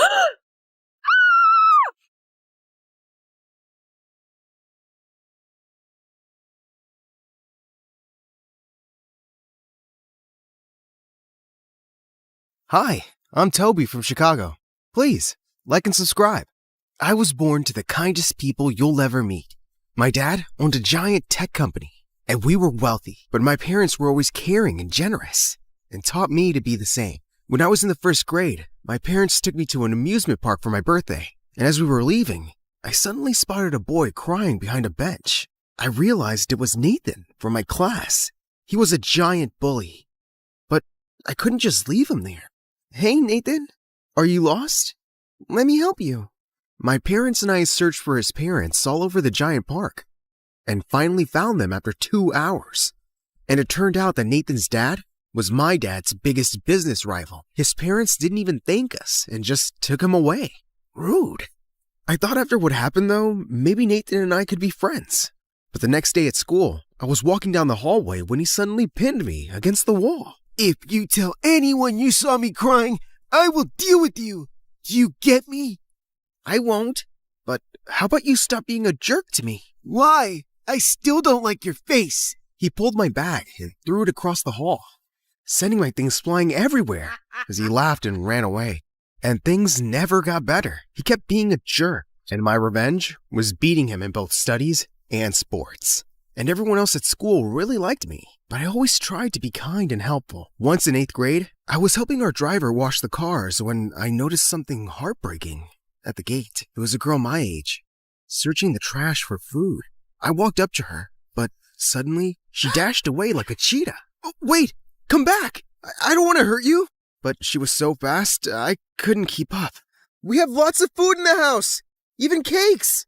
I'll get you some. She stopped immediately, then slowly walked back to me. Cakes? When I told my parents about her, they immediately invited her for lunch. Her name was Jessica, and she gobbled down her food like she hadn't eaten in weeks. Jessica started coming to our house every day after that. She never talked about her family, and whenever I asked, she got moody, so I dropped it. One day, we were having lunch when we heard a loud knock on the door, and seconds later, a huge man barged into the dining room. Jessica, it's time to go home. Hey, I don't know who you are, but it looks like she doesn't want to go with you. I'm her father, and I don't need your charity. Stay away from my child. Jessica, we're leaving, now! She crept out and he led her away, and she didn't come again. My parents and I were really upset, And we contacted Child Services to try to track Jessica down. And it turned out that her father was a wanted criminal. He was arrested soon after that and was sent to jail, while Jessica ended up with some nice foster parents who even enrolled her in my school. Hey, I'm really sorry about your dad. It's okay. I don't really miss him. He wasn't very nice. He often forgot to get me food and made me leave school because he was on the run. That's awful. But it's all in the past now. Yeah, and I wanted to stay there. I don't ever want to talk about it again. Pinky swear, we won't talk about it again. I wanted to give Jessica a present for her first day at my school, so I asked my mom to take me to the mall. And I picked out a beautiful red sweater for her, and I waited for her at the school gate. She was late, and I was beginning to panic. What if she decided she didn't want to go to school anymore? But thankfully, she showed up. You thought I changed my mind, right? Yeah, you had me a bit worried. Here, I got you something. Oh, it's so pretty. And red's my favorite color. Thank you. She hugged me, and I felt a million butterflies in my stomach. Whoa, who's this, babe? And why are you hugging that cockroach, babe? I was about to tell Nathan off, but Jessica spoke up first. I don't know who you are, jerk, but don't talk to us again. Come on, Toby. Let's go. Jessica fit in easily and was making new friends in no time. I was a little jealous that I didn't have her all to myself, but I was glad she was enjoying school. Guess what I did today? I joined the track team. That's awesome. I'm sure you'll beat everyone. I'm still trying to catch my breath from the first time I chased you. The secret to slowing me down is to say, hey, I got cakes. I'll probably stop running and follow that person. Having Jessica around was a dream come true, and I was just falling more in love with her. One day after school, I was looking for Jessica when I found her in the hallway with Nathan. Hey, is he bothering you? Nathan, just back off! Whoa, calm down. He's part of the track team, and we're going to an event together. I pulled her away to speak privately. That's Nathan. He's been a jerk to me since we were kids. But he's my teammate, Toby. And actually, he's not that bad. Come on, Jessica. We're running out of time. Get it? Jessica laughed out loud and walked away with him. What? It was a terrible joke. But from that day on, Nathan was always around Jessica, and it burnt my heart. Jessica was so good on the track that she was winning medals in no time. She became really popular and was always hanging out with the cool kids now. But one night in the 10th grade, I was studying for a test when she crept through my window. Hey, Toby, I missed you. Really? You bailed on our plans like 100 times. Yeah, I know. I'm sorry. So, listen, Nathan took me out for a drive, and I completely forgot about this big math test tomorrow. Will you help me, please? Okay. I'm studying right now, so pull up a chair. Oh, not right now. I mean, can you help me during the test tomorrow? You mean cheat? You know I never do that. But I'm going to fail, Toby. Yeah, well, that happens when you hang out with people like Nathan. Keep doing that and he'll ruin you. If you can't help me, at least don't give me a lecture. Thanks for nothing. I'm sure Nathan will think of something. And with that, she left. And the next day, I spotted a shy girl in our class, passing cheat sheets to Jessica and Nathan during the test. So that was Nathan's solution? Bullying other kids to help them cheat? But just then, the teacher caught the girl and took her off to the principal. And moments later, Nathan and Jessica were called out too, and then suspended for a week. I really hoped that Jessica had learned her lesson. But a week later, I found her and Nathan cornering the shy girl in the hallway. You're supposed to be one of the smartest girls in class, so how come you're so stupid?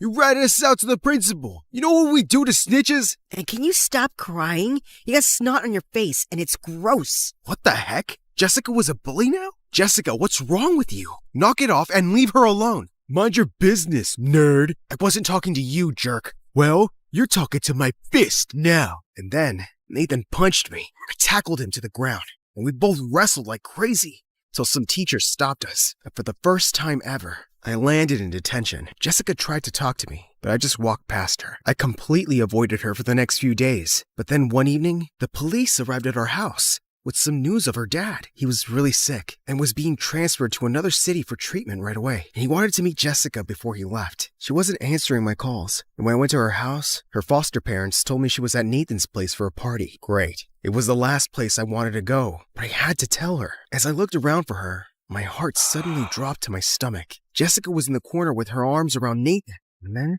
she kissed him. Jessica, I need to talk to you. It's urgent. What are you doing here, man? You're not welcome in my house. It's not like I want to be here. Jessica, listen. I'm gonna call security. Toby, can you please leave? I don't want you creating a scene in front of my friends. She started walking away, and suddenly felt a wave of rage. Is that all you care about now? I thought you'd like to know that your dad is sick, and he wants you to see him before he's shifted to another prison. The loud music suddenly died as I shouted, and everyone stared at us. What? Your dad's in prison? You're some criminal's daughter? Jessica burst into tears as she ran out. Jessica, please stop. I'm sorry. She suddenly turned around and pushed me so hard I fell to the ground. It's the one thing I ever asked you, Toby. I said I never wanted to talk about my dad, and you decided to announce it? I didn't mean to, but I had to tell you about him, and you wouldn't listen. I think you can't stand that I have other friends, and you just wanted to ruin that. Do you think I should be eternally grateful to you and not have a life of my own because you saved me from a dumpster? Jessica. Just leave me alone. The next day at school, everyone had heard about her dad, and her friends had dropped her like a dead fly. I tried sitting next to her at lunch, but she immediately walked away. But later that day, I saw Nathan and her holding hands, and she didn't look so sad anymore. I stayed away from them and tried to focus on schoolwork. Dad asked me to start coming into his office after school to learn more about our business, and I was happy to keep myself busy. Our tech company was launching new gadgets soon, and I was quite excited to be a part of it. But a few weeks later, I woke up to really loud voices downstairs, and I went running. I found my parents watching the news, and I couldn't believe my eyes. Nathan's dad was on TV, introducing a prototype of the gadget our company had been working on. I just don't understand how our plans were leaked. My office is secure, and my home study is always locked. I just can't believe anyone working for me would betray me. This is terrible news. All our investors will be furious, and our company is going to take a huge hit. And it did. The company suffered huge losses, and there was no way to prove the theft. I went to school a week after the whole disaster, and I couldn't bear to even look at Nathan. His dad was a crook. But later that day, I was going to sit on the bleachers when I spotted Jessica yelling at him. How could you do this? You told me those files were about some small project Toby was working on, and you'd mess up the plans to embarrass him in front of his dad. You never said it was something that could bring his parents' company down. Okay, I lied. Boo-hoo. I didn't make you do anything. You got those files from me and then put them back. Remember? I was angry. I only wanted to humiliate Toby. You went too far, and I thought you loved me. It's not my fault you're stupid. You really thought I loved you? Daughter of a felon? Jessica, you did this? I couldn't believe it. The girl I loved was responsible for our ruin. Toby, please wait. He lied to me. I didn't know what he was doing. I just wanted to mess with you because I was upset. I'd never hurt your parents. Don't ever speak to me again. All I've done since I met you is love you, and you stabbed me in the back. Wait, you love me? Not anymore. Now I wish I'd never met you. The next few days at school, she didn't show up, and I didn't care. One day I was in my room when Mom came in. Honey, we went to Jessica's foster home, and they told us she ran away. I'm so sorry. Whatever. Good riddance. Toby, that's unkind. Mom, you still think she deserves kindness? After what she did? I'm sure she got manipulated by that boy. Remember? She had a rough past, and maybe she was just trying to fit in and be loved. I know what she did was awful, but she was a good girl, and I hope she's okay. Mom's attitude made me feel ashamed of myself, and I soon started regretting the things I said. But I couldn't take it back because Jessica had vanished. But in a shocking turn of events, an employee from Nathan's dad's company came forward with proof that the product had been stolen from us. They had to pay millions in damages, while his dad served time in prison. The family moved away, and I never saw Nathan again. High school passed fast enough. And after graduating from university, I joined Dad's company and helped build it to newer heights. But one day, I was at a shopping mall when I caught sight of a girl who looked like Jessica. My heart was pounding as I ran after her. But by the time I got outside, she was nowhere to be seen. Toby, is that you? Oh my God, Jessica, I've always wondered what I'd do if I ever saw you again. I don't even know what to say, except that I'm so happy you're okay. Toby, I've thought of this meeting a million times too, and I really need to say that I'm so sorry. I was so stupid, and I knew even then that you'd never hurt me on purpose, but I ended up hurting you and your family so much. I left because I couldn't face you guys anymore. Please say you'll forgive me. I hugged her, and we sat on a bench and talked. After she'd ran away, she ended up in a foster home again, and they got adopted by some really nice people, and I was so glad her life hadn't been miserable. As I loaded her groceries in her car, I spotted something in her back seat. It was the red sweater I'd given her in the 8th grade. Jessica, do you think I can call you sometime and ask you out on a date? I wanted to since forever. You can ask me right now, and my answer is yes.